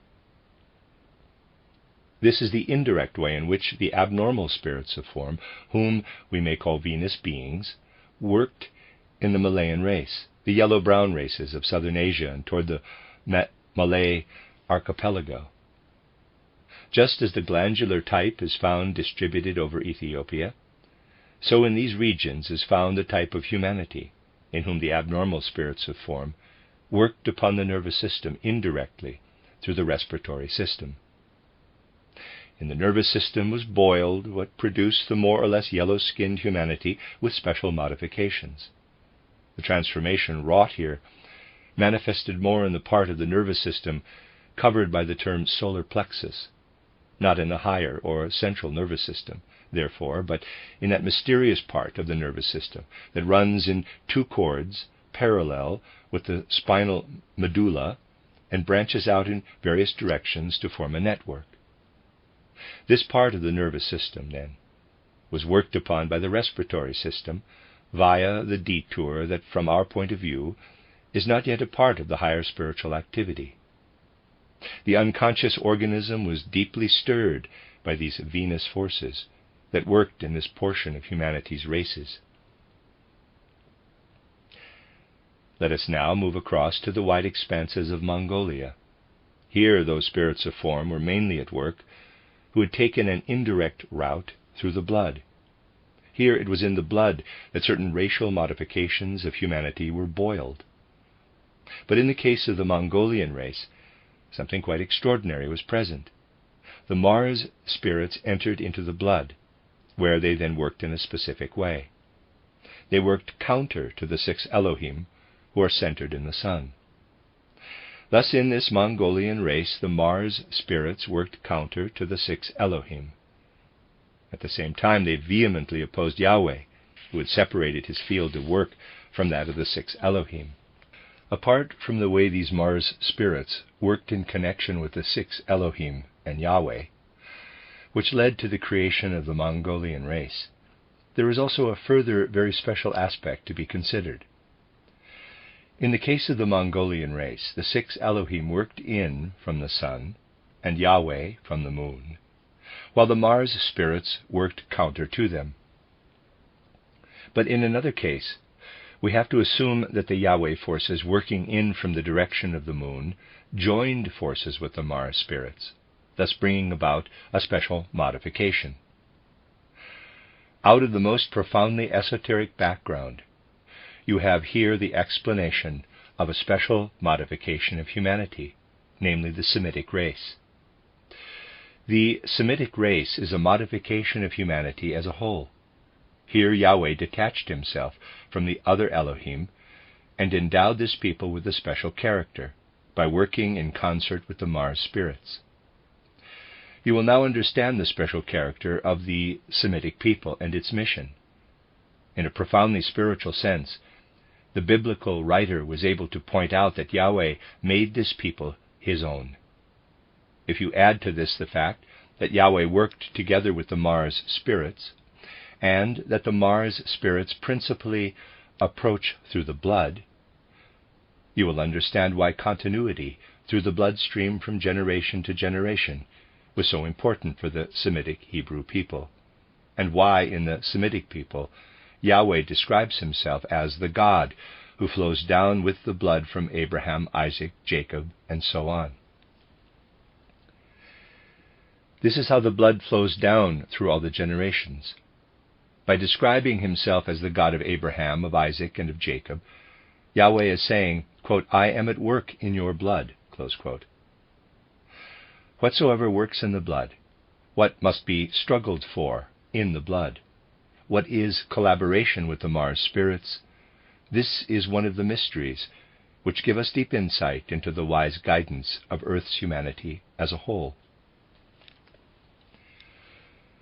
Thus you see the blood of humanity is subject to a twofold influence. 2 racial formations emerge, so to speak. On the one hand, there is everything we mean when we speak of the Mongolian race, and on the other, whatever we can count as being Semitic.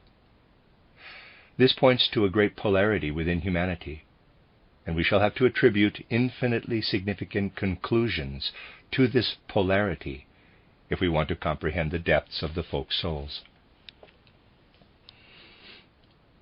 We must now turn our attention to how the spirits and beings centered in Jupiter boiled and bubbled within the human being. They chose the second point that can be approached for direct work on the nervous system, the one that involves the life of the senses. The other point for approaching the nervous system goes into the solar plexus, via the respiratory system. The approach from Jupiter took the route via the sense impressions and streamed from there to those parts of the nervous system that are centered in the brain and spinal cord. In the races that belong to the Jupiter humanity, the forces that especially determined racial characteristics flowed into the brain and spinal cord. This applies in varying degrees to the Aryans, the peoples of the Near East and of Europe, whom we regard as belonging to the Caucasians. Here, modification of general humanity, stemming from the abnormal spirits of form, was caused by the influence brought to bear on the senses by those abnormal spirits of form, whom we may call the Jupiter spirits. The Caucasians, then, were determined through the senses.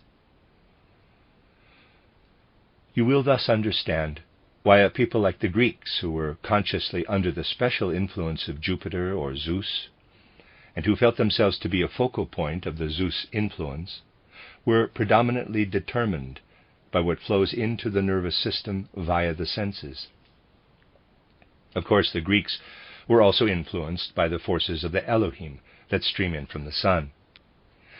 But they dedicated everything that acts upon the senses to the service of the Jupiter or Zeus influence. And this is how they achieved greatness. Everything they saw as an external form or external life was imbued with an important sense. They saw the spiritual in the physical, and thus became the chief people of sculpture and all external forms. We have here indicated the very special mission of the Greek people, who are so preeminently the people of Jupiter or Zeus. At the time when, especially under the influence of the new stellar constellation, the cooperation of the Jupiter or Zeus forces with the universal Elohim forces took place, they felt themselves to be the people of Zeus. All the peoples of the Near East, and especially the peoples of Europe, are, on the whole, modifications of this Jupiter influence. Since the human being has many senses, you can well imagine that many modifications are possible, and that in the formation of the individual peoples, within this principal race, which was formed by the influence of the senses upon the nervous system, one or another of the senses may predominate. Consequently, the various peoples may assume the most diverse forms. According to whether the eyes or the ears or one of the other senses predominates, so will the different peoples respond in one way or another in assuming their particular inclination within the overall racial character. And in consequence of this, each is assigned a quite specific task.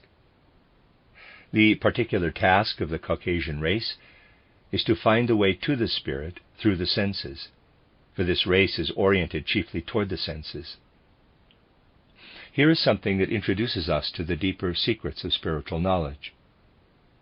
It shows how, in those peoples who were subject to the Venus forces, the initial steps in development, even in spiritual development, had to be concentrated on the respiratory system.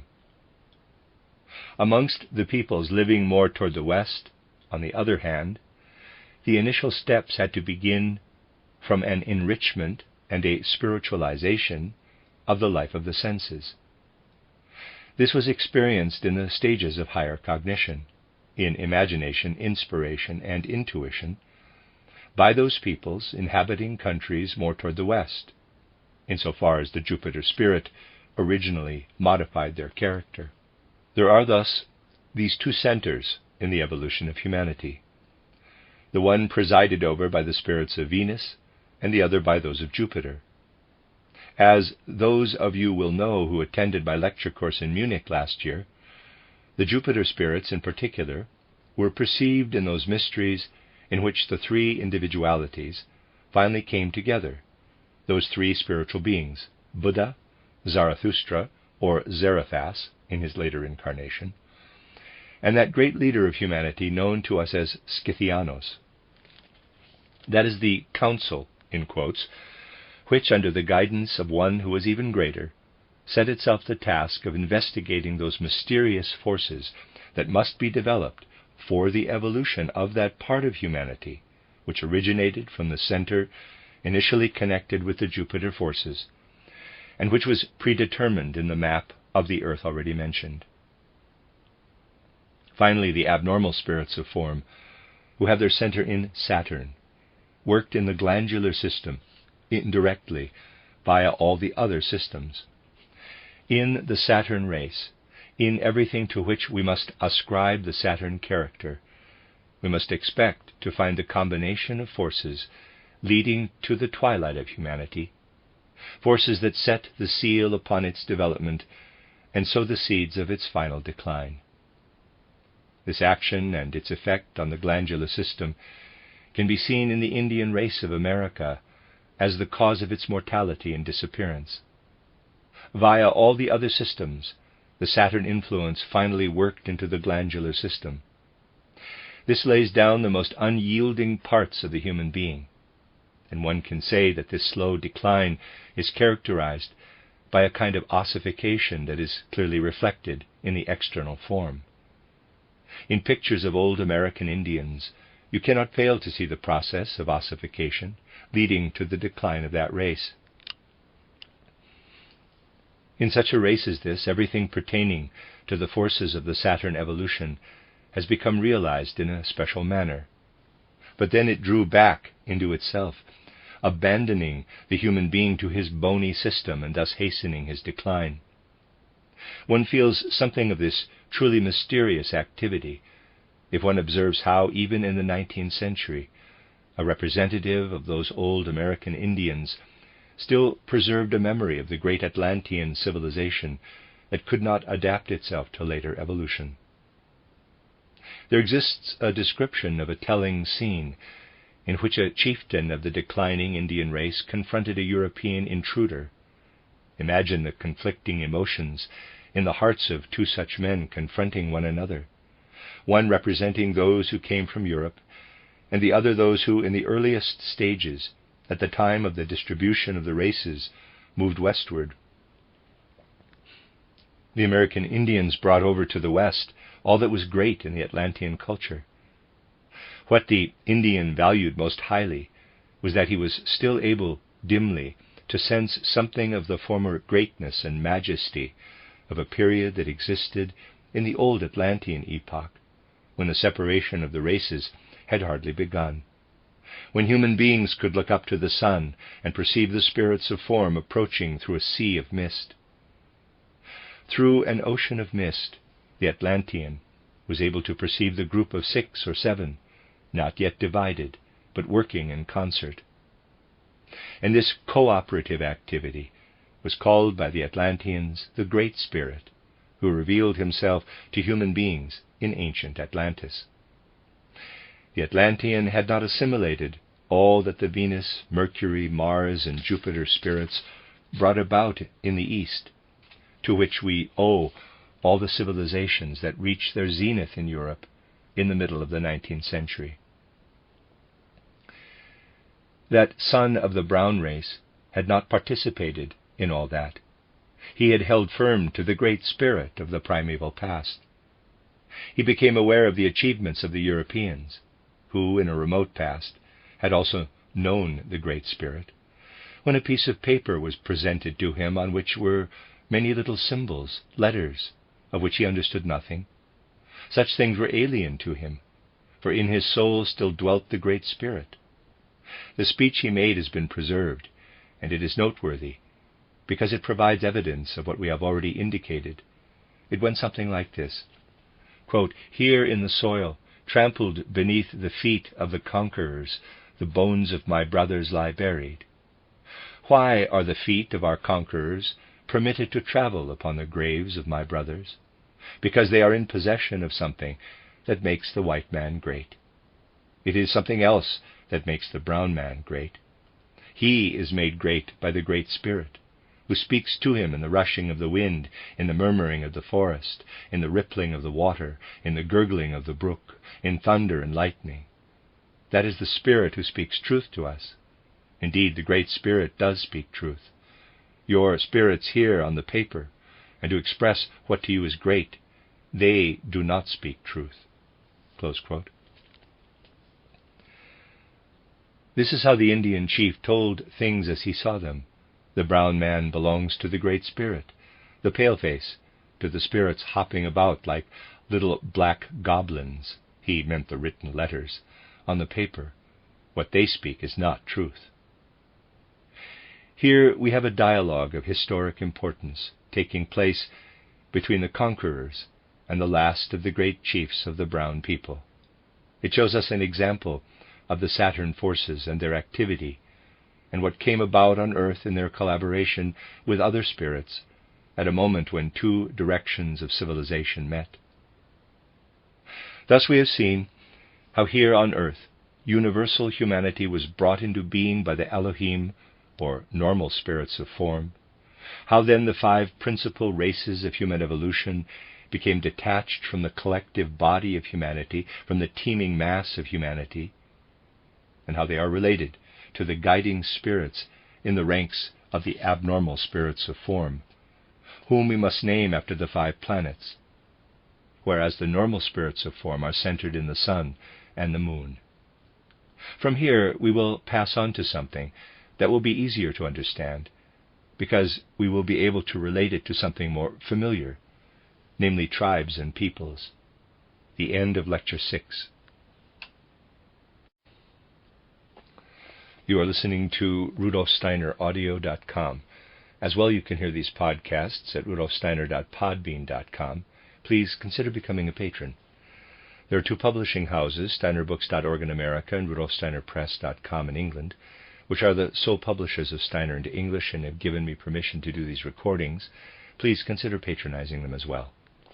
This is a reading of Collected Works, Volume 121 by Rudolf Steiner, 11 lectures entitled The Mission of Folk Souls, translated by Johanna Collis. This is Lecture 7, given in Christiania, Oslo, June 12, 1910, in the evening. When you enter into the spirit of the lectures given here over the last few days, you will be able to accept the idea that beings and forces of the various hierarchies not only guide and direct events on our earth, and especially the course of human evolution, but also themselves undergo a kind of evolution or development.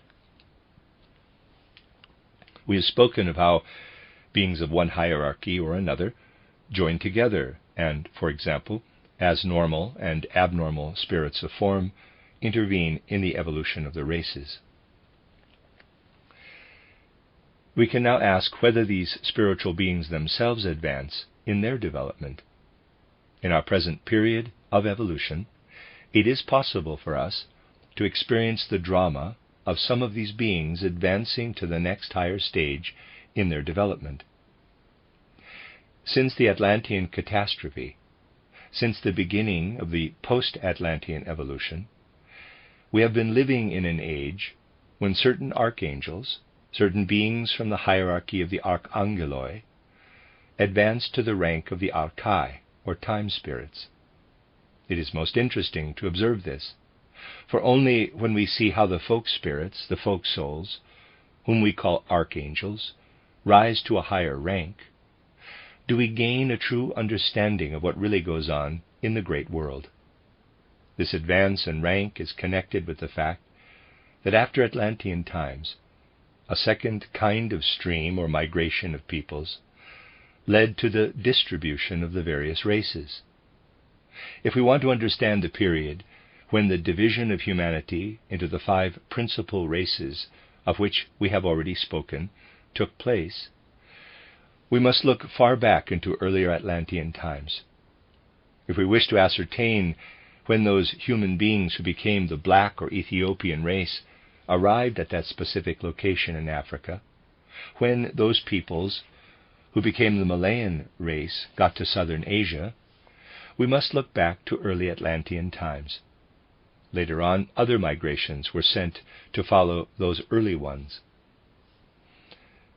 Once the earth had become basically populated by these peoples, others were dispatched to the parts already colonized. This was a second migration in later Atlantean times. The distribution of peoples to Europe, Africa, and America took place while Atlantis was gradually disintegrating. Later on, toward the end of Atlantis, and partly even during post-Atlantean times, the great stream of humanity pushed forward into Asia, even as far as the Indian territories. And all along the way, as has often been indicated, multitudes remained behind and became the populations of Asia, Africa, and Europe. We have then an earlier distribution and a subsequent push forward, a second wave. The purpose of that second wave was to send from the west toward the east certain peoples who were each guided by their own archangel. The archangels guiding those peoples were at varying stages of development. Some were closer to advancing to the rank of time spirit than others. we have to look far to the east to find the people whose archangel was the first to rise up to the rank of time spirit. This was the stream which merged with the original inhabitants of India and formed the ruling class there, laying the foundations of the first post-Atlantean civilization after their archangel had been promoted to the rank of time spirit, the first time spirit, or Archai, of the post-Atlantean civilization. That time spirit then guided the sacred culture of ancient India and made it the leading culture of the first post-Atlantean period.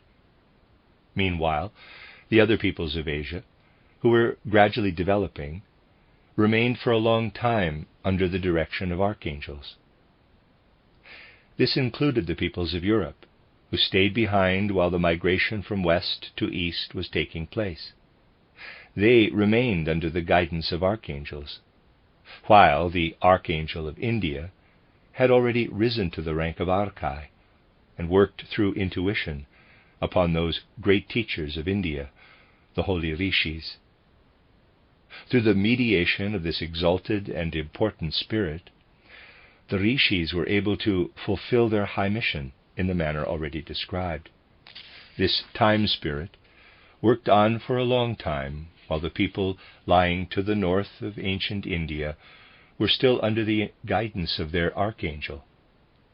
After the time spirit of India had fulfilled his mission, he was promoted to lead the entire evolution of post-Atlantean humanity. In the cultural age of ancient Persia, we then find the spirit of personality as the time spirit, that time spirit who worked through intuition upon the great Zarathustra, or Zoroaster, the original Zarathustra. This again is an example of how an archangel, a folk soul, rises to the rank of a time spirit. As I described just now, this is the very drama we are experiencing today in our own age. Namely, that through the missions they accomplish, archangels work their way up to becoming guiding and ruling time spirits. In the Egypto-Chaldean age, the archangel of the Egyptian people and the archangel of the Chaldean people both rose to a higher rank. During that age, the archangel of the Egyptian people rose to the rank of a leading time spirit, and as it were took over the guidance and leadership that had formerly devolved upon the Chaldean archangel. The leader of the Egypto-Chaldean age thus became the third mighty guiding time spirit, who had gradually advanced beyond the rank of the Egyptian archangel. But that was also the age when another important development took place, a development that ran parallel with the Egypto-Chaldean civilization, and is related to the development to which we drew attention in this morning's lecture. As we saw, something special occurred in connection with the Semitic tribes, in that Yahweh selected the Semitic people to be his chosen people. Since he had chosen a particular race to be his special people, he needed at first, while this race was gradually developing, a kind of archangel to act as his vice-regent. In those distant days, therefore, the evolving Semitic people was guided by an archangel who was under the continuous inspiration of Yahweh, and afterward this archangel himself grew to be a time spirit. Apart from the ordinary evolving time spirits of the ancient Indian, ancient Persian, and ancient Chaldean peoples, there was thus another time spirit who played a special part separately, in that he worked within a single people. Here was a time spirit who had the mission to act as a folk spirit, so that here we have a time spirit whom we have to describe as the folk spirit of the Semitic people. He had a very special task. You will understand this if you bear in mind that this people was actually singled out from the normal course of evolution for special guidance. Special arrangements were made for the guidance of this people. Through these special arrangements, this people was entrusted with a mission that was of very particular importance and significance for the post-Atlantean epoch, a mission that was different from those of all other peoples. One can best understand this mission of the Semitic people by comparing it with the missions of the various other peoples of the post-Atlantean epoch. There were two spiritual streams in humanity.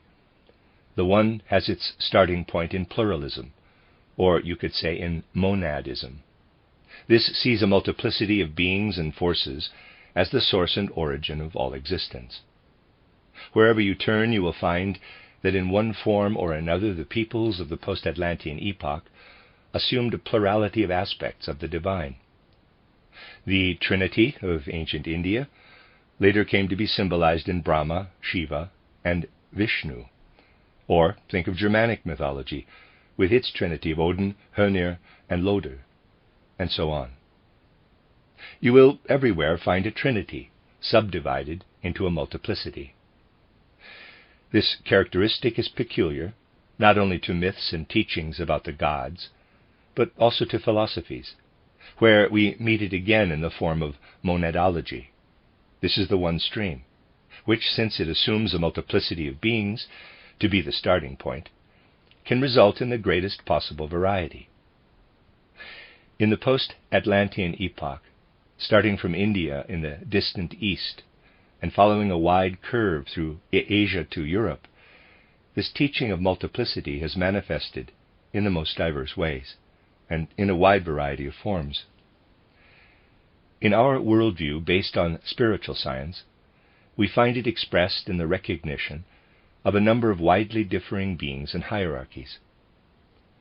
Opposite this doctrine of multiplicity, there had to exist a movement of synthesis, strictly embodied in monism. The actual inspirers of the worship of a single divinity, those who gave the impulse toward monotheism and monism, are the Semitic peoples.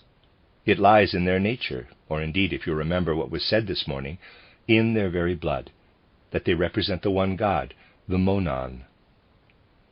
Human beings may look out into the great universe, but they would not make any great progress if they persisted in claiming that a oneness, a monon, lay at the foundation of the world. Monism, or monotheism alone, can only represent an ultimate ideal. It could never lead to a real understanding of the world, to a comprehensive, concrete view of the world. But in post-Atlantean times, it was necessary for there to be a stream that represented monotheism, and the task of providing the ferment, the impulse for monotheism, was conferred on a single people. It was the Semitic people that was given this task.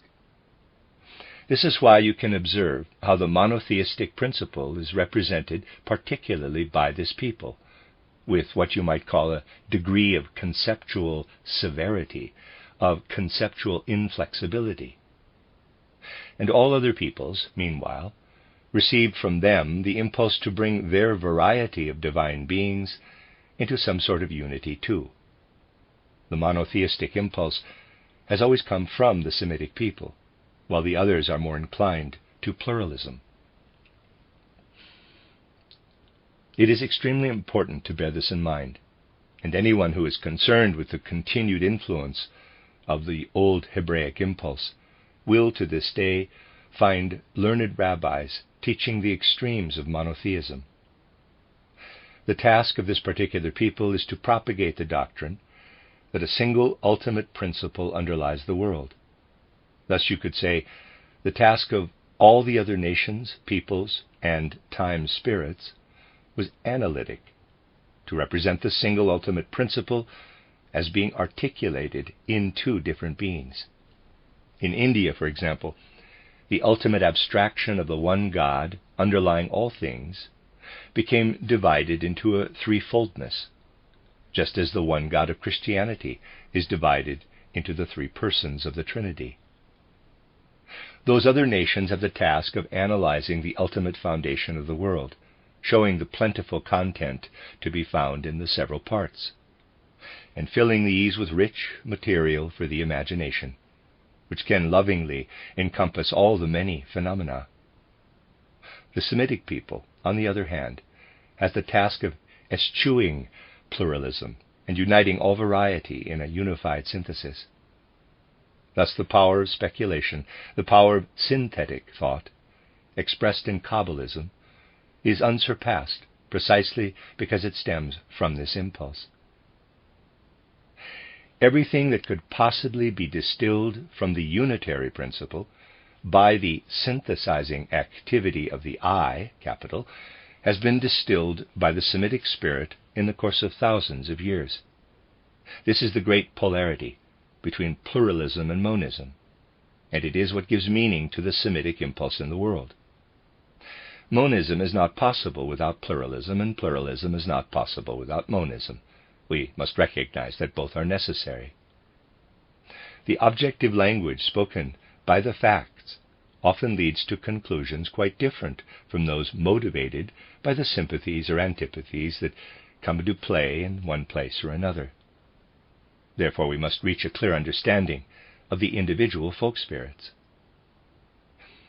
Whereas the leaders of the several peoples in Asia and Africa had long since risen to the rank of time spirits, or spirits of personality, and indeed some of them were expecting to metamorphose from being time spirits to the next higher rank, to spirits of form, just as, for example, the time spirit who was active in ancient India had already risen, in certain respects, to the rank of the spirits of form, the several peoples of Europe were for a long time still under the direction of their individual archangels.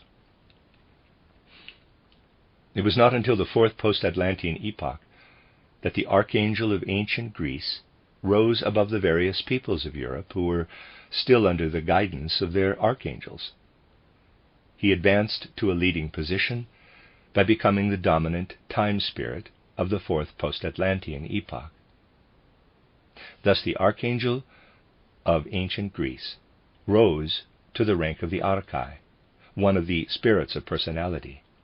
What this archangel of Greece had been preparing himself for came into play for the world in Asia, Africa, and Europe, namely, that the people of Greece would become their central focus once he had become the time spirit. Whilst the archangel of the Greeks had developed into an Archai being, the time spirit of the Egyptians, and also the time spirit of the Persians, had advanced to become a kind of spirit of form. We are now about to touch on something exceptionally interesting in the course of post-Atlantean evolution. As a consequence of his earlier development, the Greek archangel was able to pass relatively quickly through everything he now had to develop in order to become especially competent in his position as the time spirit. Something of the greatest significance, therefore, occurred in the fourth post-Atlantean epoch. As we know, the event occurred at that time in which humanity took up the Christ impulse. The Christ impulse was taken in. The mystery of Golgotha took place. That impulse was destined in the course of the following centuries and millennia to spread gradually across the whole earth. For this to happen, not only did the event itself have to take place, but there also had to be certain guiding and leading beings from among the hierarchies. Something highly remarkable and interesting now occurred. At a definite moment in time, which coincided approximately with the descent of the Christ impulse to the earth, the time spirit of the Greeks renounced for our present age the possibility of rising into the region of the spirits of form, and so became the guiding time spirit, who then worked on through successive ages. He became the representative guiding spirit of exoteric Christianity. The Archai being, the guiding spirit of the Greeks, became the vanguard of the Christ impulse. In consequence, ancient Greece declined rapidly at the time of the expansion of Christianity, because it had surrendered its leading time spirit in order that he might become the leader of exoteric Christianity. The time spirit of ancient Greece became the missionary, the inspirer, or rather the intuiting spirit of expanding exoteric Christianity. Here we have a concrete example of an act of renunciation, such as we have already mentioned. Because the Greek time spirit had fulfilled his mission in the fourth post-Atlantean epoch so admirably, he could now advance in evolution toward a higher region. But he renounced this possibility, and by doing so became the guiding spirit of expanding exoteric Christianity. And in that capacity, he continued to work across the various peoples. A similar act of renunciation took place on another occasion, and this second instance is once again of particular interest to students of spiritual science. While in Asia, including Egypt and Greece, the several archangels were advancing to the rank of time spirits, there existed in Europe separate peoples and tribes who were guided by their various archangels. Thus, while the corresponding archangels, who had been sent in ancient times from the west toward the east, had advanced to the rank of time spirits, there still existed in Europe an archangel who worked in the Germanic, and especially in the Celtic peoples, in those peoples who, at the time of the founding of Christianity, were still spread over a large area of Western Europe, extending into today's Hungary, southern Germany, and Alpine countries. These peoples had the Celtic folk spirit as their archangel. The peoples of the Celtic folk spirit also inhabited an area extending far into the northeast of Europe. They were guided by an important archangel, who soon after the Christian impulse had been bestowed on humanity, had renounced the possibility of becoming an archai being, a spirit of personality, and elected to remain at the archangel stage, and to subordinate himself in future to the different time spirits who would arise in Europe. Hence the Celtic peoples also declined as a united people, because their archangel had made a special act of renunciation and had taken on a special mission. This is a characteristic example of how, in such a case, an act of renunciation helps to initiate particular missions. What, then, became of the archangel of the Celtic peoples after he had renounced the possibility of becoming a spirit of personality? He became the inspiring spirit of Esoteric Christianity. All the underlying teachings and impulses of Esoteric Christianity, especially of the real, true Esoteric Christianity, have their source in his inspirations. The hidden sanctuary for those who were being initiated into these secrets was situated in Western Europe, and there the spiritual impulse was imparted by this guiding spirit, who had originally undergone an important training as the archangel of the Celtic people, had renounced his promotion to a higher rank, and had undertaken another mission, that of becoming the inspirer of Esoteric Christianity, which was destined to live on further in the secrets of the Holy Grail, in Rosicrucianism. Here you have an example of an act of renunciation, a sacrifice on the part of one of these beings of the hierarchies. At the same time, it offers a concrete example illustrating the significance of such a sacrifice. Although this archangel could have advanced to the rank of an archai being, he remained at the archangel stage, and in consequence was able to guide the important stream of esoteric Christianity that is destined to be furthered through the various time spirits. No matter how these time spirits may work, this esoteric Christianity will remain a living source for everything that can change and metamorphose under the influence of those various time spirits. Here, then, is another example illustrating an act of renunciation.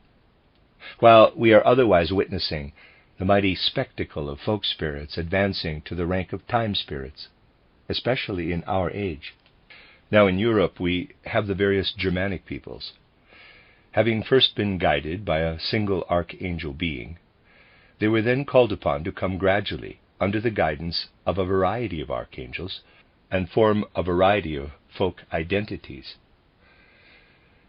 Because these things tend to arouse passionate reactions and jealousies, it is very difficult to speak about them impartially.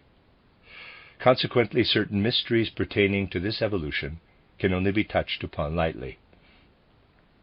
From among those archangels, the Archai being emerged, who became the leading time spirit of our fifth post-Atlantean epoch. He emerged after one of the archangels of the Germanic peoples had for a long time been undergoing a certain training. The time spirit, who was the folk spirit of the Greco-Roman age, became, as you know, that time spirit who was later concerned with the expansion of exoteric Christianity.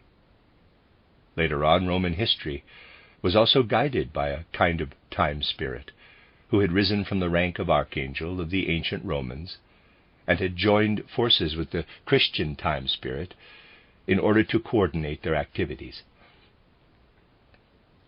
These two were the teachers of that archangel who guided the Germanic peoples, who had been one of their leading archangels, and who had then risen to become the time spirit of the fifth post-Atlantean epoch.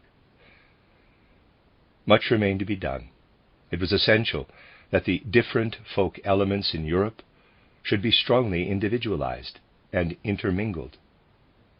This was only possible because while the archangels in Asia and Africa had long since advanced to the rank of time spirits, in Europe the leadership remained with them, so that the peoples were guided by their folk souls. Being indifferent to the time spirits, they continued to be wholly given over to the impulses of the folk spirits. At the time when the Christian impulse began to pervade humanity, there was in Europe a confusion of activity by individual folk spirits, filled with a sense of individual liberty, so that each went his own way, making it difficult for a leading time spirit of the fifth post-Atlantean cultural age to come into being, who could guide the several folk spirits. To create, let us say, that people which inhabits the French region, there had to be a mixture of Latin, Celtic, and Frankish folk elements. This intermingling led to the specific nature of that people's guidance, so that it passed from the individual leading archangels, who had different tasks, to other beings. We have already indicated what mission the guiding archangel of the Celts had been given, and in the same way we could indicate the missions of the archangels of the other peoples. Thus, still other archangels took on leadership among the peoples who had arisen through such intermingling of the different elements. Over a long period of time, and even into the Middle Ages, leadership in Central and Northern Europe was chiefly in the hands of the archangels, who only gradually came to be influenced by that unifying time spirit who was the vanguard of the Christ impulse. Many of the folk spirits in Europe became the servants of the Christian time spirit. The European archangels placed themselves in the service of this shared Christian time spirit, yet the several peoples were barely able to allow any of the archangels to advance to the rank of a time spirit. Starting from about the 12th century, it was not until the 16th and 17th centuries that the first steps were undertaken toward the development of the guiding time spirit of the fifth post-Atlantean epoch, who still directs us today. He belongs among the great leading time spirits, equally with those who were the great leading time spirits during the Egypto-Chaldean Babylonian, the ancient Persian, and the Indian ages. But this time spirit of our fifth post-Atlantean cultural age worked in a very unique manner. In effect, he had to enter into a kind of compromise with one of the former time spirits who were active before the birth of the Christian impulse, namely with the time spirit of ancient Egypt, who, as we have heard, had risen in a certain respect to the rank of a spirit of form. Thus our present fifth post-Atlantean epoch is really governed by a time spirit who, in a certain way, is very much subject to the influence and impulses of the time spirit of ancient Egypt, who is, so to speak, in the very early stages of being a spirit of form. This is the source of the many cleavages and divisions of our time. Our time spirit in the fifth post-Atlantean age is striving to raise himself to spiritual heights and bring the fourth post-Atlantean cultural age up to a higher stage. But there is something here that is like a materialistic tendency, an inclination toward materialism. Depending on the degree to which the various archangels, the various folk souls, are inclined toward this materialistic tendency, there arises, under the guidance of this time spirit of the fifth post-Atlantean age, peoples that are materialistic to a greater or lesser degree, which in turn gives the time spirit a nuanced tendency toward materialism. By contrast, idealistic peoples give the time spirit a nuanced tendency toward idealism. From the 12th to the 16th century, something gradually developed, working in a certain respect parallel with the Christian time spirit, who is the Greek time spirit that continues to be active, so that actually, in a remarkable manner, the Christian time spirit, united with the actual time spirit of the fifth post-Atlantean age, is flowing into our culture. And here again impulses flow in from ancient Egypt, whose time spirit has advanced to a specific rank among the spirits of form. It is precisely because a trifolium of this kind is at work in the whole culture of our time that it has been possible for folk souls and cultural streams of widely differing nuances to emerge in the fifth post-Atlantean epoch. It became possible for the time spirit to manifest the greatest diversity. The archangels who took their orders from the time spirit worked in many and varied ways. Those of you who live here in the north will be interested in something we will consider more closely in our next lectures. The following question will be of particular interest to you. What was the activity of that archangel who was once upon a time sent to this region with the Nordic peoples, the Scandinavian peoples, and from whom the various archangels of Europe, especially those of Western, Central, and Northern Europe, received their inspirations? In the eyes of the world, it would appear foolish to speak of that point in the continent of Europe, which at one time radiated the most powerful spiritual impulses, the center that was the seat of exalted spirits, before the Celtic folk spirit, as the Celtic archangel, had established a new center in the high castle of the Grail. The archangel of the northern peoples first received his mission from that place which in ancient times had been the spiritual center of Europe. For the outside world it must seem foolish, as I said, to indicate as the central source of inspiration for the various Germanic tribes that district which now lies across Central Europe, which indeed actually hovers above the earth there. If you were to describe an arc to include the towns of Detmold and Paderborn, you would delimit the region whence the most exalted spirits were sent on their several missions to northern and western Europe. It is because the great center of spiritual inspiration was located there that legend later told of Asgard having been situated at this place on the earth. There in the remote past lay the great center of inspiration. In later years its spiritual mission was taken over by the center of the Holy Grail.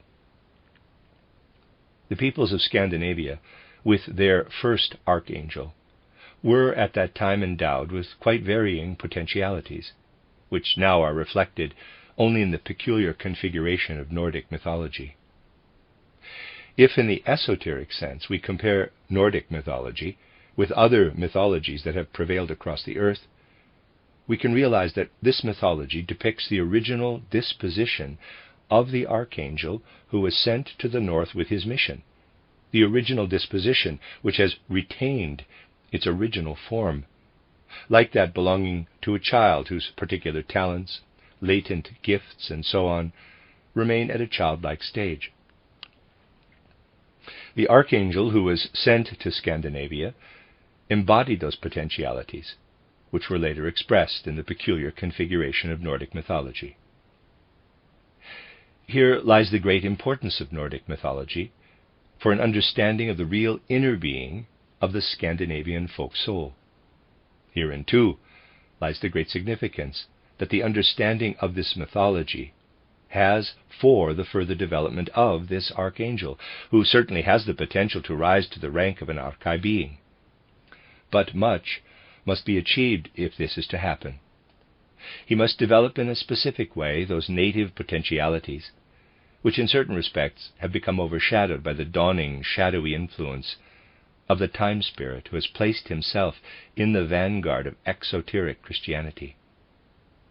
Although Germanic Nordic mythology and Greek mythology are in many respects curiously alike, it has to be said that there is no other mythology which, in its own peculiar composition and characteristic development, gives a deeper or clearer picture of cosmic evolution than does this Nordic mythology.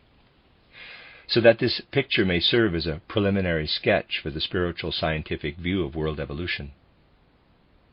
From the way in which it was developed, out of the native powers of the archangel, Germanic mythology is, in its pictures, closely akin to the conception of the world that will gradually emerge for humanity as the spiritual scientific worldview. The crux of the matter will lie in how those original, native potentialities of an archangel can develop after he has been educated by the Christian time spirit.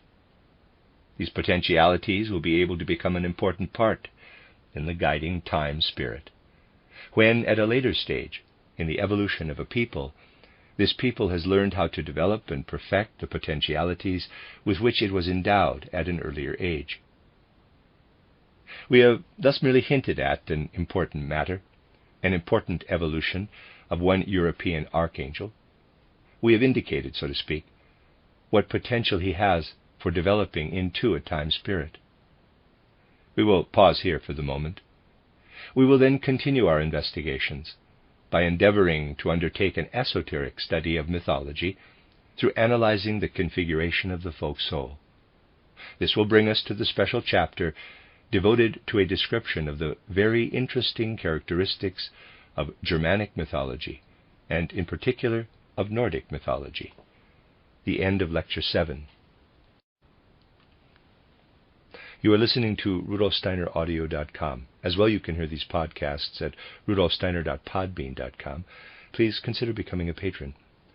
There are two publishing houses, SteinerBooks.org in America and RudolfSteinerPress.com in England, which are the sole publishers of Steiner into English and have given me permission to do these recordings. Please consider patronizing them as well. This is a reading of Collected Works Volume 121 by Rudolf Steiner, 11 lectures, entitled The Mission of Folk Souls, translated by Johanna Collis. This is Lecture 8, given in Christiania, Oslo, June 14, 1910. If we wish to study the development of Germanic Nordic history and the spiritual impulses it depicts, we must first of all bear the fundamental character of Germanic mythology in mind. As I said in the last lecture, despite its many points of similarity with other mythologies and conceptions of divinity, it is nevertheless entirely unique.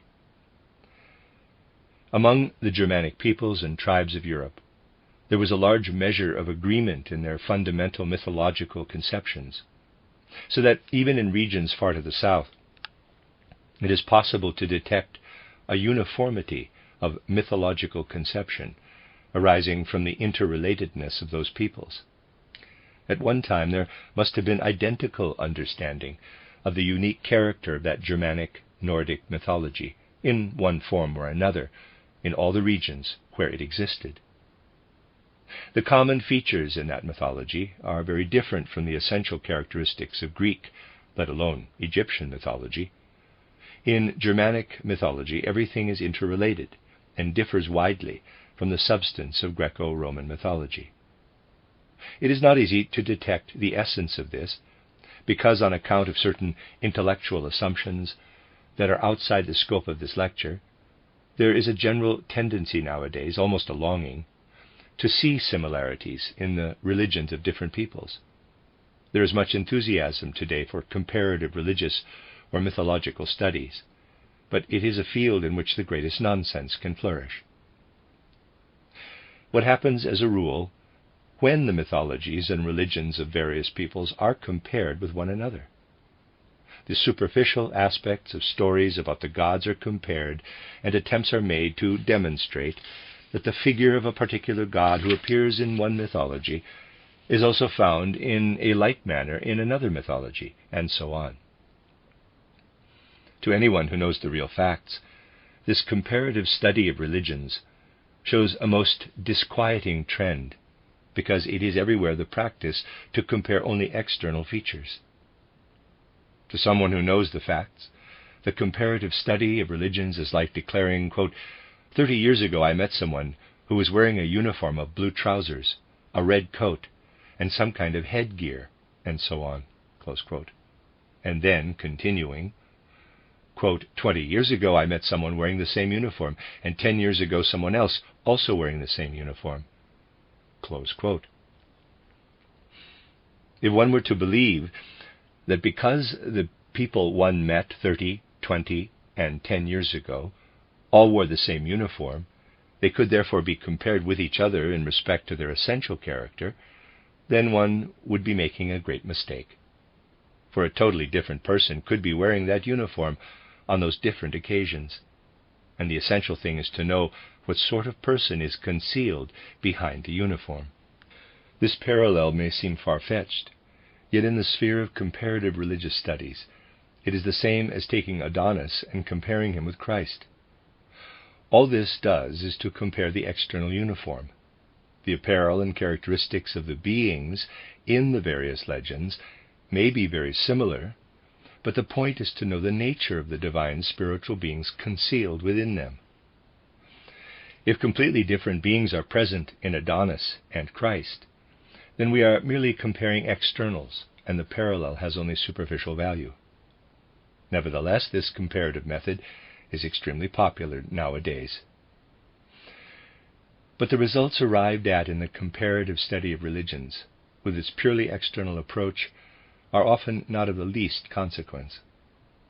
The point is rather that an understanding of the specific differences of the folk spirits should teach us how a particular people arrived at its mythology or other teachings about the gods, or even how it arrived at its philosophy. Thus we cannot easily come to understand the fundamental character of Germanic Nordic mythology unless we review once again the 5 successive ages of civilization in the post-Atlantean period. These 5 cultural ages were brought about by migrations from west to east, so that at the end of these migrations the most mature, the most advanced human beings had pushed forward into the regions of India, where they founded the sacred ancient Indian civilization. The next cultural age nearer to our own was the Persian, which was followed by the Egypto-Chaldean Babylonian, then by the Greco-Roman civilization, and finally by our own. The essential nature of these 5 cultures can only be understood if one realizes that in past ages the human beings who participated in them, and also the angels, the folk spirits or archangels, and the time spirits, were all quite different from one another. Today we shall look more closely at the way in which the human beings who participated in those cultures differed from one another. The human beings who founded the ancient Indian culture, which then received its literary expression in the Vedas and subsequent Indian literature, were totally different from the Greco-Roman peoples. They differed indeed from the Persian peoples, the Egypto-Chaldean peoples, and, most of all, from those which were being prepared in Europe for the 5th post-Atlantean civilization. In what respect did they differ? The entire human makeup of members of the ancient Indian peoples was completely different from that of the inhabitants of all the regions lying further to the west. To describe the difference more explicitly, we must say, the peoples of ancient India had reached a high stage of evolution before they took the I capital into themselves. In all other aspects of human evolution, they had made immensely great strides. Behind them lay a very long period of development, but they had lived through it in a kind of dim consciousness. Then the I entered in. They awoke to the consciousness of the I. Amongst the Indian people, this came comparatively late, at a time when they were already very mature, when they had already undergone what the Germanic Nordic peoples would still have to undergo after having already gained possession of the I. Please be very clear about this. The Germanic Nordic peoples had to experience with their fully developed I what the inhabitants of ancient India had passed through in a dim state of awareness, without having first developed their I consciousness. Now, what was it that happened in terms of human development during the post-Atlantean period?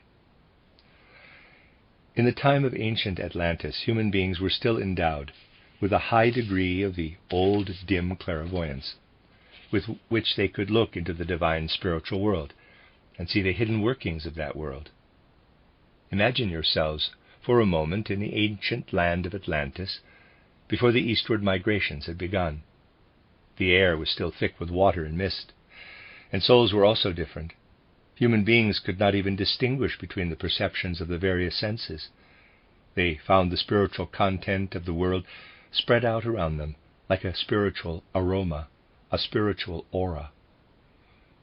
It was a certain kind of clairvoyance from which they had to free themselves. This was brought about by the operation of the forces to whose influence they became subject as they traveled from west to east. They underwent many different stages of soul development in the course of those migrations. There were peoples who, during their migration eastward, at first slept through, as it were, the period of emergence from the old clairvoyance, and had already reached a higher stage of development when their I was still in a dim state of consciousness. They went through various stages of development while their I was still in a dull, dreamlike condition. The Indians were the furthest evolved when their I awoke to full self-consciousness. They were so far advanced that they possessed a rich inner soul life, which no longer showed any traces of that elementary stage in soul development which still persisted for a long period of time in the peoples of Europe. The Indians had already undergone that elementary stage a long time before. They awoke to self-awareness when they were already endowed with spiritual powers and spiritual capacities that enabled them to penetrate deeply into the spiritual worlds. Hence all the activity and positive influence of the various angels and archangels on the human souls had become a matter of complete indifference to the more advanced members of the Indian people in their efforts to emerge from their old twilight conditions of clairvoyance. They had not directly observed the work of the archangels and angels and all the beings who were active, particularly in the folk spirit. All the work of these higher beings upon their souls, upon their astral and etheric bodies, had been accomplished at a time when they themselves were, so to speak, not yet fully present. They awoke when their souls had already reached a very high stage of development. After only a brief further development, the most advanced among them were able to rediscover in the Akashic Chronicle all that had taken place earlier in the evolution of humanity, so that they looked out into their spiritual environment, into the cosmos, and could read in the Akashic Chronicle what was taking place in the spiritual world, and what they had undergone in a dim twilight state of consciousness. They had been guided unconsciously into higher spheres. Before their I consciousness had awakened, they had acquired spiritual capacities that were far richer than the soul capacities of the Western peoples. For those Indian human beings, the spiritual world was a subject of direct observation. The most advanced among those who guided the Indian people had risen to such high spiritual levels that at the time when their eye awoke, they were no longer dependent on it in order to observe how human development sprang forth, so to speak, from the spirits of form, or powers. They were more intimately associated with the beings we call spirits of motion, or mights, and above these, the spirits of wisdom. These were of the greatest interest to them. The spiritual beings of lower rank, on the other hand, beings whose domain they had already shared in former times, were no longer of particular importance to them. Thus they looked up to what they later called the sum total of the spirits of motion and of the spirits of wisdom, to what was later characterized by the Greek terms dunamis and kuriotetes. They beheld these beings and called them mula prakriti, the sum total of the spirits of motion, and mahaparusha, the sum total of the spirits of wisdom, that which lives as if in a spiritual unity. They could attain to this vision because those who belonged to that people became conscious of their I at such a late stage of development. They had already dealt with things which later peoples had to experience with their I. The peoples belonging to the ancient Persian civilization were less highly developed. Their own specific cognitive capacity, and the fact that their I awoke at a lower stage of their development, meant that they looked to the powers or spirits of form. They became especially familiar with these. They could understand them to some extent and were particularly interested in them.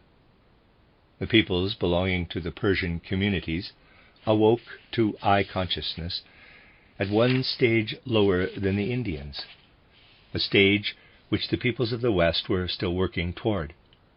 The Persians were conversant with the powers or spirits of form, known collectively as the Amshaspans. These are the emanations we know of as the spirits of form or powers, and the peoples of the Persian culture were especially familiar with them. Next we come to the Chaldean peoples. They were aware of the primal beginnings, the leading time spirits. They had an awareness of the beings whom we call the primal beginnings, the spirits of personality. The peoples of the Greco-Roman age also had some awareness of those primal beginnings or spirits of personality, but in a different form. In their case, there was an additional factor that may help to clarify our understanding. The Greeks were closer to the Germanic peoples, but they became aware of the I at a higher stage than the Germanic Nordic peoples. The work of the angels and archangels in the human soul that the northern peoples experienced had not been directly experienced by the Greco-Roman peoples, although they still retained a vivid memory of it. Thus the difference between the Germanic and the Greco-Roman peoples is that the Greco-Roman peoples still retained a memory of how the angels and archangels had participated in the development of their soul life. They had not been much aware when this was going on, for they had still been in a state of diminished consciousness. But as a memory, they recalled that experience quite distinctly. The creation of this whole world, the working of the angels and archangels, both abnormal and the normal, in the human soul, was known to the Greeks. They preserved in their souls vivid memory pictures of what they had experienced. Memory is much clearer, takes on sharper outlines than the immediate experiences of the present moment. What appears to us as memory is no longer so fresh, no longer so youthful, but it has sharper contours, sharper outlines. The Greeks had a memory picture in bold, clear outlines of the influence or positive activity of the angels and archangels upon the human soul. This is Greek mythology. If we do not approach Greek mythology in this way, if we simply compare Greek names with other names in the various mythologies, if we do not take into account the influence of special forces, nor understand the significance of the figures that appear as Apollo or Minerva and so on, then we indulge in a superficial study of comparative religion, we compare one uniform with another uniform. What we should be looking at is the manner or mode of perception in those times. Once we have grasped this, we shall be able to see that Greek mythology was formed from memories. The Egyptian Chaldean age had only a dim recollection of the activity of the angels and archangels, but was able to perceive the world of the primal beginnings. It was a time when something began to be forgotten. And in Persian mythology, the world of angels and archangels had been forgotten entirely, while, at the same time, the world of the powers, or spirits of form, remained perceptible. What may be found in Greek mythology had been forgotten by the Persians, and totally forgotten by the Indians. The latter turned to the Akashic Chronicle to see the entire sequence of earlier ages and created pictures of earlier events out of their knowledge, which was indeed a divine knowledge that they owed to their more highly developed spiritual powers. This also helps to explain the great difficulty that the peoples of the East experience in understanding the spiritual life of the West, and the superior attitude they adopt in relation to the spiritual life of the West. They are prepared to accept the civilization of the West, but the spiritual culture of the West, unless they come to it indirectly through spiritual science, remains more or less closed to them. They had already reached a high stage of human evolution, at a time when Christ Jesus had not yet descended to the earth. He did not come until the fourth post-Atlantean cultural age. This is an event that could no longer be grasped with the forces that had developed through the Indian people. In order to comprehend the coming of Christ, one needed faculties belonging to a less lofty station of the I, a dwelling of the I in more humble forces of the human soul. In the Germanic Nordic regions, the working of the angels and archangels in the human soul was no mere memory. The affairs of the angels and archangels, and the way in which they worked in the soul, were something that human beings could still be involved in, even at the time when Christ Jesus walked the earth. The Greco-Roman peoples, on the other hand, upon undergoing these inner experiences of the soul, remembered something they had gone through in earlier times.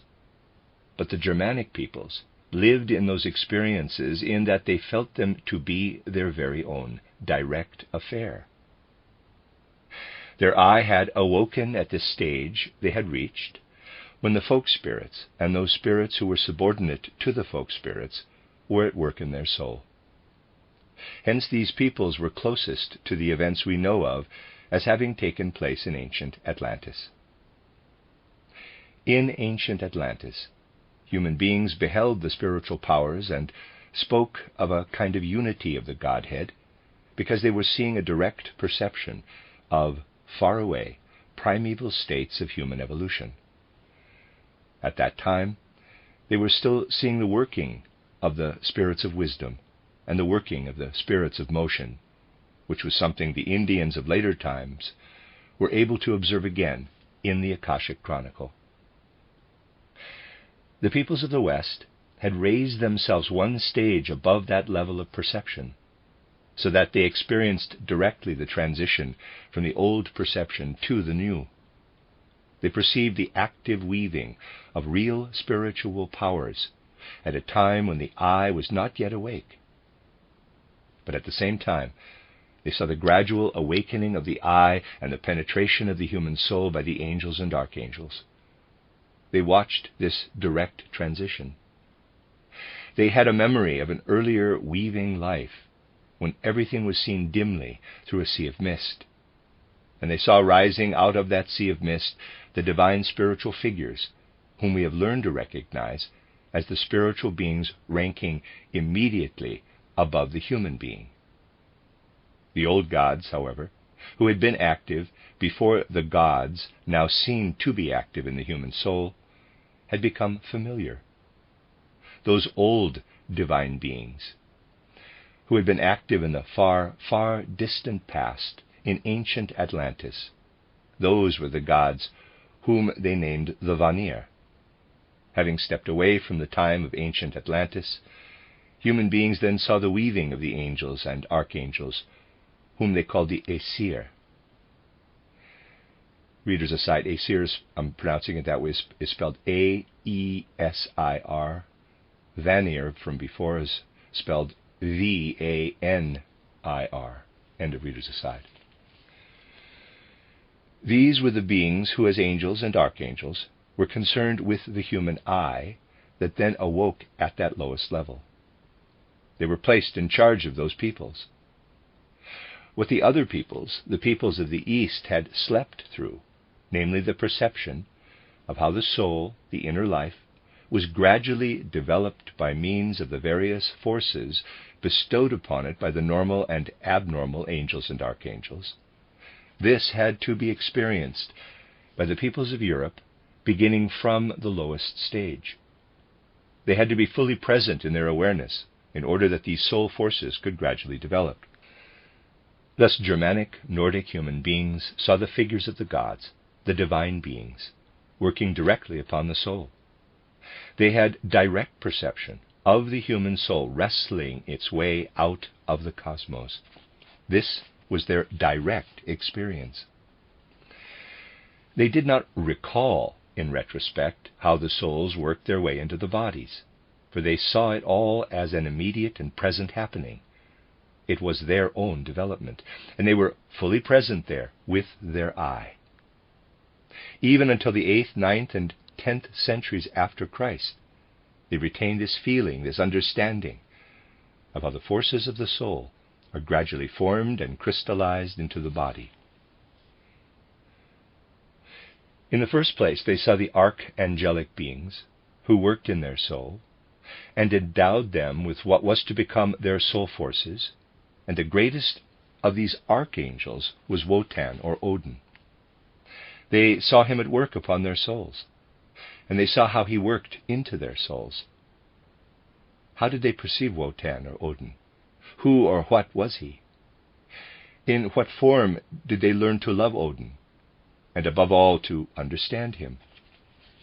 They learned to recognize him as one of those archangels who in the past had decided to renounce their development to higher stages. They came to know Odin as one of the abnormal archangels, as one of the great figures of renunciation in ancient times, who had assumed the office of archangel through taking upon themselves the important task of working into the souls of human beings. Germanic, Nordic human beings experienced the activity of Odin at the time when he was still in the process of giving the gift of language to the incarnating human soul. The way in which Odin himself worked upon his peoples, in order to make language possible for them, has been remembered in a wonderful way. It was described as an initiation of the god. The way in which Odin gained the power to endow the Germanic, Nordic peoples with language is described as follows. Before having attained this power, he underwent what is depicted as an initiation through the divine draught, the draught that in primordial ages was possessed by the giants. This draught contained not merely an abstract kind of wisdom. It represents for us the wisdom that lives directly in the spoken sounds of language. Through his initiation, Odin won power over that wisdom which lives in the sounds of language. He learned how to make use of it when he underwent a long initiation lasting 9 days, and from which he was finally released by Mimir, the ancient bearer of that wisdom. Thus Odin became the lord of the power of language. This is why the later saga traces the language of the bards or skalds back to Odin. Runic lore, which in ancient times was thought to be much more closely related to language than to later literature and letters, was also traced back to Odin. Therefore, the manner in which the soul, indirectly through the etheric body and interpenetrating the physical body, acquired the power of language through the appropriate archangel, is expressed in the wonderful stories told about Odin. Similar archangel beings are to be found among the companions of Odin: Hoedur, who gave the power of thinking, and Lodur, who gave something that is intimately connected with race, namely pigmentation of the skin and blood characteristics. In these two beings, therefore, we have archangels who are more in the normal line. In Vili and Ve, on the other hand, we have archangels of abnormal development. They are beings who work more in the inner life, in the hidden recesses of the soul, as I pointed out in the last lecture. An I that is itself at an abnormal stage of development, where it is present even when the subordinate forces of the human soul are being cultivated, feels itself to be intimately related to an abnormal archangel. Odin, therefore, is not seen as an abnormal archangel, but rather as a kind of archangel whose remaining behind is akin to that of the Western souls, who experience more consciously in their I that which remained behind during the migrations through those regions, whereas the Eastern souls passed beyond certain stages of their soul development before deciding to awaken. Hence there lives especially in the soul of the Germanic Nordic peoples all that is associated with the archangel forces of Odin, which stir in the elemental depths of human soul life. We have said that the angels are responsible for transmitting to the individual human beings what the archangels bring about. Hence an I that awakens at such an elementary level of soul life is especially interested in having the activities of the archangels carried into it, so to speak. Thus, the Germanic Nordic human being has an interest in an angel figure who is endowed with special power, but who at the same time is closely related to the single human being and his individuality, and that being is Thor. We can only recognize Thor when we see in him a being who could have risen to a far higher rank had he followed the normal course of evolution, but who renounced advancement comparatively early, and remained at the angel stage, in order that at the time when the human I awoke in the course of its soul development, he could become the guiding spirit in the soul world of the Germanic Nordic regions. What gives the immediate feeling that Thor is related to the individual human I is the fact that what was to be transmitted to every individual I from the spiritual world could in fact be transmitted. If we bear this in mind, we shall also understand more clearly the fragmentary information that has come down to us. It is important to have a right understanding of these individual gods.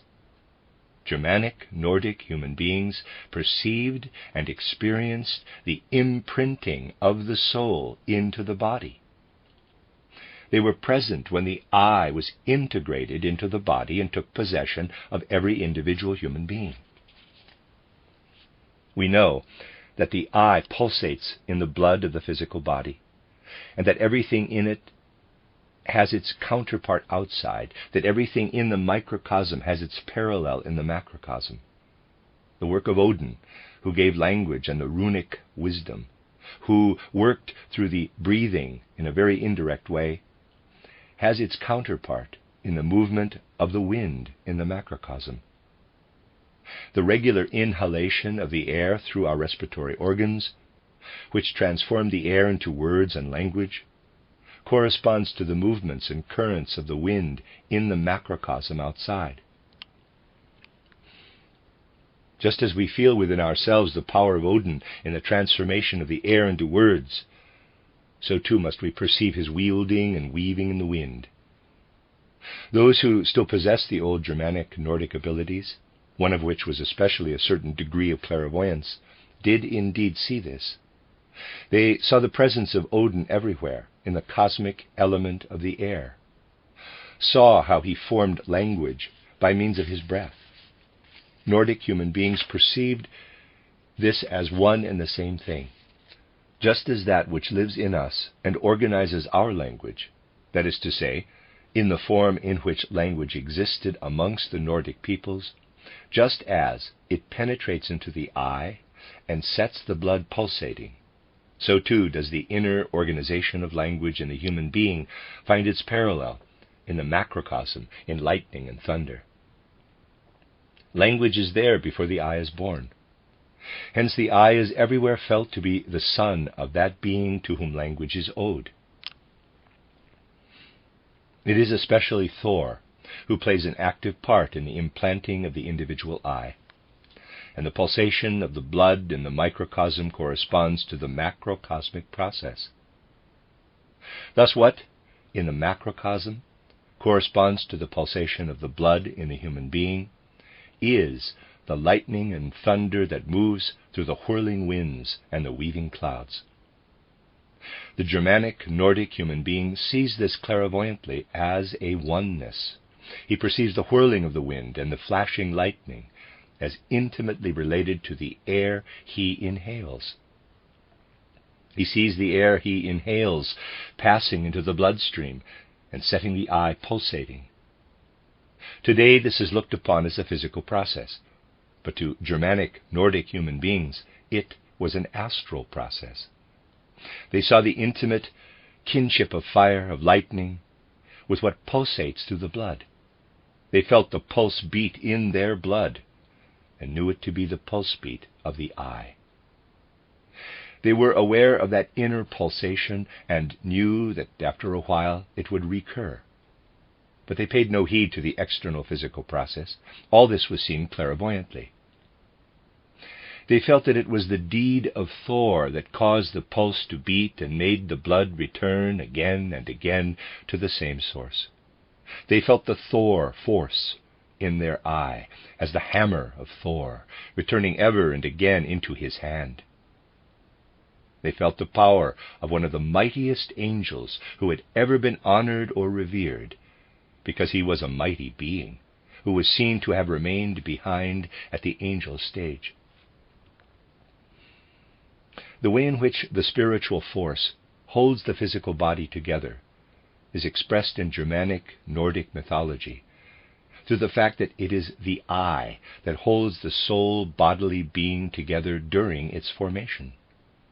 Germanic Nordic human beings saw the weaving of body and soul from within, and even in later times they still understood how, originating in the astral element, the inner life becomes integrated, how, so to speak, the inner gives answer to the outer. They could still respond when they learned from the initiates how the cosmos molds itself into the human being.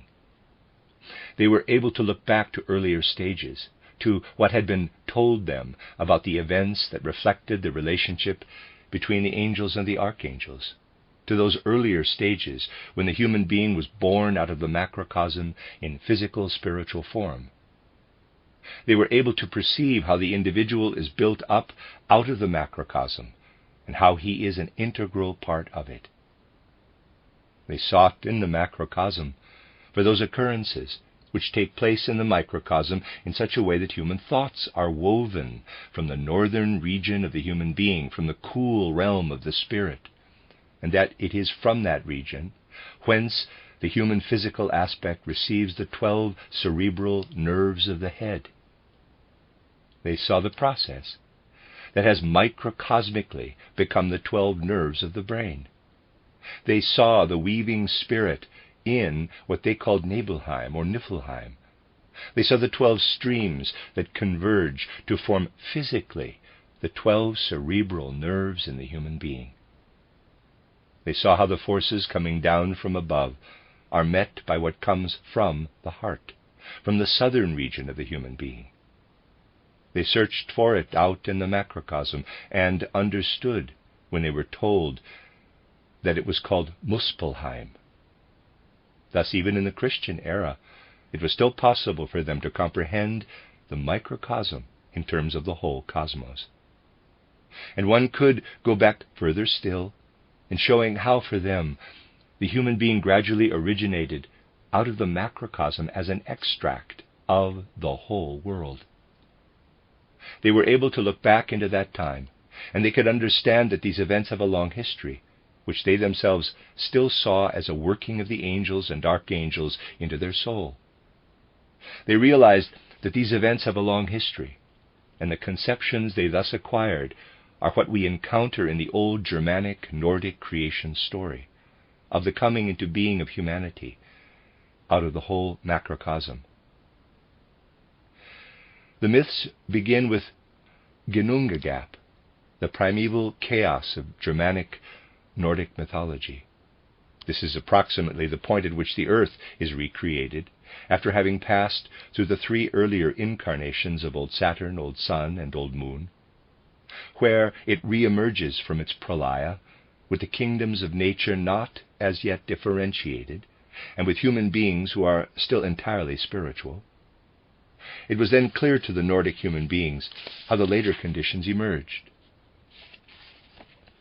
It is interesting to see how the events of those times are portrayed in Nordic Germanic mythology in the form of imaginative pictures, events that we in our spiritual scientific teachings describe in more sophisticated terms, using concepts in place of the earlier pictures.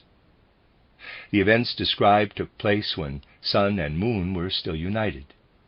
We are told how the Moon departed, and how later developments led to what subsequently became known as Riesenheim or Jotunheim, home of the giants. Everything is described that had existed in Atlantean times, that had arisen out of those earlier times and was a matter of concern to the Germanic Nordic people. Today I only wanted to give an idea of how the Nordic I awoke when the peoples were still at a more elementary stage of development, and how the Nordic human being perceived the folk soul, the soul of Thor, and so on. I wanted to show how the I was present and was able to respond with direct interest to the interweaving of higher beings, who, however, came from a realm entirely different from that of the beings we find connected with the Eastern peoples. Tomorrow we will endeavor to explore the lesser-known parts of Germanic mythology. We will discover how these lesser-known parts are harbingers of something that dwells in the folk souls, and we will gain insight into the nature of these Western folk souls. The end of Lecture 8. You are listening to RudolfSteinerAudio.com. As well, you can hear these podcasts at RudolfSteiner.podbean.com. Please consider becoming a patron. There are two publishing houses, SteinerBooks.org in America and RudolfSteinerPress.com in England, which are the sole publishers of Steiner into English and have given me permission to do these recordings. Please consider patronizing them as well. This is a reading of Collected Works, Volume 121 by Rudolf Steiner, 11 lectures entitled The Mission of Folk Souls, translated by Johanna Collis. This is Lecture 9, given in Christiania, Oslo, June 15, 1910. Those of you who wish to analyze yesterday's lecture philosophically might perhaps meet with difficulties, apparent difficulties, since you will have heard, in the course of earlier talks on similar themes, that the purpose of our entire post-Atlantean epoch, and even of the later stages of Atlantean evolution, was gradually to develop the human I, capital, and bring it to ever greater consciousness. On those occasions, I indicated that the members of the ancient Indian culture, in that they had been able in Atlantis to perceive the spiritual world by means of the old clairvoyance, still prevalent at that time, were in some respects the very first to be transported by this clairvoyant state directly into the physical world. The way in which they saw the physical world meant that a certain mood pervaded the whole first post-Atlantean cultural age, namely the feeling that true reality was to be found in the spiritual world, while the world of phenomena was merely Maya, or illusion. Yesterday, however, I pointed out the actual situation, which was that the members of the ancient Indian culture underwent a rich soul development, and that they had achieved this high level while their eye was more or less asleep. That is, their eye only awoke once that mature development of soul had already been attained. What then has been the destiny of those Indian peoples meanwhile? For surely the Indian peoples must have experienced their entire soul development in a wholly different manner from the European peoples, especially the Germanic peoples, who were present with their eye while their capacities were gradually evolving, and who looked on as the divine spiritual powers worked into their souls. You might possibly find it difficult to reconcile my statements in yesterday's lecture if you were to reflect on that lecture philosophically. Thus, for those who are not entirely objective, but rather want to analyze the lecture philosophically in this way, I must add something by way of explanation. The apparent contradiction will resolve itself at once if you recall that knowing the eye is entirely different from knowing any other object. If you know any other object or entity apart from the eye, the process of knowing actually has to do with two things: with the one who knows, who possesses the power of knowing, and with that which is known. In the formal act of knowing, it is immaterial whether that which is known is a human being, an animal, a tree, or a stone. But things are different in the case of the eye.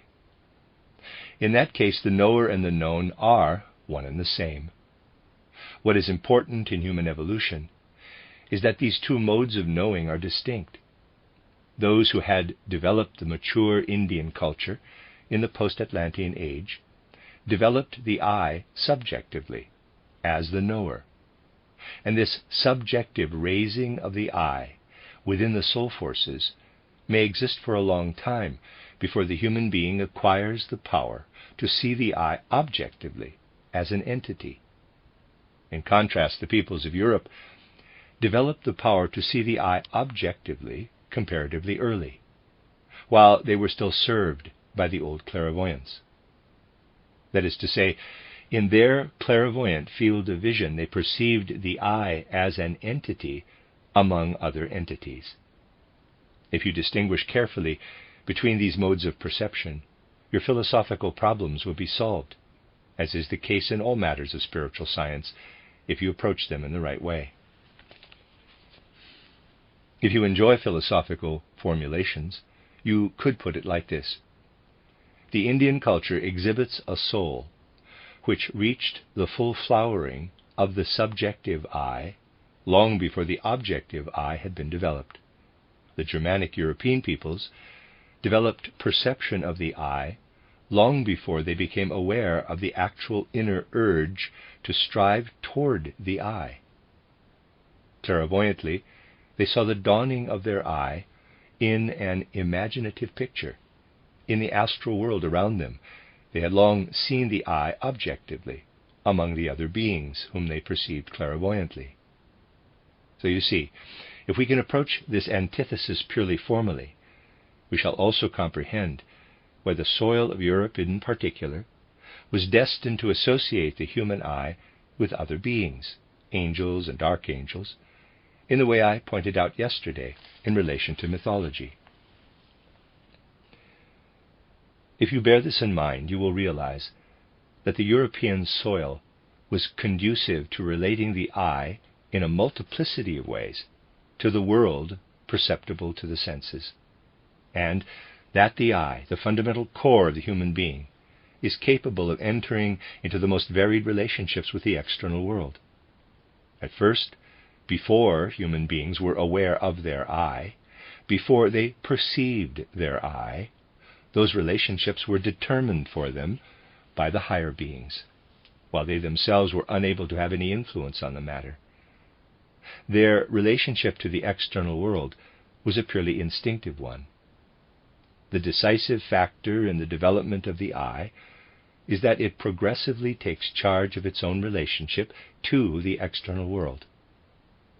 In essence, it was the task of the European nations to determine in some way or other this relation of the eye to the whole world. and the guiding folk soul had, and still has, the task of showing European human beings how to bring their I into relation with the external world, with other human beings, and with the world of spiritual beings. Thus, on the whole, it was within European culture that one first began to speak of the relationship of the human I to the universe as a whole. Here lies the reason, in cosmological terms, for the great difference between the mythological atmosphere of ancient Indian culture and that of European culture. Over in the East, everything is impersonal, and above all one is required to adopt a passive attitude toward knowledge, to suppress the I, in order to become merged in Brahma and to find Atma within oneself. In the East, the primary objective is to be without identity. Here in Europe, this human I occupies a central place in life, in accordance with its original innate tendencies, and with its progressive development in the course of evolution. In Europe, therefore, particular attention is given to seeing everything in relation to the I, to showing clairvoyantly the relationship of the I to everything that has participated in it in the course of earthly existence. You all know that two opposing forces have participated in the development of the earthly human being, who is destined gradually to acquire his I. Ever since Lemurian times, the forces known to us as the forces of Lucifer have been putting their stamp on the human inner being, the astral body. And we know that these forces have sought to attack the human being by infiltrating his desires, impulses, and passions. Two consequences have resulted for humanity. In the first place, human beings have acquired the ability to become free and independent beings who can be fired with enthusiasm for what they think, feel, and will, whereas formerly they were guided in their own affairs by divine spiritual powers. But on the other hand, they have had to put up with the possibility of falling into evil on account of their impulses, desires, and passions. In this way, Lucifer is omnipresent in our earthly existence, finding his point of attack in the inner human being, in the place where human astral forces are at work. And where the astral has become integrated with the I, this too has become permeated by Lucifer's powers. Thus we see in Lucifer the power that has thrust human beings more deeply into material, sense-perceptible existence than would have been the case without that influence. We therefore owe to the Luciferic powers a most precious boon for humanity, namely freedom, and at the same time a dangerous legacy, the possibility of evil. We also know that because these powers of Lucifer intervened in the entire constitution of human nature, other powers were able to enter later on, powers that could not have entered if Lucifer had not first taken up his abode in the human organization. The human being would have a different outlook on the world, having fallen under the influence of Lucifer and his followers, if he had not been obliged to submit to the influence of another power after he had opened himself to the invasion by Lucifer. Ahriman approached from outside and insinuated himself into the great arena of the phenomenal world surrounding humanity. The influence of Ahriman is therefore a consequence of Lucifer's influence. Lucifer, as it were, takes possession of the human being from within, and as a result, the human being then also falls victim to Ahriman, who works from outside. The spiritual science of all ages, being familiar with the real facts, speaks both of Luciferic and Ahrimanic powers. Thus it may seem rather remarkable to you that in the views they express through their mythologies, various peoples are not always aware to the same extent of Lucifer on the one hand and Ahriman on the other. For instance, there is no clear awareness of this in the religious conception built up out of the whole Semitic tradition as embodied in the Old Testament. Here there is a degree of awareness only of Lucifer, You will find evidence of this in the Old Testament account of the serpent, which is nothing other than a picture of Lucifer. This shows that there was a clear realization that Lucifer played a part in evolution, a realization that is undeniably present in all traditions related to the Bible. Awareness of the Ahrimanic influence, however, is not present to the same extent. It is only to be found where spiritual science has been taught, and therefore the writers of the Gospels took account of this. The word daimon was borrowed from the Greek at the time when the Gospels were written, and you will find that where the Gospel of Mark refers to the temptation of Jesus, the word daimon is used. But when Ahriman is referred to, the word Satan is used. Who, nowadays, notices the important difference in the use of these terms in the Gospels of Mark and Matthew? Exoterically, these fine distinctions are not heeded at all. In external traditions, no notice is taken of this difference. This difference is very apparent in the contrast between the cultures of ancient India and ancient Persia, and it is strikingly illustrated at a certain moment in history. The Persians were less subject to the influence of Lucifer and more to that of Ahriman. It was in Persia in particular that human beings wrestled with the powers that give us an external, false picture of the world and that surround us with the forces of darkness, namely, that which is concerned with our relation to the external world. Ahriman is named chiefly as an opponent of the good and the light. Why is this? It is because in the second post-Atlantean cultural age, human beings developed their perception of the external world. Remember that it was the task of Zoroaster to reveal the sun spirit, the spirit of light. To do this, he first had to show that this world is compounded of the spirit of light and the spirit of darkness, who clouds our knowledge of the external world. The Persians aimed primarily at the conquest of Ahriman, and strove to unite themselves with the spirits of light, the spirits who were the dominant powers in this field. The Persians were organized for activity in the external world. Hence they had their ahuras or asuras. On the other hand, it was dangerous for those who followed the Persian religion to enter the world that can be found by delving down into one's own inner being. Where the Luciferic powers are lurking, human beings will not allow themselves to become aware of the good powers, for they sense danger there. Looking outward, they imagine the asuras of light to be in opposition to the asuras of darkness. The ancient Indians were pursuing exactly the opposite course at that time. They were living in a period when they endeavored to reach the higher spheres by inner contemplation. They sought salvation by uniting themselves with the forces of inner vision. It was dangerous, they felt, to look out into the external world, where they would have to wrestle with Ahriman. They feared the external world and regarded it as dangerous. Whereas the Persians eschewed the devas, the Indians sought them and wanted to work in their domain. The Persians turned away and avoided the region where the battle against Lucifer had to be fought. Search as you may through the various mythologies and world conceptions, in none of them will you find such a clear and profound awareness of the fact that there are two influences at work in the human being as in Germanic Nordic mythology. Since they were still clairvoyant, Germanic Nordic peoples clearly saw those two powers as realities and placed themselves midway between them. They said to themselves, in the course of evolution, humanity has seen the advent of certain powers that penetrated into the inner being and worked upon the astral body.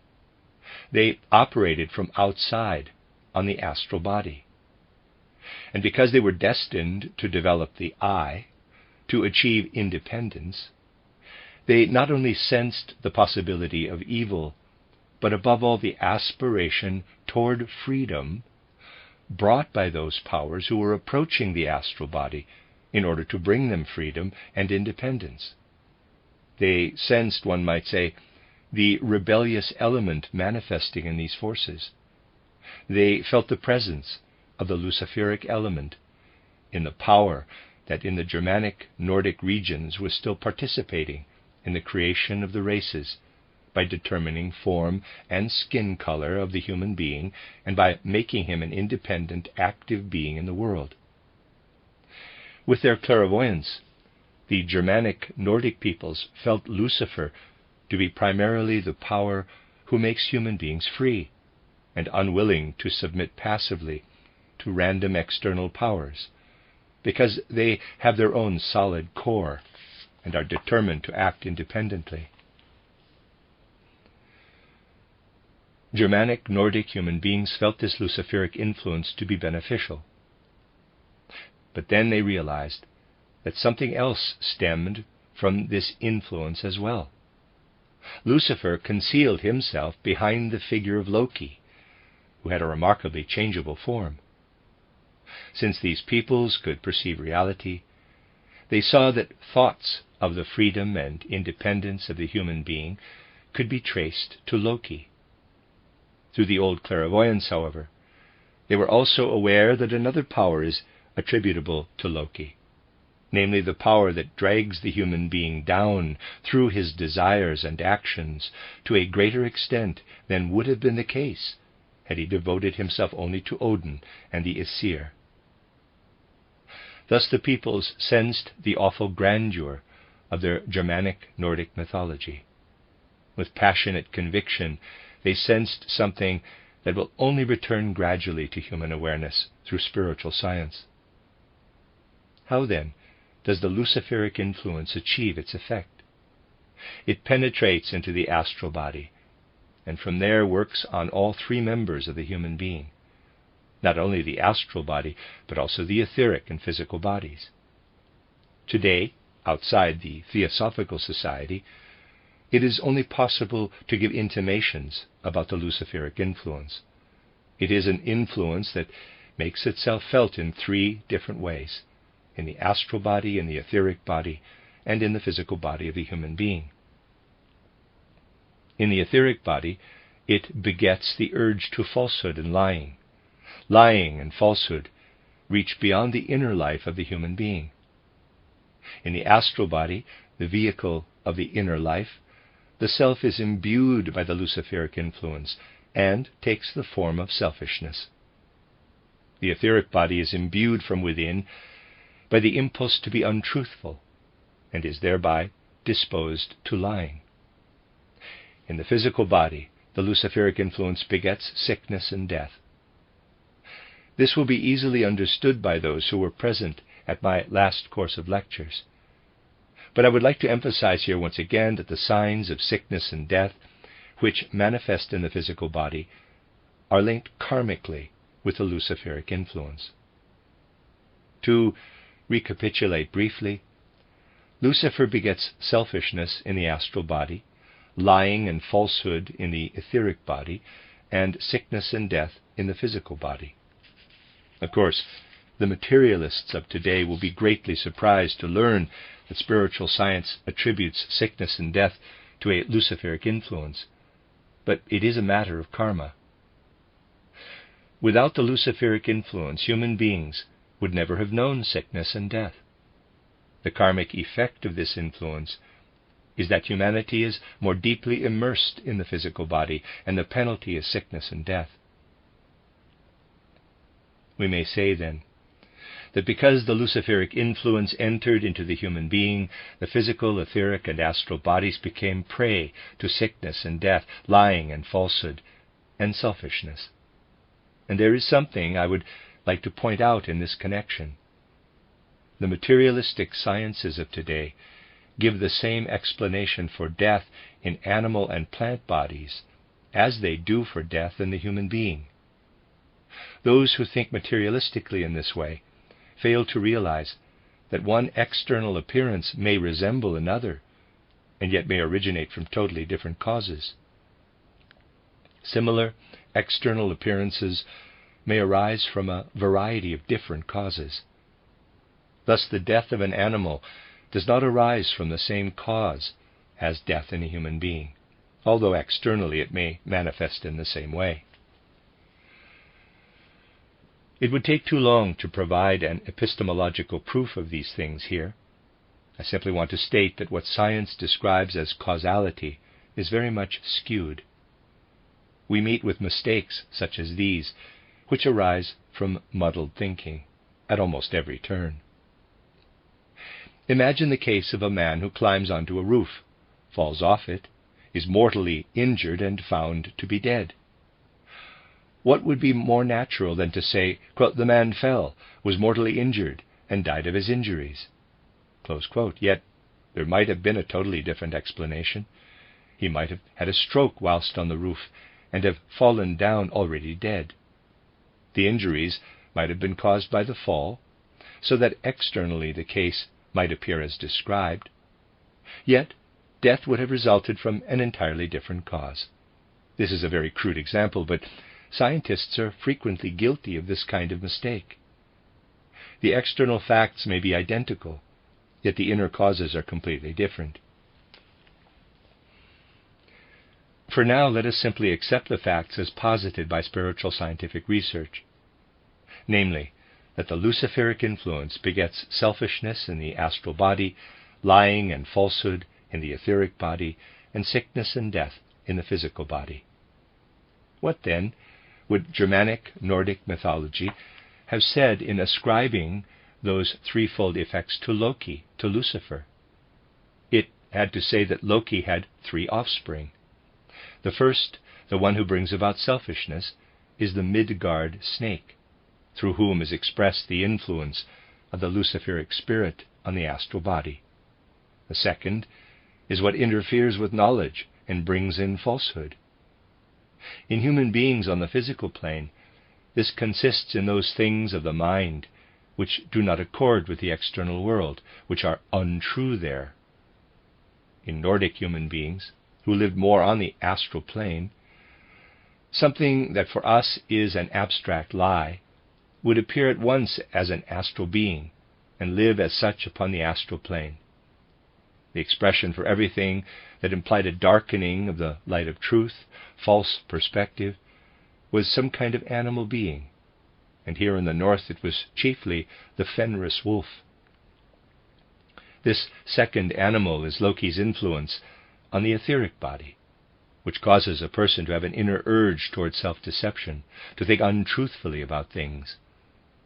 That is to say that the objects in the external world do not appear in their true perspective. In the old Germanic Nordic mythology, this was generally expressed in the form of a wolf. It is the astral form for lying and falsehood, which proceeds from inner urge. But here, where the human being relates to the external world, Lucifer encounters Ahriman, so that all fallacies that enter into his knowledge, even into his clairvoyant knowledge, all illusion and maya, are the result of the inclination to falsehood. The Fenris wolf represents the configuration surrounding the human being that results from not seeing things in their true form. Whenever the ancient Nordic people experienced a darkening of external light, of the light of truth, they spoke of a wolf. This runs through the whole of Nordic consciousness, and you will find this image used in this sense even in relation to external facts. When ancient Nordic peoples wanted to explain what they saw during an eclipse of the sun, in the time of the old clairvoyance, people of course saw very differently from today, when a telescope is used, they chose the image of a wolf pursuing the sun, causing an eclipse at the moment of reaching it. This agrees intimately with the facts. Such terminology belongs to the grandeur, indeed the awe-inspiring grandeur, of Nordic mythology. I can only give hints here, but if it were possible to speak for weeks on end about this Nordic mythology, you would see how this is universally applied in the representations of that mythology. This is because it arises from the old clairvoyance that is, however, everywhere influenced by the eye. Materialists of today will reply that this is pure superstition, that there is no wolf pursuing the sun. The old imaginative Nordic human being saw these facts in the forms of pictures, and I could perhaps enumerate many so-called scientific truths that contain more Ahrimanic influence, a greater degree of error, than the corresponding astral perception that describes the wolf in pursuit of the sun. That an eclipse occurs because the moon interposes itself between the earth and the sun seems to an esotericist to betray a mind that is even more superstitious. From the external point of view, this explanation of the eclipse is perfectly correct, just as the case of the wolf is perfectly correct from the astral point of view. In fact, the astral view is more correct than the one you will find in modern textbooks, which is even more subject to error. If at some future time people will be prepared to accept the real facts instead of this external explanation, they will find that the Nordic myth is correct. I know that I am saying something ridiculously absurd in the eyes of our contemporaries, but I know too that in anthroposophical circles one is already sufficiently advanced to be in a position to show in which respects the physical view of the world is most influenced by Maya, that is, deception or illusion. Let us now turn to the influence of Loki on the physical body, where he induces sickness and death. His third offspring is Hel, who begets sickness and death. Thus the figures of Hel, the Fenris wolf, and the Midgard snake are wonderful representations of the influence of Loki, or Lucifer, in the form in which his influence was perceived by the old dreamlike clairvoyants. If we were to follow up the whole history of Loki, we would everywhere find that these things shed light upon the matter, down to the smallest details. But we must clearly understand that what the clairvoyant sees are not allegorical or symbolic representations, but real beings. The Germanic Nordic people were not only aware of Loki, of the Luciferic influence, but also of the influence of Ahriman, which came from the opposite direction. And they knew more as well, namely that being attacked by the Ahrimanic influence was a consequence of the Loki influence. If you now look back to the time when the human being did not apprehend the world through sensory perception, but contemplated it with the old clairvoyance, you will find that this myth has been developed in response to that clairvoyance. What does the myth say? The influence of Loki had come upon human beings, and this is expressed in the activity of the Midgard snake, the Fenris wolf, and Hel. The effect was such that people's perception, their clear, luminous vision into the spiritual world, became dimmed because the Luciferic influence increasingly asserted itself. At that time, when this view developed, human beings alternated between seeing in the spiritual world and living on the physical plane, just as now we alternate between waking and sleeping. When they gazed into the spiritual world, they looked into the world out of which they had been born. The essential point is that the myth had its source in the clairvoyant consciousness. Human consciousness, on the other hand, consisted in this alternation between insight into the spiritual world and losing such insight. When the dream consciousness prevailed, the people saw into the spiritual world. But in the state of daytime consciousness, they were blind to it. Thus they alternated between blindness to the spiritual world and being able to look into that world. Their consciousness alternated, just as a certain cosmic being alternated between blind Hoedur and clairvoyant Baldur, who could see into the spiritual world. Human beings were predisposed to receive Baldur's influence, and they would have developed in accordance with that influence if they had not been subject to Loki's influence. It was Loki who brought it about that the Hoedur nature overcame the Baldur nature. This is expressed by Loki bringing the mistletoe, with which blind Hoedur kills Baldur, the one who sees. Loki, therefore, is the destructive power, like Lucifer, who drove humanity into the arms of Ahriman. Insofar as human beings submit to blind Hoedur, the old clairvoyant vision is extinguished. That is the slaying of Baldur. This was felt by Nordic human beings as the gradual extinction of the Baldur power, the loss of vision into the spiritual world. Nordic people felt that by the death of Baldur, Loki had extinguished clairvoyance, and that henceforth they were powerless to revive this erstwhile clairvoyance. Thus, one of the greatest historical events, the gradual loss of the old, unclouded knowledge, is expressed in the myth of Baldur, Hoedur, and Loki. On the one hand, therefore, we have Loki with his tribe, the three beings, and on the other, the tragic slaying of Baldur. In this way, Nordic mythology reflects what we can derive from spiritual science, the twofold influence, the Luciferic and the Ahrimanic.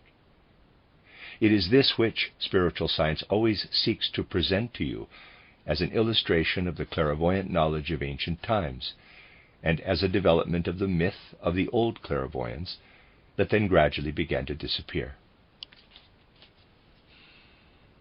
It would take us too far afield to pursue this subject further, but even in the broad outline I have presented, you can feel the awful grandeur of this myth, which is unsurpassed because no other mythology adheres so closely to the old clairvoyant condition. Greek mythology is only a memory of something experienced in former times, expressed in sculptural form. It no longer has that direct association with the facts, which one finds in Germanic Nordic mythology. Greek mythology is more sophisticated, more mature. The figures show more clearly defined and complete contours, and therefore appear markedly sculptural, but they have lost the elementary simplicity of the earliest impressions. The old clairvoyance that had long since vanished in the rest of Europe still survived in the north. Only slowly, step by step, has the perspective of the human being become limited to the picture of the physical world alone. Thus, at the time when Christianity began to spread abroad, what is expressed in the Baldur myth, in the death of Baldur, had become true for the majority of human beings. Yet even then a few remained who were able to perceive directly what Nordic humanity experienced clairvoyantly. Thus, for a long time, the direct perception of the spiritual world still existed. And because it was still so elementary, and sprang so directly from clairvoyant experience, there still survived, when Christianity began to spread abroad, this conscious awareness of the spiritual world, which was more developed in the Germanic Nordic peoples than in any other. Then they felt that their erstwhile experiences of their original spiritual home were vanishing. And these spiritual experiences were lost when the Nordic peoples received the consolations of Christianity. But Christianity did not offer them any direct vision. They had felt the fate of Baldur much too deeply to be able to console themselves for this loss by exchanging Baldur for a god who had descended to the physical plane in order that human beings who could only perceive on the physical plane might also be allowed to rise to a consciousness of God. Unlike the peoples of the Near East, the northern peoples were unable to respond to the words, quote, "Change your disposition of mind, for the kingdom of heaven is at hand," close quote. Over there, where Christ had appeared, there existed only long-lost memories of the fact that once upon a time there had been an old clairvoyance. In the East, the Kali Yuga, the dark age when human beings could no longer see into the spiritual world, had already lasted for 3,000 years. But they always yearned for that world, and always told of a world that human beings had once been able to perceive spiritually, but that had now vanished from their sight. They had experienced the spiritual world in a much more distant past than had the peoples of the Nordic regions. So they only knew from memory that the spiritual world had once been within reach.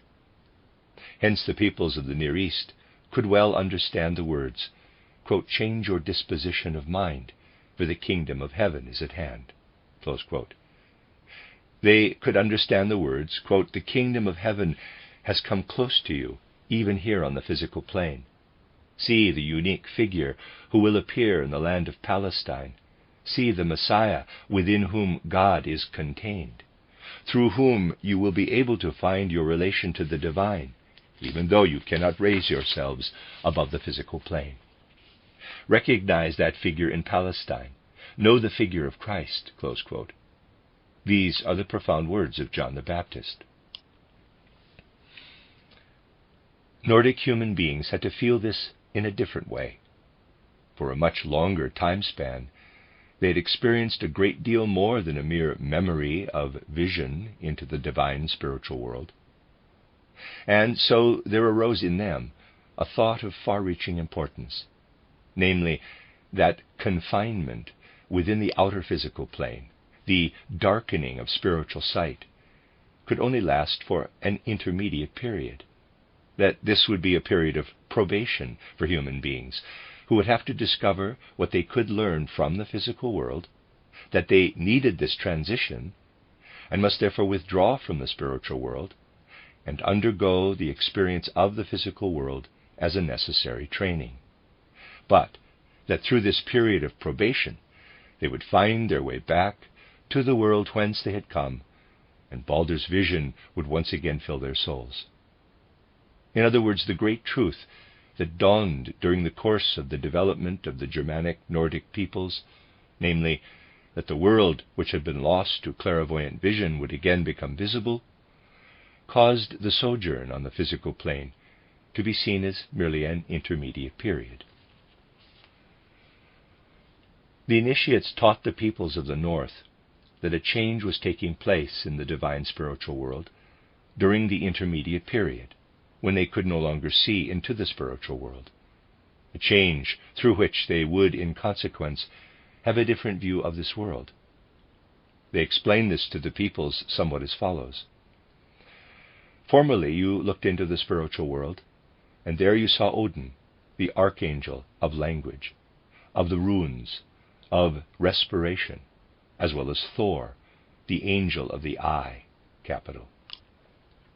You were associated with them, and those who are sufficiently prepared will be able to enter the spiritual world again, but it will then look different. Other powers will have arrived there, and the spheres of power and the relationships of power of those old spiritual leaders of humanity will have changed. You will, it is true, see into that world, but you will find that it differs from what you have hitherto experienced. What people would then see, this the initiates described to them as a vision of the future, the vision that will one day appear when human beings are able to see into the spiritual world again, when they will see what has been the destiny of the old gods and how they have related to other powers. The initiates described the vision of the future that they had seen, that showed how the Luciferic influence will come into conflict with what emanates from the gods and how it will run its course. The initiates clothed their vision of the future in the image of Ragnarok, the twilight of the gods. We shall see once again that all the events which were portrayed as future events could not, even down to the smallest details, have been portrayed better or more aptly, nor in more fitting terminology, than in the wonderful picture of the twilight of the gods. That is the esoteric background to the saga of the Twilight of the Gods. In what light, then, should the human being see himself? He should see himself as one who has received all that stems from earlier times in the origin and cause of his evolution. He should thoughtfully assimilate what he has received as a gift from Odin, while feeling that he himself has undergone the ensuing evolution. He should receive into himself the teaching implanted in him by Odin, who appeared to him as an archangel. He should make himself into the son of Odin. He should enter into the battle without delay. The initiate, the leader of the esoteric school, makes that clear, especially to the Nordic human being, by calling our attention to the divine spiritual being who appears so mysteriously, who in fact first plays a definite part in the Twilight of the Gods, because he overcomes even that power by which Odin is first overcome. Odin's avenger has a special role to play in the Twilight of the Gods. When we understand that role, we shall then perceive the wonderful connection between the native talents of the Germanic Nordic peoples and the conception we can have of the vision for the future. All this is expressed in a wonderful way, down to the smallest details, in the mighty vision of the Twilight of the Gods. The end of Lecture 9. You are listening to RudolfSteinerAudio.com. As well, you can hear these podcasts at rudolfsteiner.podbean.com. Please consider becoming a patron. There are two publishing houses, steinerbooks.org in America and rudolfsteinerpress.com in England, which are the sole publishers of Steiner into English and have given me permission to do these recordings. Please consider patronizing them as well. This is a reading of Collected Works, Volume 121 by Rudolf Steiner, 11 lectures entitled The Mission of Folk Souls, translated by Johanna Collis. This is Lecture 10, given in Christiania, Oslo, June 16, 1910. Before we enlarge any further on the telling image of the Twilight of the Gods, let us establish a firm foundation from which to proceed. On the basis of our research, we will examine in greater detail the nature of the Germanic Nordic folk soul. We will discover how the whole spiritual life of Europe works in concert, how the activity of the various folk spirits furthers the development of humanity in the remote past, in the present, and on into the future. Every single people, even isolated fragments of people, have had their special contribution to make in this great collective task.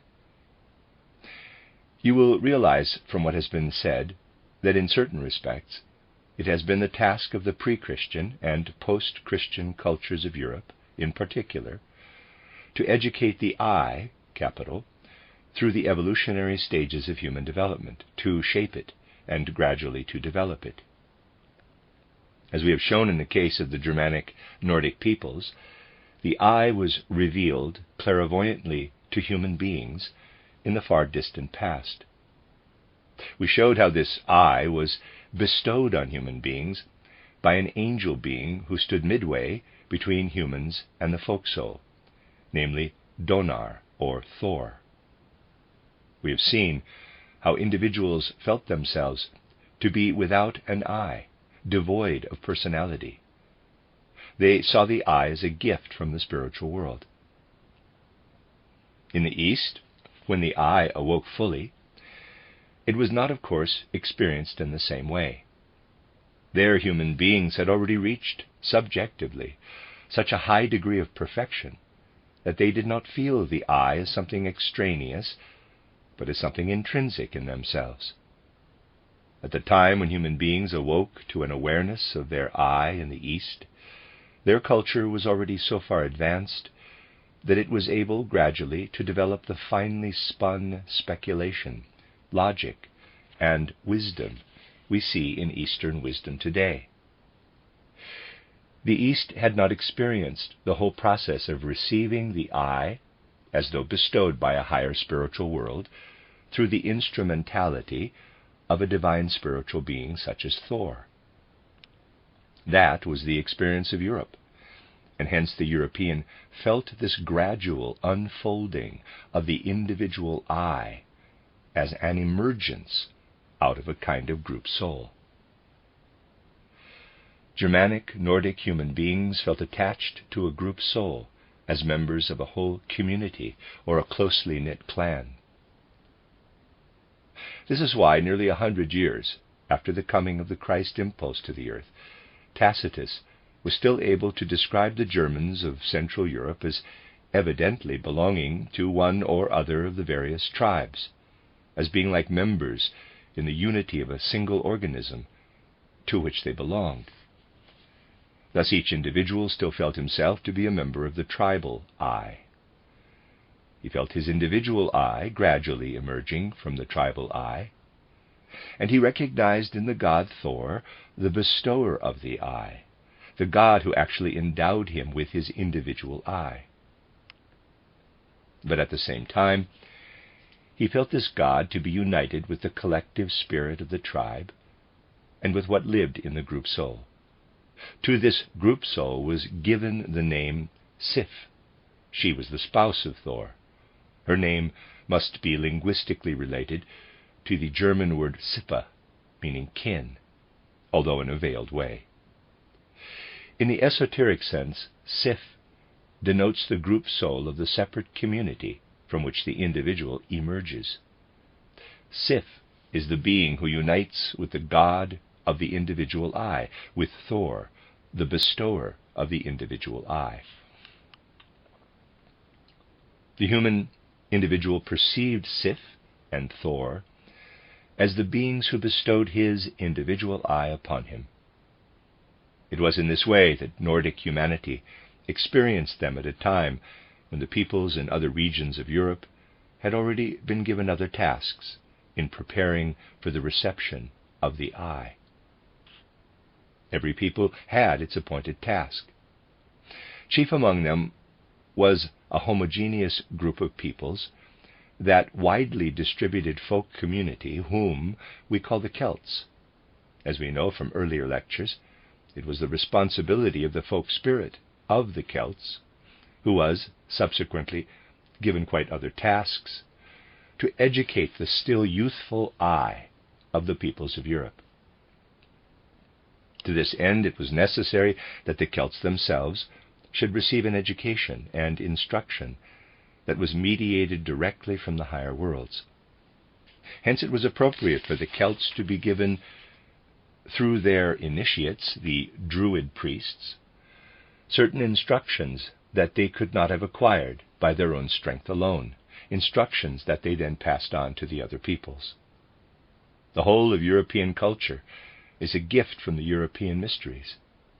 The progressive folk souls are always the leaders of the collective culture of humanity as it unfolds. But when the time came for those European folk spirits to guide human beings to act more out of their own initiative, it was necessary for the mysteries gradually to withdraw. Therefore, as the Celtic element withdrew, there followed a gradual withdrawal of the mysteries into far more secret places. At the time of the ancient Celts, there was a much more direct relationship between the spiritual beings and the people, because the I was still attached to the life of the group soul. And yet the Celtic element was destined to bring the gift of the I to the other parts of the population as well. Thus, in the period preceding the evolution proper of the Germanic Nordic peoples, the mystery teachings could be given to European civilization only by the ancient Celtic mysteries. These mystery teachings allowed only so much to be revealed as was necessary in order to establish a basis for the whole culture of Europe. Thereupon, by mingling with the widely diverse racial fragments, parts of peoples and racial communities, the most diverse folk souls and folk spirits were able to draw nourishment from the old culture, bringing the I into continually new situations for its education. That I which was struggling to extricate itself from the foundations of what lies beneath the human I. After the old Greek culture had to some degree reached its high point in the fulfillment of its special mission, we see a totally different aspect of that same mission in the spirit of ancient Rome and its various stages of culture. We have already mentioned that the several post-Atlantean cultures followed upon one another in strict sequence. In order to gain an overall picture of the successive stages of those cultures, we may summarize them as follows. The ancient Indian culture worked upon the human etheric body, Hence the remarkable wisdom and clairvoyant insight of that old Indian culture, because after the development of special human capacities, it was a culture reflected in a human etheric body. So that we may envisage that old Indian culture in the following way. See the schematic diagram below. From the Atlantean time, well into the subsequent post-Atlantean time, the Indian folk spirit was developing the inner soul forces to the fullest extent without awakening to consciousness of the I. It then returned to its activity in the human etheric body. The essential element in the ancient Indian culture is that the ancient Indian was able to return again to the etheric body, in which it then developed those wonderfully refined forces, which later came to be reflected in the Vedas, and even more subtly in the Vedanta philosophy. This was only possible because the Indian folk soul had achieved a high degree of development before the I could be perceived, at a time when the human being was able to see by means of the forces of the etheric body itself. The Persian folk soul had not developed as far. It could perceive only in the sentient or astral body. The Babylonian, Chaldean, Egyptian culture was different again. There it was the sentient soul that was able to perceive. Thus the Egyptian, Chaldean culture was one that worked in the sentient soul. The Greco-Roman folk spirit went as far as the intellectual or mind soul, where he was able to work. But he could only work at this intellectual or mind soul because, in its turn, it had a kind of imprint of its being in the etheric body. But the picture of the world that emerged in the Greek culture was less real, less clear-cut. It lacked the stamp of reality. Whereas in the ancient Indian culture there had been direct work in the etheric body, now the image of reality was blurred, shadowy, dimmer, in the way I described it when I said it was like a memory of what those people had once experienced, like a memory reflecting back to the etheric body. In the other peoples who followed on from the Greeks, we are chiefly concerned with the use of the physical body for the progressive development of the consciousness soul. Hence the Greek culture was a culture that we can only understand if we grasp it from within, if we realize that in that culture what was important in external experience was that which emerged from the inner life of the Greeks. By contrast, the peoples living more toward the west and north had, under the guidance of their folk souls, to turn increasingly toward the external world and see what needed to be developed there that would play a role on the physical plane. The Germanic Nordic peoples still had the special task that only they could fulfill, because they still enjoyed the supremely important gift of the old clairvoyance, which enabled them to see into the spiritual world, namely to incorporate the primeval spiritual experiences that were still vital in their souls into that which was to be established on the physical plane. There was one people who, in the latter part of its development, no longer possessed this gift, a people who had not undergone the preliminary development, but had been suddenly presented on the physical plane with the birth of the human I, and was thus able to take care of all that this I needed for its development on the physical plane only under the guidance of its folk soul, its archangel. This was the Roman people. Everything that the Roman people had to accomplish under the guidance of its folk spirit for the collective mission of Europe was aimed at asserting the human I as such. Hence the Roman people was able to develop the way in which one I had to relate to another I. This people founded civil law and jurisprudence built purely on the I. How one human I should relate to another human I. This was the great question in the mission of the Roman people.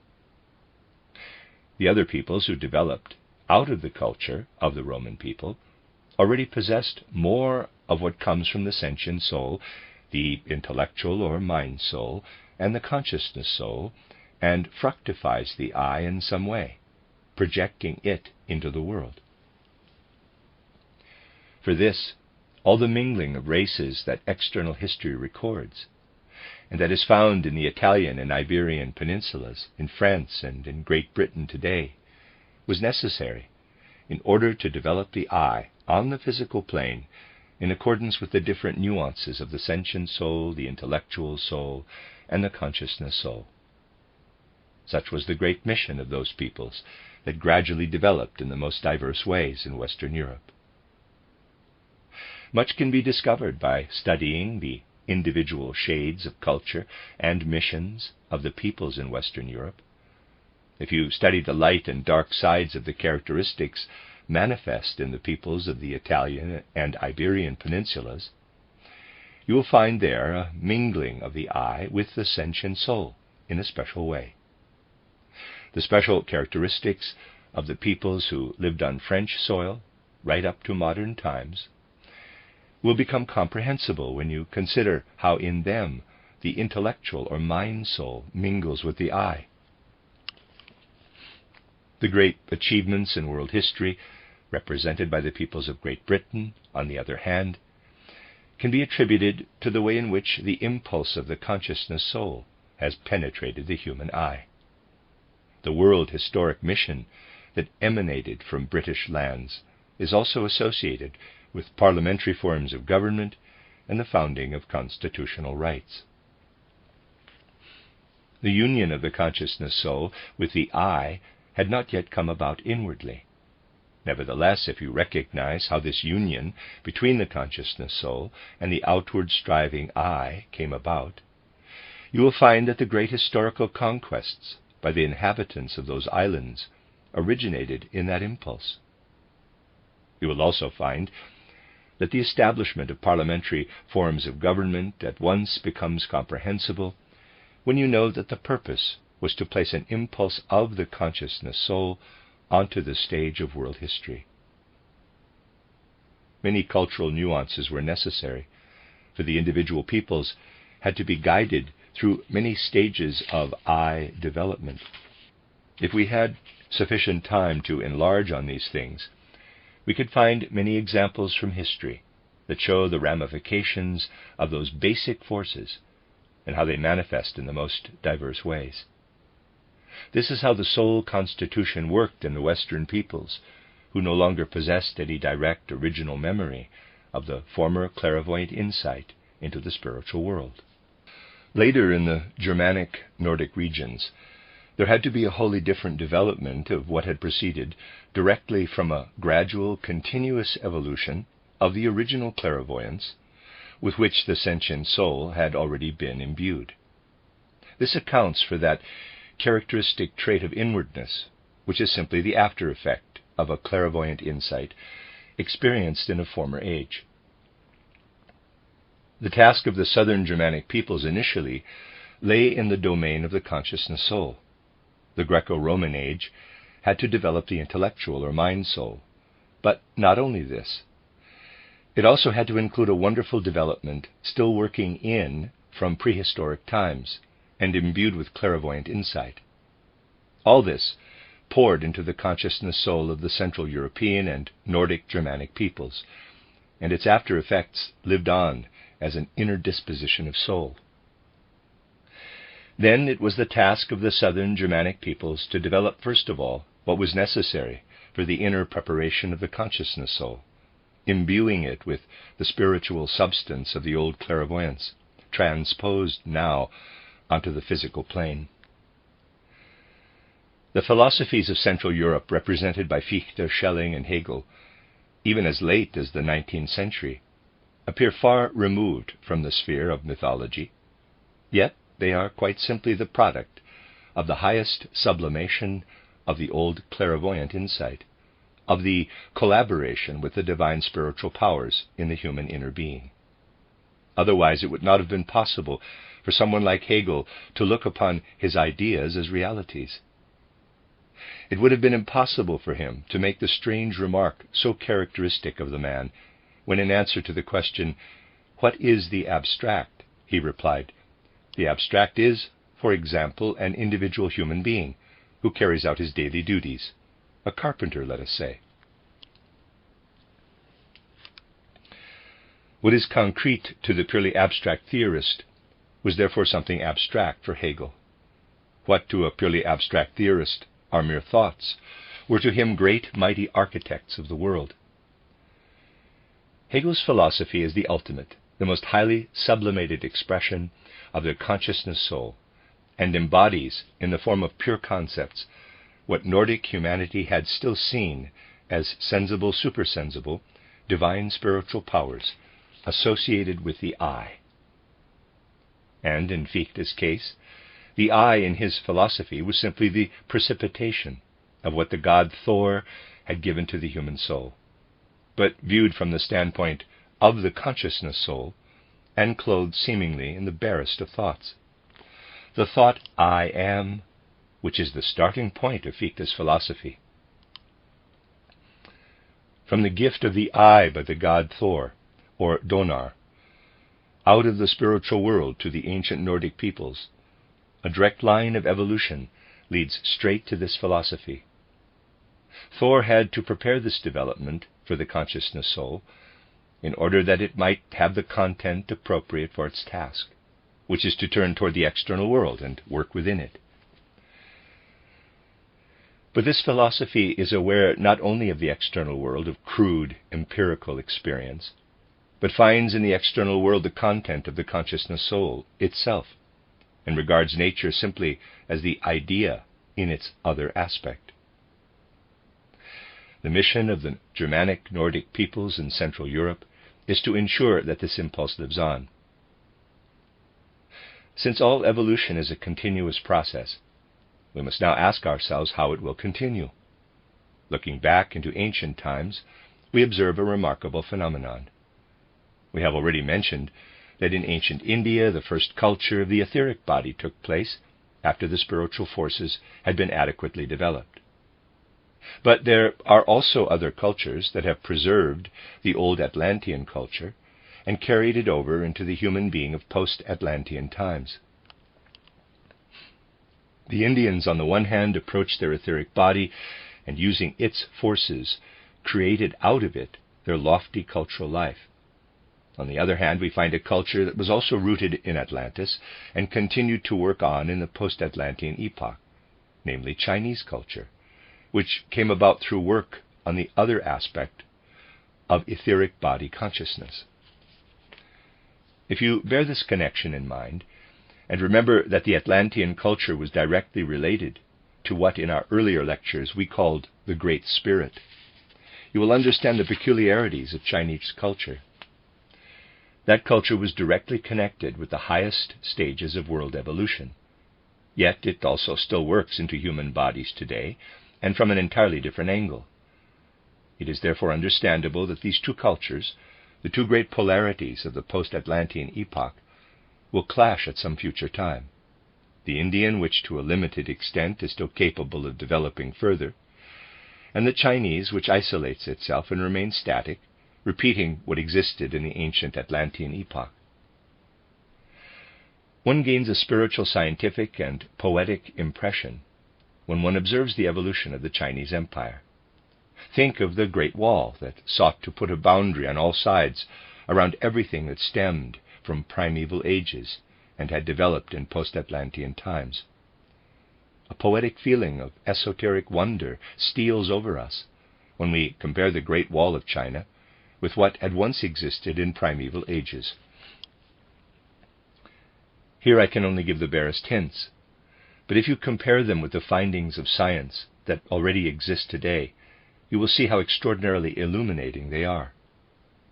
Let us look clairvoyantly at the old continent of Atlantis, which we should look for where the Atlantic Ocean now lies, between Africa and Europe on one side and America on the other. That continent was encircled by a kind of warm current, which, strange as it may seem, was seen clairvoyantly to flow up from the south through Baffin Bay and on toward northern Greenland, which it circled entirely. Then turning eastward, it gradually cooled down. Long before Russia and Siberia had been lifted to the Earth's surface, it flowed down along where the Ural Mountains would be, skirted the eastern Carpathians, and debauched into the region now occupied by the Sahara, before finally reaching the Atlantic Ocean in the neighborhood of the Bay of Biscay. It was an entirely self-contained current, of which now only the last remaining traces still exist. It is now the Gulf Stream, which once encircled the Atlantean continent.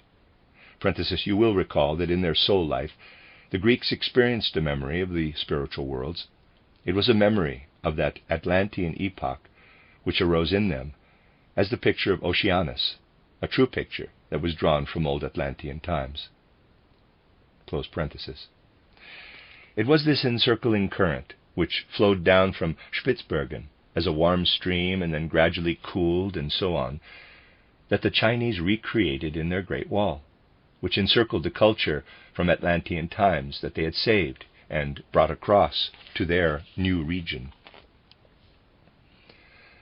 The Atlantean culture had as yet no history, hence the Chinese civilization, too, has retained an unhistorical aspect. It preserves something of the pre-Indian culture, something surviving from old Atlantis. We will now turn to the further progress of the Germanic Nordic folk spirit and what followed from it. What consequences ensue when a folk spirit so directs his people that the spirit self, in particular, can develop? Let us remind ourselves that the etheric body was developed in the ancient Indian culture, the sentient body in the Persian, the sentient soul in the Egypto-Chaldean, the intellectual or mind soul in the Greco-Roman, and the consciousness soul in our present age, which has not yet reached its conclusion. In the next development, the consciousness soul will take hold of the spirit self in such a way that the spirit self illumines the consciousness soul. This is the task of the sixth post-Atlantean culture, for which preparation must gradually be made. This culture, which must be preeminently a receptive one, for it must devotedly await the inflowing of the spirit self into the consciousness soul, is being prepared by the peoples of Western Asia and their outposts in the Slav peoples of Eastern Europe. The latter, together with their folk souls, are the outposts for the very good reason that future developments must, to some extent, be prepared beforehand, must already be anticipated, in order to prepare the ground for what is to come later. It is extremely interesting to study these outposts of a folk soul who is preparing himself for future ages. This accounts for the particular character of the Slav peoples, who are our immediate eastern neighbors. To a Western European, their whole culture gives the impression of being at a preparatory stage, and in a curious way, through the mediums of their outposts, they present something that in spirit is entirely different from any other mythology. We would give a false impression of these eastern outposts as a future civilization if we were to compare them with the culture of the Western European peoples, who enjoy a continuous, unbroken impulse that is still rooted in and has its source in the old clairvoyance. The peculiarity connected with the souls of these Eastern European peoples is reflected in their whole relationship with the higher worlds. In comparison with our mythologies in Western Europe, with their individual deities, the Slav people's relationship with the spiritual world is entirely different. What the Slav mythology presents to us as the direct outpouring of the inner being of the people is something we may compare with the anthroposophical conception of successive planes or worlds through which we prepare ourselves to understand a spiritual, a higher culture. The West, and then there's East ? In brackets, has received successive worlds lying side by side. We may have the following conception in connection with the East. Whereas the West has been molded by the influence of successive and related cultures, we find in the East a distinct consciousness of a world of the cosmic Father. Everything that is creatively active in air and fire, and all the elements in and above the earth, is embodied in the concept of the Heavenly Father, in one seemingly great all-embracing idea, which is at the same time an all-embracing feeling. We think of the world of Devachan impregnating our earth. In the same way, we are met in the East by the world of the Heavenly Father, who impregnates the spirit of the earth, which is experienced as the mother. We have no other expression and can think of no other way of describing the whole spirit of the earth except by using the picture of the maternal earth being becoming impregnated. It is an image not of individual deities, but of two worlds confronting one another. And as a third world, with which these two come face to face, we have what we must feel to be the blessed child of those two. This is neither an individual being, nor a feeling in the soul, but something created by the Heavenly Father and the Earth Mother. The relation of Devachan to the earth is perceived thus from the point of view of the spiritual world. That which appears as blessing, as the coming of springtime, as sprouting and growing in the material body, is felt as something entirely spiritual. And that which grows and sprouts in the soul is perceived as the world that at the same time is felt to be the blessed child of the Heavenly Father and the Earth Mother. Universal as these conceptions are, we find them among the outposts of the Slav peoples who have gone westward as outposts. In no Western European mythology is this conception so universal. In the West we find clearly defined deities, but they are not the same as what we depict as the planes of the spiritual world, which are more nearly represented by the Heavenly Father, the Earth Mother, and the Blessed Child, as depicted in the East. In the Blessed Child, we find a further world that again permeates another. This is a world that is envisaged as a separate world because it is associated with the physical sun and its light. The Slav element also recognizes this being, though different, of course, in conception and feeling, which we have so often met with in Persian mythology. The Slav element recognizes the sun being, who sheds his blessings upon the other three worlds, so that the destiny of humanity is woven into creation, into the earth, through the impregnation of the Earth Mother by the Heavenly Father, and through what the Sun Spirit weaves into both these worlds. There is a fifth world that embraces everything spiritual. In all the forces of nature and its creatures, the Eastern European element feels the spiritual world that underlies everything. We must think of this as a wholly different response of feeling, associated more, perhaps, with the beings of nature, the phenomena of nature, and the creations of nature. We have to think of the Eastern soul as being able to see beings in natural processes. It sees not only physical sensory aspects, but also astral spiritual aspects. From this came the inner pictures of huge numbers of beings in that strange spiritual world, which we can best compare with the world of the light elves. The spiritual world that in spiritual science is looked upon as the fifth world is approximately the world that is dawning in the hearts and minds of the peoples of Eastern Europe. The name we attach to it is of no importance. What is important is that the feelings are subtle and various, and that the inner pictures by means of which this fifth plane or this fifth spiritual world has been described are to be found in the world of Eastern Europe.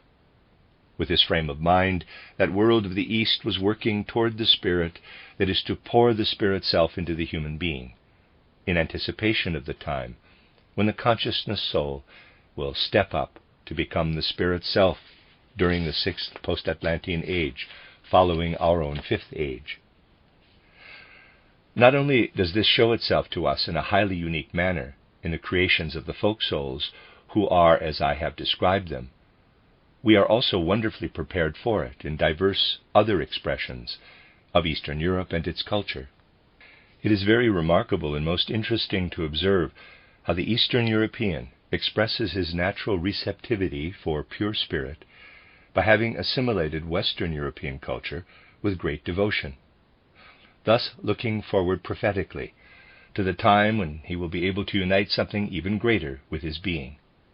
Hence also his limited interest in the details of this Western European culture. He absorbs what is offered more in broad outlines, ignoring the details, because he is preparing to assimilate what is to enter into humanity as the spirit self. It is particularly interesting to see how, under this influence, it has been possible for Eastern Europe to develop a much more advanced conception of the Christ than has come about in Western Europe, with the exception of the revelations made here by spiritual science. Among all non-theosophists, the Russian philosopher Solovieff has the most advanced conception of the Christ. His conception of Christ is such that it can only be understood by students of spiritual science. He lifts it to ever higher planes and reveals its infinite potentialities, showing that our understanding of Christ today is only a beginning, because the Christ impulse has only been able to reveal to humanity a fraction of what it holds in store. If we look at the conception of Christ as presented by Hegel, for example, we find that Hegel understood him as only the most refined, the most sublimated consciousness soul could understand him. Solovieff's conception of Christ, however, is very different. He fully recognizes the dual nature of this conception, rejecting the endless theological polemics that in reality rest upon deep misunderstandings, because ordinary conceptions are inadequate for an understanding of the dual nature of Christ, and because they fail to develop in us any realization that the two aspects, the human and the divine, must be clearly distinguished. The conception of Christ rests upon a clear realization of what took place when the Christ Spirit entered into the man Jesus of Nazareth, who had already developed all the necessary attributes. We must first of all understand the two natures of Christ, even though they unite again at a higher level. As long as we have not grasped this duality, we have not understood the Christ in all his fullness. The only philosophical understanding that can achieve this is one which foresees that the human being himself will participate in a culture in which his consciousness soul will be able to receive the Spirit self, so that in the sixth cultural age he will feel himself to be a duality in whom the higher nature will curb the lower. Solovieff includes this duality in his conception of Christ, and emphasizes that this conception has meaning only if one accepts the existence of a divine and a human nature that truly cooperate, that form not an abstract but an organic unity. Already today Solovieff is aware of the fact that we must picture the Christ being as having two centers of will. If you accept the theosophical teachings about the true significance of the Christ being, and how it came into existence through the presence not simply of a thought out, but of a spiritually real Indian influence, then you will think of the formation within Christ of the aspect of feeling, the aspect of thinking, and the aspect of will in the three bodies. This is a human feeling, thinking, and willing, into which the divine feeling, thinking, and willing descends.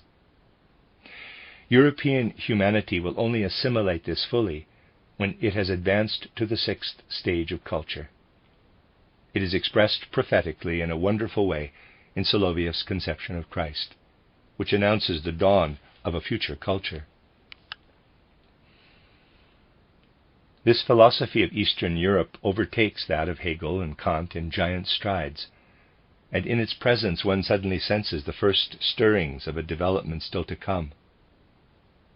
It is so far in advance because we feel how this conception of Christ shines prophetically far into the future as the dawn of the sixth post-Atlantean culture.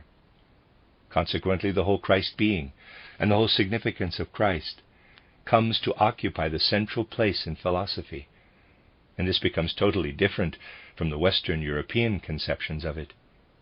The conception of Christ, insofar as it has been developed outside spiritual science and is conceived as a living substance, as a living spiritual personality that will permeate all social life and social institutions, that is felt as a personality in whose service the human being finds himself as, quote, one endowed with the Spirit Self, close quote.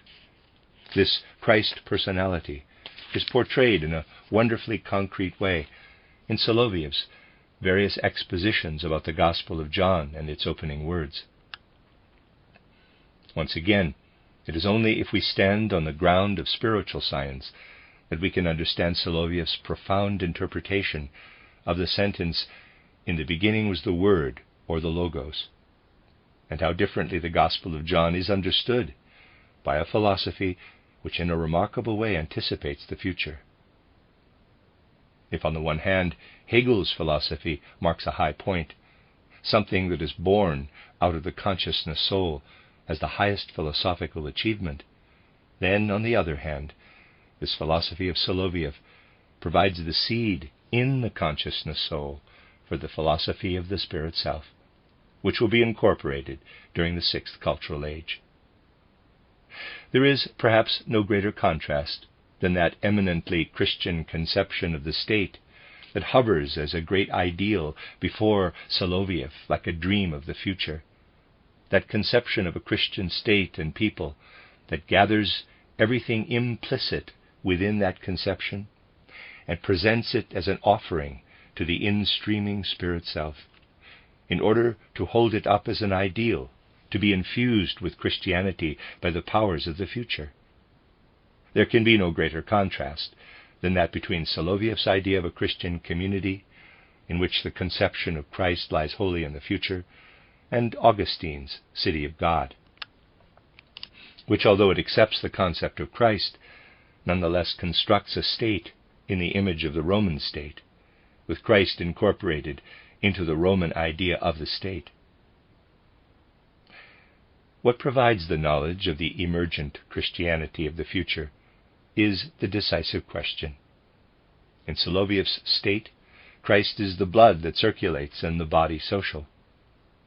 And the essential point is that the state is envisaged as a concrete personality, so that it will act as a living spiritual entity, but at the same time will fulfill its mission with all the idiosyncrasies of a personality. No other philosophy is so deeply permeated by that conception of Christ, which is anticipated in spiritual science at a higher level, and yet at the same time has remained so long in the germinal stage. Everything that we find in the East, from the makeup of the people to its philosophy, appears to us as something that contains only the germinal beginning of a future evolution, which therefore had also to submit to the special education of the time spirit we also know as the time spirit of ancient Greece, the guiding spirit of Christianity, who was entrusted with the mission of becoming, later on, the time spirit of Europe. The people whose task it will be to develop the seed of the sixth cultural age had from the very beginning to be not only educated but nursed and nurtured by that time spirit. And so we can accurately say, and here the father concept and the mother concept lose their dual aspect, that what makes up the heart of the Russian people and will gradually evolve into the folk soul was not only educated, but was nursed and suckled by that which, as we have seen, had been developed out of the old Greek time spirit, and had then assumed another rank with an outwardly oriented task. Thus the various missions are distributed between Western, Central, and Northern Europe, and Eastern Europe. I have tried to give you an inkling of these things. On the basis of these indications, I propose to add further observations and show what the Europe of the future will be like, which will justify our efforts to form our ideals on the basis of such knowledge. I propose to show how through this influence the Germanic Nordic folk spirit will gradually be transformed into a time spirit. The end of Lecture 10. You are listening to RudolfSteinerAudio.com. As well, you can hear these podcasts at RudolfSteiner.podbean.com. Please consider becoming a patron. There are two publishing houses, steinerbooks.org in America and rudolfsteinerpress.com in England, which are the sole publishers of Steiner into English and have given me permission to do these recordings. Please consider patronizing them as well.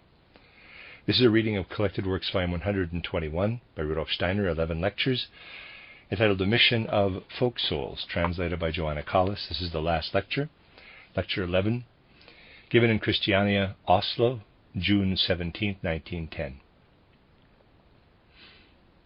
In beginning our final lecture, I have to admit that a great deal still remains to be said, and that in this series we have touched only the fringe of a subject that covers a very wide field indeed. I can only hope that this will not be our last opportunity to speak together about subjects of this kind. But since a wider discussion of this theme could anyway lead to certain difficulties, we shall for the moment have to be satisfied with a mere introduction. A common thread in our later considerations has been the idea that within Germanic Nordic mythology there is an element that connects wonderfully, in an imaginative form, with the findings of modern spiritual research. This allows us to hope that the folk spirit, the Archangel, who directs and guides this country here, will imbue modern philosophy and modern spiritual research with the capacities he has developed over the centuries, that modern spiritual science may thereby be fertilized in a way that is in keeping with the people. If we were to penetrate further into the details of Germanic Nordic mythology, we would see all the more how its pictures give expression to the great esoteric truths in a way that surpasses all other mythologies. Perhaps some of you who have read my book titled An Outline of Esoteric Science, or who have heard other lectures I have been able to give here, will remember that once upon a time, in the course of Earth evolution, a process occurred that we may describe as the descent of those human souls who in primeval times before the old Lemurian epoch had ascended, for very particular reasons, to other planets of our planetary system, to Saturn, Jupiter, Mars, Venus, and Mercury, and who during the latter part of the Lemurian epoch and throughout the Atlantean epoch had striven to unite with what human bodies had gradually developed, including the capacities that had unfolded after the hardening forces of the moon had left the Earth. So those Saturn, Jupiter, Mars, Venus, and Mercury souls descended to the Earth, a process that can still be verified today in the Akashic Chronicle. During the Atlantean epoch, the air of Atlantis was filled with watery mists. This was connected with the descent of those souls who could be perceived by the old clairvoyance of Atlantean times. Whenever new beings were born into the as yet soft, pliant bodies of that time, whenever such beings descended from the spiritual heights, this was seen as the external manifestation of souls descending out of the cosmos, out of the atmosphere, out of planetary spheres, in order to unite with the bodies that were coming into being on the earth. The earthly bodies were impregnated by something that streamed down from heavenly heights. That process is remembered in Nordic Germanic mythology. Consciousness of it persisted so long that even Tacitus still found it among the southern Germanic peoples when he was making the observations he recorded in his title Germania. We will not understand the account Tacitus gives of the goddess Nerthus unless we realize that this process did actually occur. The chariot of the goddess Nerthus was driven over the face of the waters. This survived as a ritual. But before that, it had been a matter of direct perception. What this goddess had to offer to the human souls descending from the planetary spheres was everything there was to offer by way of human bodies. This is the mystery underlying the Nerthus myth. And it has survived in all that has come down to us in the older sagas and legends that point to the birth of the physical human being. Njord, intimately related to the goddess Nerthus, is her male counterpart. He depicts the primeval memory of the beings of spirit and soul who had once ascended to planetary heights, and then in Atlantean times had descended again in order to unite with human physical bodies. In my pamphlet on the esoteric significance of blood, you may read about the important role that has been played by the mixing of peoples and the interaction of peoples in certain periods. Now it was not only the mixing and interaction of peoples, expressed in the intermixing of blood, that played an important role, but also the soul and spiritual guidance of the folk spirits.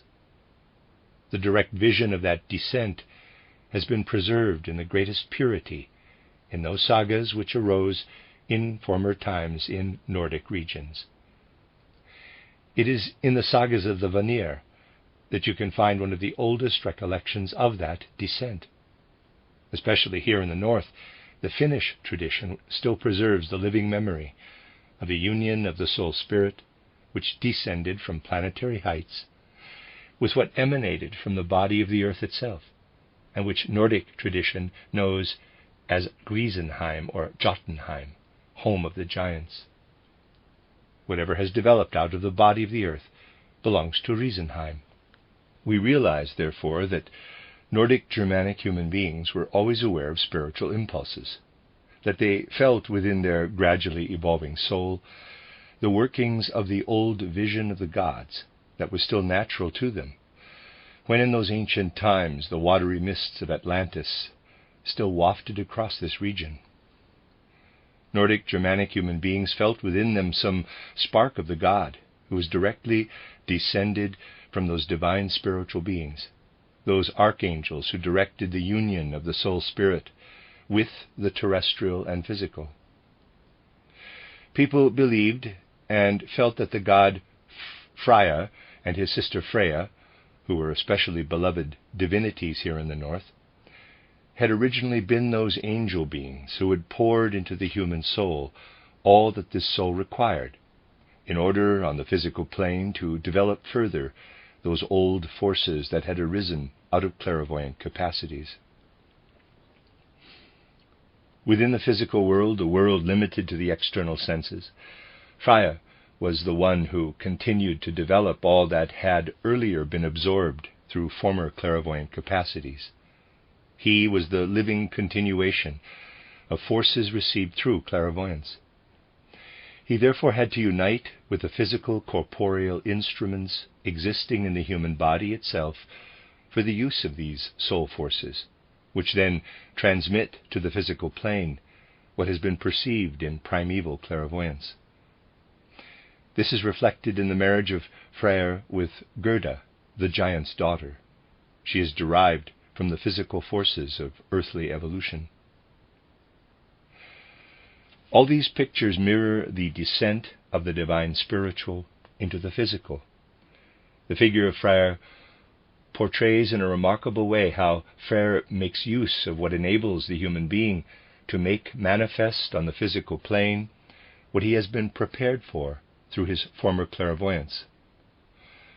The name of his horse is Blodugoffi, bloodhoof, indicating that the blood is an essential factor in the development of the eye capital.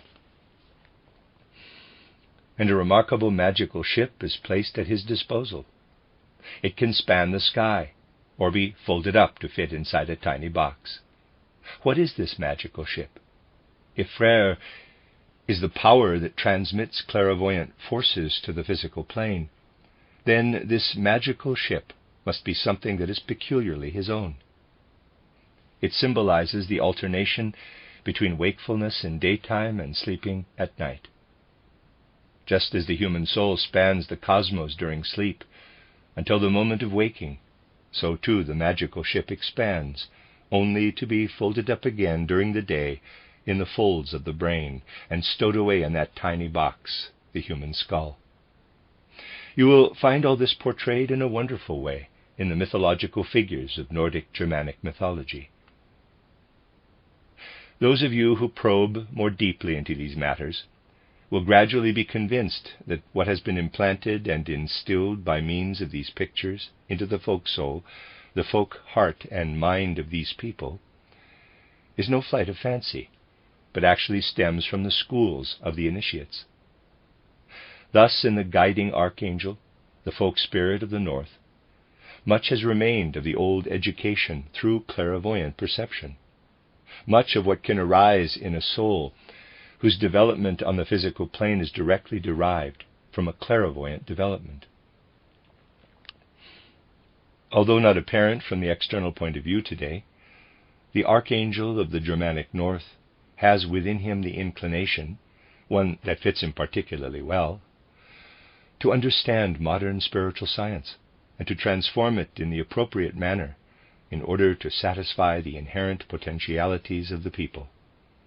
You will therefore appreciate why I said that the soul of the Germanic Nordic peoples in particular is best fitted to understand what I was only able to indicate briefly in the public lecture I gave here about the reappearance of the Christ. Spiritual research today shows us how, now that the Kali Yuga has run its course, having lasted 5,000 years from approximately 3100 BC to AD 1899, new faculties are beginning to develop in human beings.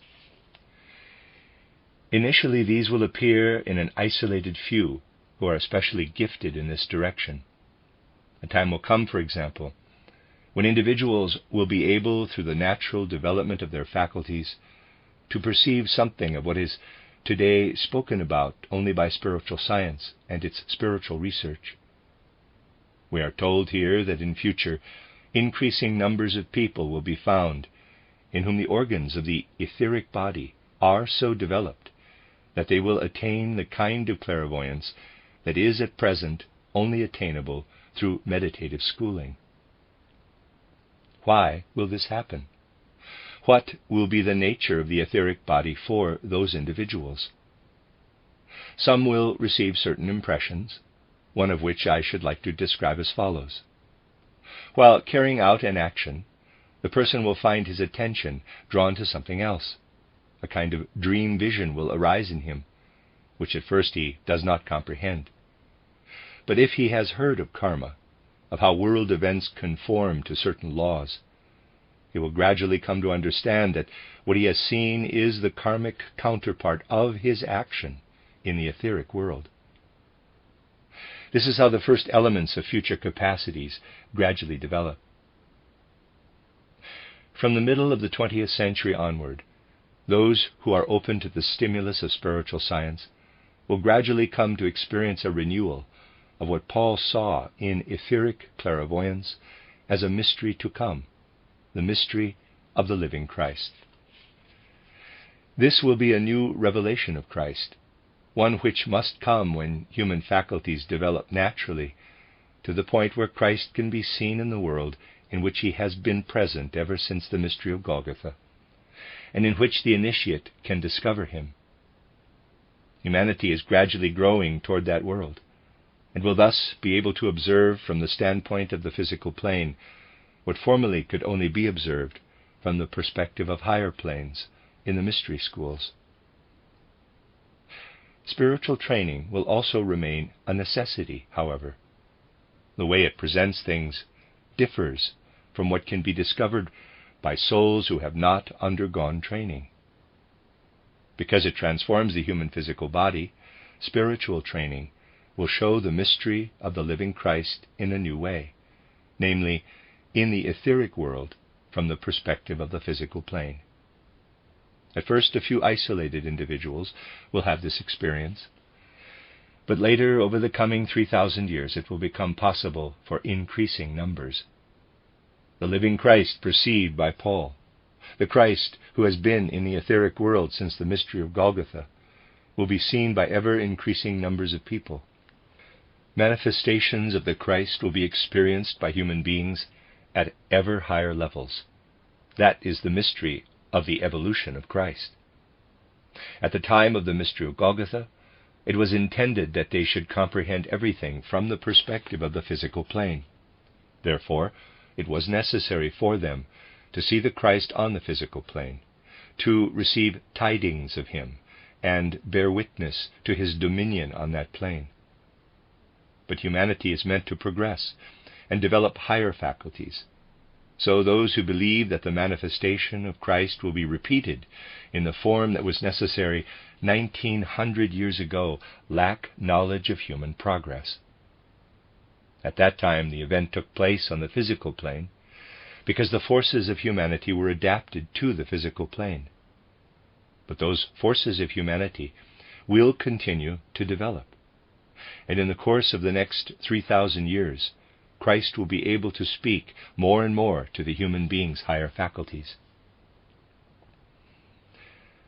What I have just said is a truth that has long been communicated from within the esoteric schools to a select few. It is a truth which today has to be discovered on the basis of spiritual science, because spiritual science is a preliminary school in which what is to come may be studied. Human beings are now adapted to freedom and making their own discovery of what is growing within them. Therefore it could happen that those who are the early pioneers of the Christ vision will be denounced as fools on account of their message to humanity. Humanity may descend yet further into materialism and trample underfoot something that could become a most wonderful revelation. Everything that can happen in the future is to a certain extent now subject to human volition. So human beings may fail to notice what is intended for their salvation. It is therefore extremely important to realize that spiritual science is a preparation for the new Christ revelation. Materialism can err in two different ways. One way, which will likely take place because of the traditions of the West, is that everything which the first pioneers of the new Christ revelation will announce in the 20th century based on their own vision will be dismissed as a figment of the imagination or the height of folly. Materialism has come to dominate every sphere of life today. It is not only ingrained in the West, for it has also taken hold of the East, where, however, it manifests in a different form. Eastern materialism might well take the form of humanity failing to recognize the higher aspects of the Christ revelation. From this would follow what I have often spoken of here, and must repeat again and again, namely that materialistic thinking will have a purely materialistic conception of the reappearance of Christ. Thus it could happen that under the influence of the truths uttered by spiritual science, people might venture to speak of a future appearance of Christ, while still believing that he will appear in a physical body. The result would simply be materialism of a different hue, merely perpetuating what has already existed for centuries. People have always exploited this false materialism. Indeed, certain individuals have declared themselves to be the reappearing Christ. The most recent well-known case occurred in the 17th century, when a man from Smyrna called Zabbatai Zevi presented himself as the Christ who had reappeared. He made a great stir. Not only those who lived in his immediate environment made pilgrimages to visit him, but also people from Hungary, Poland, Germany, France, Italy, and southern Africa. Zabbatai Zevi was everywhere hailed as the physical incarnation of a Messiah. I do not propose to recount the tragedy of humanity connected with the person of Zabbatai Zevi. In the 17th century, no great harm was done. At that time, human beings were not yet really free agents, although they could recognize the truth through a kind of spiritual feeling. In the 20th century, however, it would be a great misfortune if under the pressure of materialism the manifestation of Christ were to be taken in a materialistic sense, implying that one must look for his return in a physical body. This would only serve to prove that humanity had not acquired any perception of or insight into the real progress of human evolution toward a higher spirituality. False messiahs will inevitably appear, and thanks to the materialism of our time, they will find popular favor, just as Zabbatai Zevi did in the 17th century. For those who have been spiritually prepared, It will be a severe test to recognize where the truth lies, and to know whether the spiritual theories are really filled with a living spiritual feeling, or whether they are only a disguised form of materialism. The further development of spiritual science will be tested by whether people will develop sufficiently through it to discern that in the Spirit they must see the Spirit, that they must look up into the etheric world, that they must look upward to see a new revelation of the Christ, or whether they remain on the physical plane and want to regard a revelation in the physical body as the Christ. Spiritual science has yet to undergo this test. There is no doubt that nowhere has the ground been better prepared for a recognition of the truth in this matter than in the places where the Germanic Nordic mythology has flourished. In the way in which it has been passed down to us, the Twilight of the Gods embraces a significant vision of the future. And this now brings me to a theme I have already touched upon. I have told you that in a folk community that has so recently left its clairvoyant past behind, a clairvoyant sense is also developed in its guiding folk spirit, in order that the newfound clairvoyance can again be understood. Thus, if a human community is experiencing this new era with new human faculties in the very region where the Germanic Nordic mythology once flourished, then this human community must realize that the old clairvoyance will assume a different form after humanity has undergone development on the physical plane. For a time, the old clairvoyance has fallen silent. For a time, the world of Odin and Thor, of Baldur and Hoedur, of Freyr and Freyja, has retreated out of sight, has stood in the background. But it will return again in a time when other forces have, meanwhile, been at work upon the human soul. When this human soul looks out upon a new world with a new etheric clairvoyance, it will realize that it can no longer avail itself of the old forms of the forces that educated it.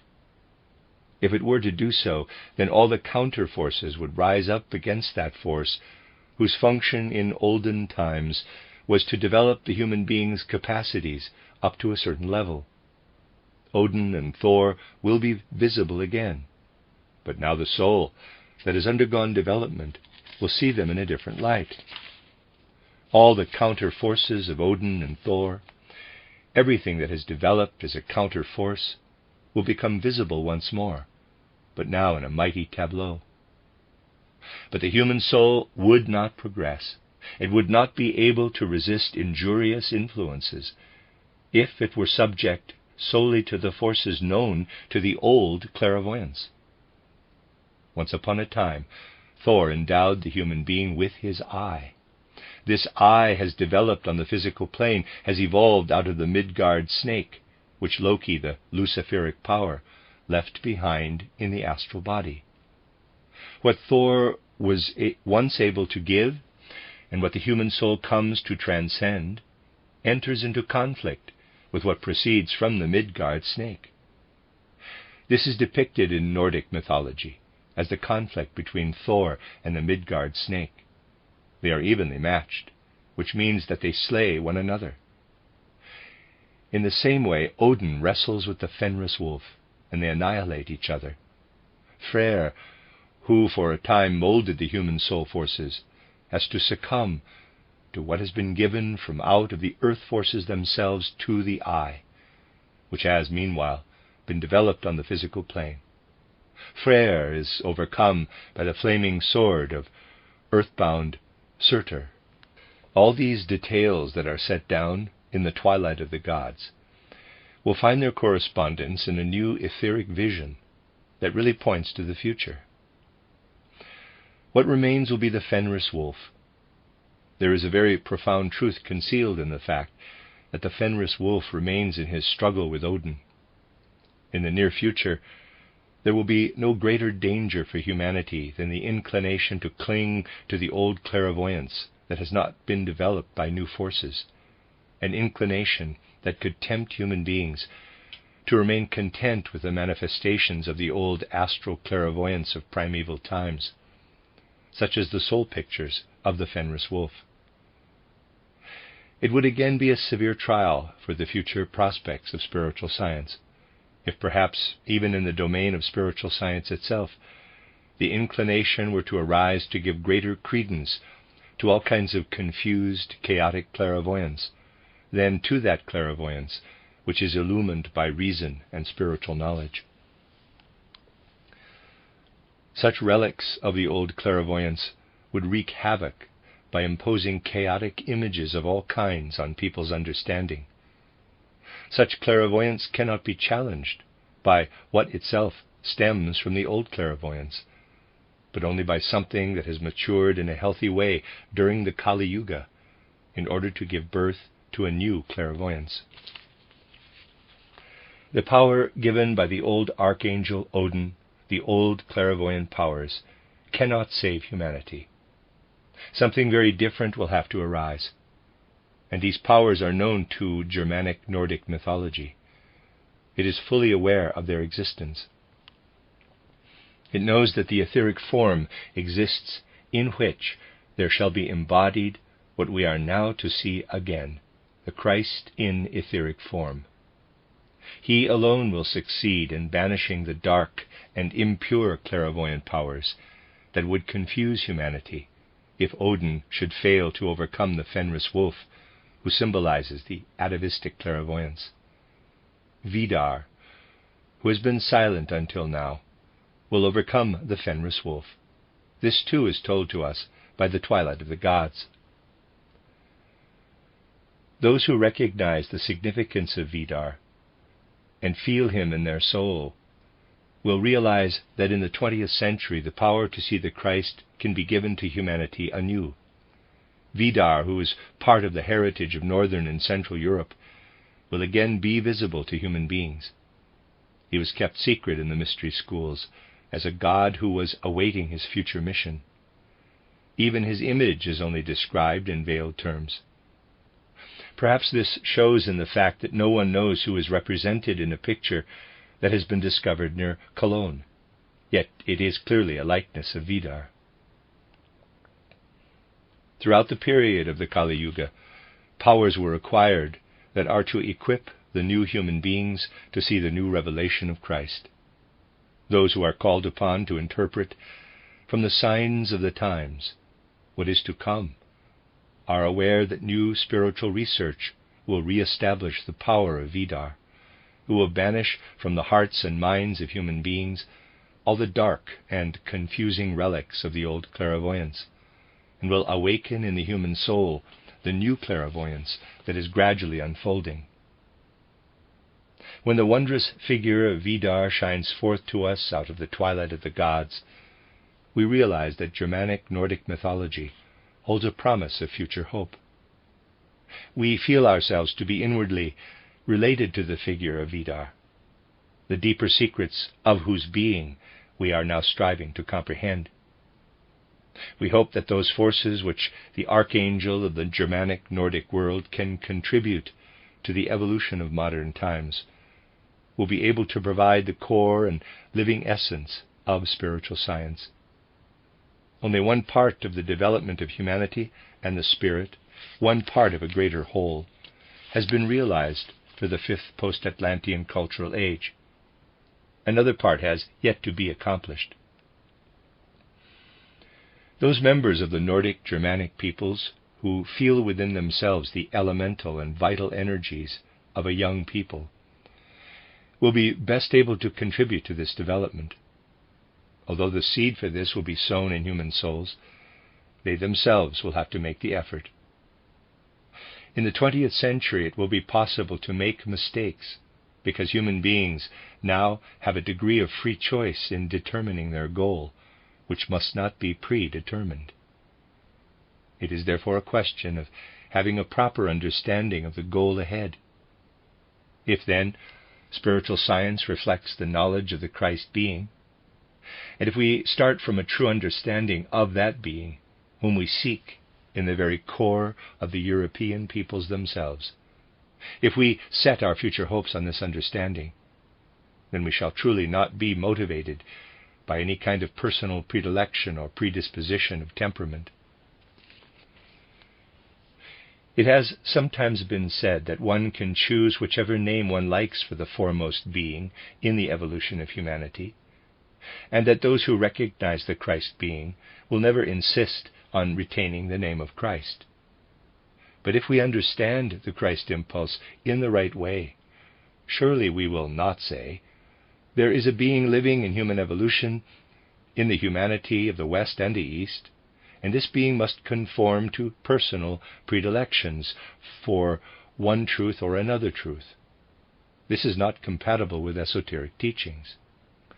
What is compatible with such teachings is that once we recognize that such a being should be given the name of Buddha, we should steadfastly abide by our decision, irrespective of whether we do or do not like the name.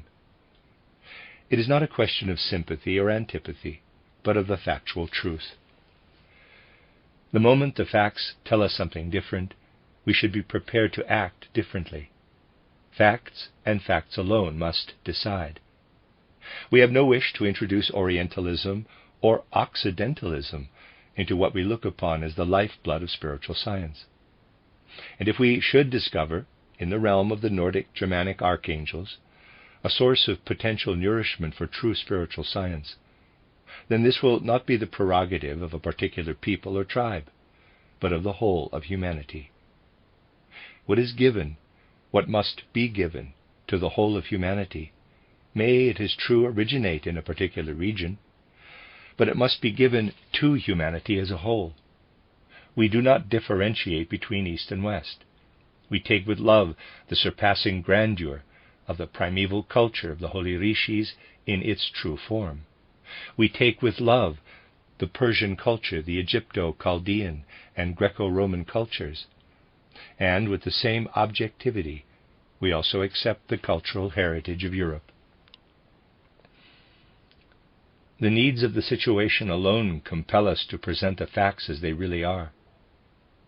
If we incorporate everything that comes from the whole of humanity, everything that every religion contributes to human cultural progress, into what we recognize today to be the common property of humanity, then the more we do this, the more we are acting in accordance with the Christ principle. Since this is capable of further development, we must overcome what it went through in early centuries and millennia, when it was still in its least perfect early beginnings. Let us not look to the past, or be guided by it. We are not concerned with traditions, but with what can be discovered by looking into the spiritual world.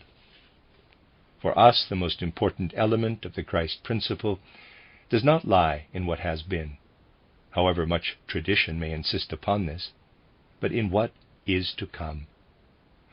We rely not on historical tradition, but seek to discover what is to come. It is not the external historical approach to early Christian times with which we are concerned. Once Christianity has overcome its childhood growing pains, it will continue to evolve. It even went forth into foreign lands and wanted to convert people to the particular Christian dogmas of the age. But what we see before our souls is a Christianity which tells us that Christ has been at work in every age, that we shall find Christ wherever we may go, and that the Christ principle is the highest principle of spiritual science.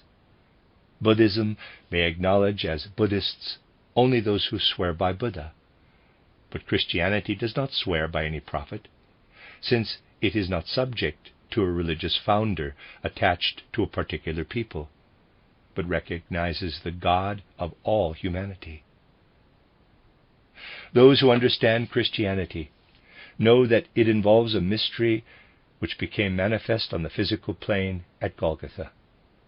By contemplating this mystery, we are led in the direction I have been describing. We may also be aware that the form in which people experienced the mystery of Golgotha was the only form in which this was possible at that time. We refuse to be imposed upon by dogmas, even those of the Christian past. And if any dogma were to be inflicted on us, irrespective of its source, we would reject it in the name of the true Christ principle. However, many people may try to confine the historical Christ within a confessional creed. However many may declare that our vision of the future Christ is mistaken, we shall not permit ourselves to be led astray when they declare that he must be like this or like that, even when it comes from the lips of those who ought to know who Christ is. Equally, the idea of the Christ being should not be limited or circumscribed by Oriental traditions, or colored by the dogmas of Oriental dogmatism. What is taught out of the truly spiritual sources concerning the evolution of the future must be free and independent of all tradition and authority. It is wonderful to see the degree of mutual understanding that exists among those who have gathered here. Many who have come from elsewhere and are not of Nordic extraction have remarked to me again and again in the last few days how free they feel in their relations with the people of the Scandinavian North. It is proof that, even if some may not be conscious of it, we are able to understand each other at the deepest levels of spiritual knowledge, and that we shall understand each other, especially in those matters which I emphasized at the last Theosophical Congress in Budapest, and which I repeated during our own general meeting in Berlin, when we had the great pleasure of seeing friends from Norway among us. It would not be good for spiritual science if those who cannot as yet see into the spiritual world were obliged to accept in blind faith what they are told. I ask you now, as I asked you in Berlin, never to accept on authority or faith anything I have ever said or will say. Even before one has reached the stage of clairvoyance, it is possible to test the results of clairvoyant vision. Whatever I may have said about Zarathustra and Jesus of Nazareth, about Hermes and Moses, about Odin and Thor, or about Christ Jesus himself, I ask you not to accept it as an article of faith or a statement founded on authority. I beg you to desist from adherence to the principle of authority, for this principle would be detrimental to us. I am sure, however, that when you begin to reflect objectively on what you have been told, when you investigate the accessible records, the religious and mythological sources, and the statements of scientists, then you will realize the correctness of what I have said. Avail yourselves of every means at your disposal, the more the better. I have no qualms. Whatever is put forward from Rosicrucian sources can be tested in every way. Armed with the materialistic criticism of the Gospels, verify what I have said about Christ Jesus. Verify what I have said about history as thoroughly as possible, by all the means at your command on the physical plane. I am sure that the more thoroughly you test it, the more you will find that what has been given out of the sources of the Rosicrucian mystery will correspond to the truth. I am counting on you not to believe statements based on Rosicrucian sources, but to test them not superficially by the superficial methods of present-day science, but ever more and more conscientiously. If you take the latest results of the sciences attained by means of their most modern techniques, if you examine everything that historical or religious research can offer, then I will have no qualms. The more you test them, the more will the truth of statements based on Rosicrucian sources be confirmed. You must accept nothing on authority. The best students of spiritual science are those who initially take what is said as an incentive and test it by the facts of life itself. For in life, too, at every stage of life, you can test what is given out from the sources of Rosicrucianism. It is far from the intention of these lectures to lay down dogmas and claim that the facts are such and must be believed. Verify them by an exchange of views with people of able and active mind, and you will find confirmation of what has been said in a prophetic indication of the future appearance of Christ. You need only open your eyes and verify it objectively. We make no appeal to belief in authority. This need to test everything received from spiritual science should become a kind of basic attitude imbuing our whole approach. I want to impress upon you, therefore, that it is not the true way of spiritual science to accept a statement as dogma on the authority of one person or another. Spiritual science challenges us to take its findings and test them in life. Then any bias that might be detected in a statement made by spiritual science will be annulled. Our views must not be colored by any bias toward either an Eastern or a Western approach, for both are of equal appeal to those who speak in the sense of Rosicrucianism. The inner nature of the facts alone determines their truth. It is this inner nature that we must especially bear in mind at a moment when we are talking about the folk spirit who prevails across all the northern regions. Here lives the spirit of Germanic Nordic mythology. Although his presence remains as yet below the surface, his influence is more widely diffused in Europe than one imagines. If such a thing as a conflict among the northern peoples were possible, it could not involve a dispute about contributions to the common welfare, for every people must practice self-knowledge and ask itself, how can we best contribute to the common welfare? Then whatever leads to the collective progress of all, to the common welfare of humanity, will flow toward a common altar. The sources of what we are able to contribute lie in every individual. The Germanic Nordic Archangel will bring to the overall future culture of humanity what he is most suited for in keeping with the capacities he has acquired, which we have already outlined here.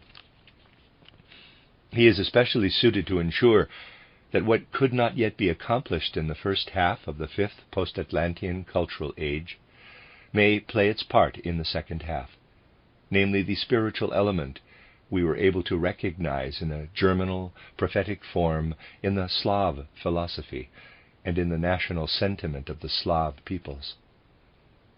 As long as this remains in a preparatory stage, the first half of the fifth post-Atlantean age must be held back. At first, all that could be achieved by way of a philosophy was a highly sublimated spiritual perception. This must then be grasped and imbued by the vital energies of the people, so that it may become the common property of all humanity, and may be realized in all aspects of our earthly life. Let us try to come to an understanding on this subject, for then this rather fraught theme will have caused no great harm, if all who are assembled here from northern, southern, eastern, western, and central Europe feel that it is a theme which is really important for the whole of humanity, if we feel that not only the larger nations, but also the smaller isolated groups, each have their appointed mission and have to contribute their share to the whole. Often the smallest national fragments have exceedingly important contributions to make, because it is their task to nurture either old or new motifs of soul life. Thus, even though we have made this fraught topic the subject of our lectures, it will serve to foster the basic sentiment of a community of soul among all those who are united in thinking and feeling on the basis of spiritual science and its ideals. Only if we were still reacting out of sympathy and antipathy, if we had no clear understanding of the essence of our worldwide movement, could misunderstandings arise from what has been said. But if we have grasped the pervading spirit of these lectures, then the ideas presented may also help us to make a firm resolution to harbor the high ideal, each from our own standpoint and from our own background, to contribute to a common goal, what lies in our own mission. We can best achieve this through our own individual initiative and our natural predisposition. We can best serve humanity if we develop our own particular talents so as to offer them to the whole of humanity as a sacrifice for the ongoing stream of culture. We must learn to understand this. We must learn to understand that it would be terrible if spiritual science did not contribute to the development of human beings, of angels and archangels, but were used instead to support the convictions of one people at the expense of another. It is not the purpose of spiritual science to assist in imposing the religious beliefs of one region upon another. if the East were to prevail over the West, or vice versa. This would in no way accord with the views of spiritual science. To accord with spiritual science, we must put our best, our purely human qualities, at the service of humanity as a whole. We must live fully within our own being, not for our own sake, but for the sake of all human beings. That is the meaning of tolerance in the sense of spiritual science. I had to add these words as an accompaniment to the rather delicate subject we have been discussing. Spiritual science, as we will realize more and more clearly, will bring to an end all the divisions of humanity. It is now the right time to become acquainted with the folk souls, because spiritual science is here to teach us not to set folk souls against one another in opposition, but rather to call on them to work together harmoniously. The better we understand this, the better students of spiritual science we will be. On this note, we will end for the time being the course of lectures given here, for the knowledge we gather must ultimately find an echo in our feelings and our thinking, and in the goals of spiritual science set before us. The more we practice this in our lives, the better students of spiritual science we become. I have found that a good many of those who have accompanied us to Oslo have received a most favorable impression, which they have expressed in the words, quote, "I am so much enjoying being here in the north," close quote. And if we wish to express ourselves in the words of silent Vidar of the Aesir, we may say, when high spiritual forces will have been awakened in humanity in the future, which we will surely see before our eyes, then he will be the active friend of cooperative work and endeavor in the cause for which we have all assembled here. With this object in view, let us take leave of one another here on the physical plane, after having been together for a few days, but hope to remain always bound together in spirit with this intention. Irrespective of where we come from as students of spiritual science, whether near or far, may we always meet together in harmony, even when the theme we have come to discuss concerns the individual characteristics of one region of the earth or another. We know that these are but individual tongues of sacrificial fire that must mount together into a mighty blaze for the good of humanity, with the help of spiritual science, which is so close to our hearts and so deeply rooted in our souls. That is the end of Lecture 11 and the end of the book, The Mission of Folk Souls, 11 Lectures by Rudolf Steiner, Collected Works, Volume 121, translated by Johanna Collis.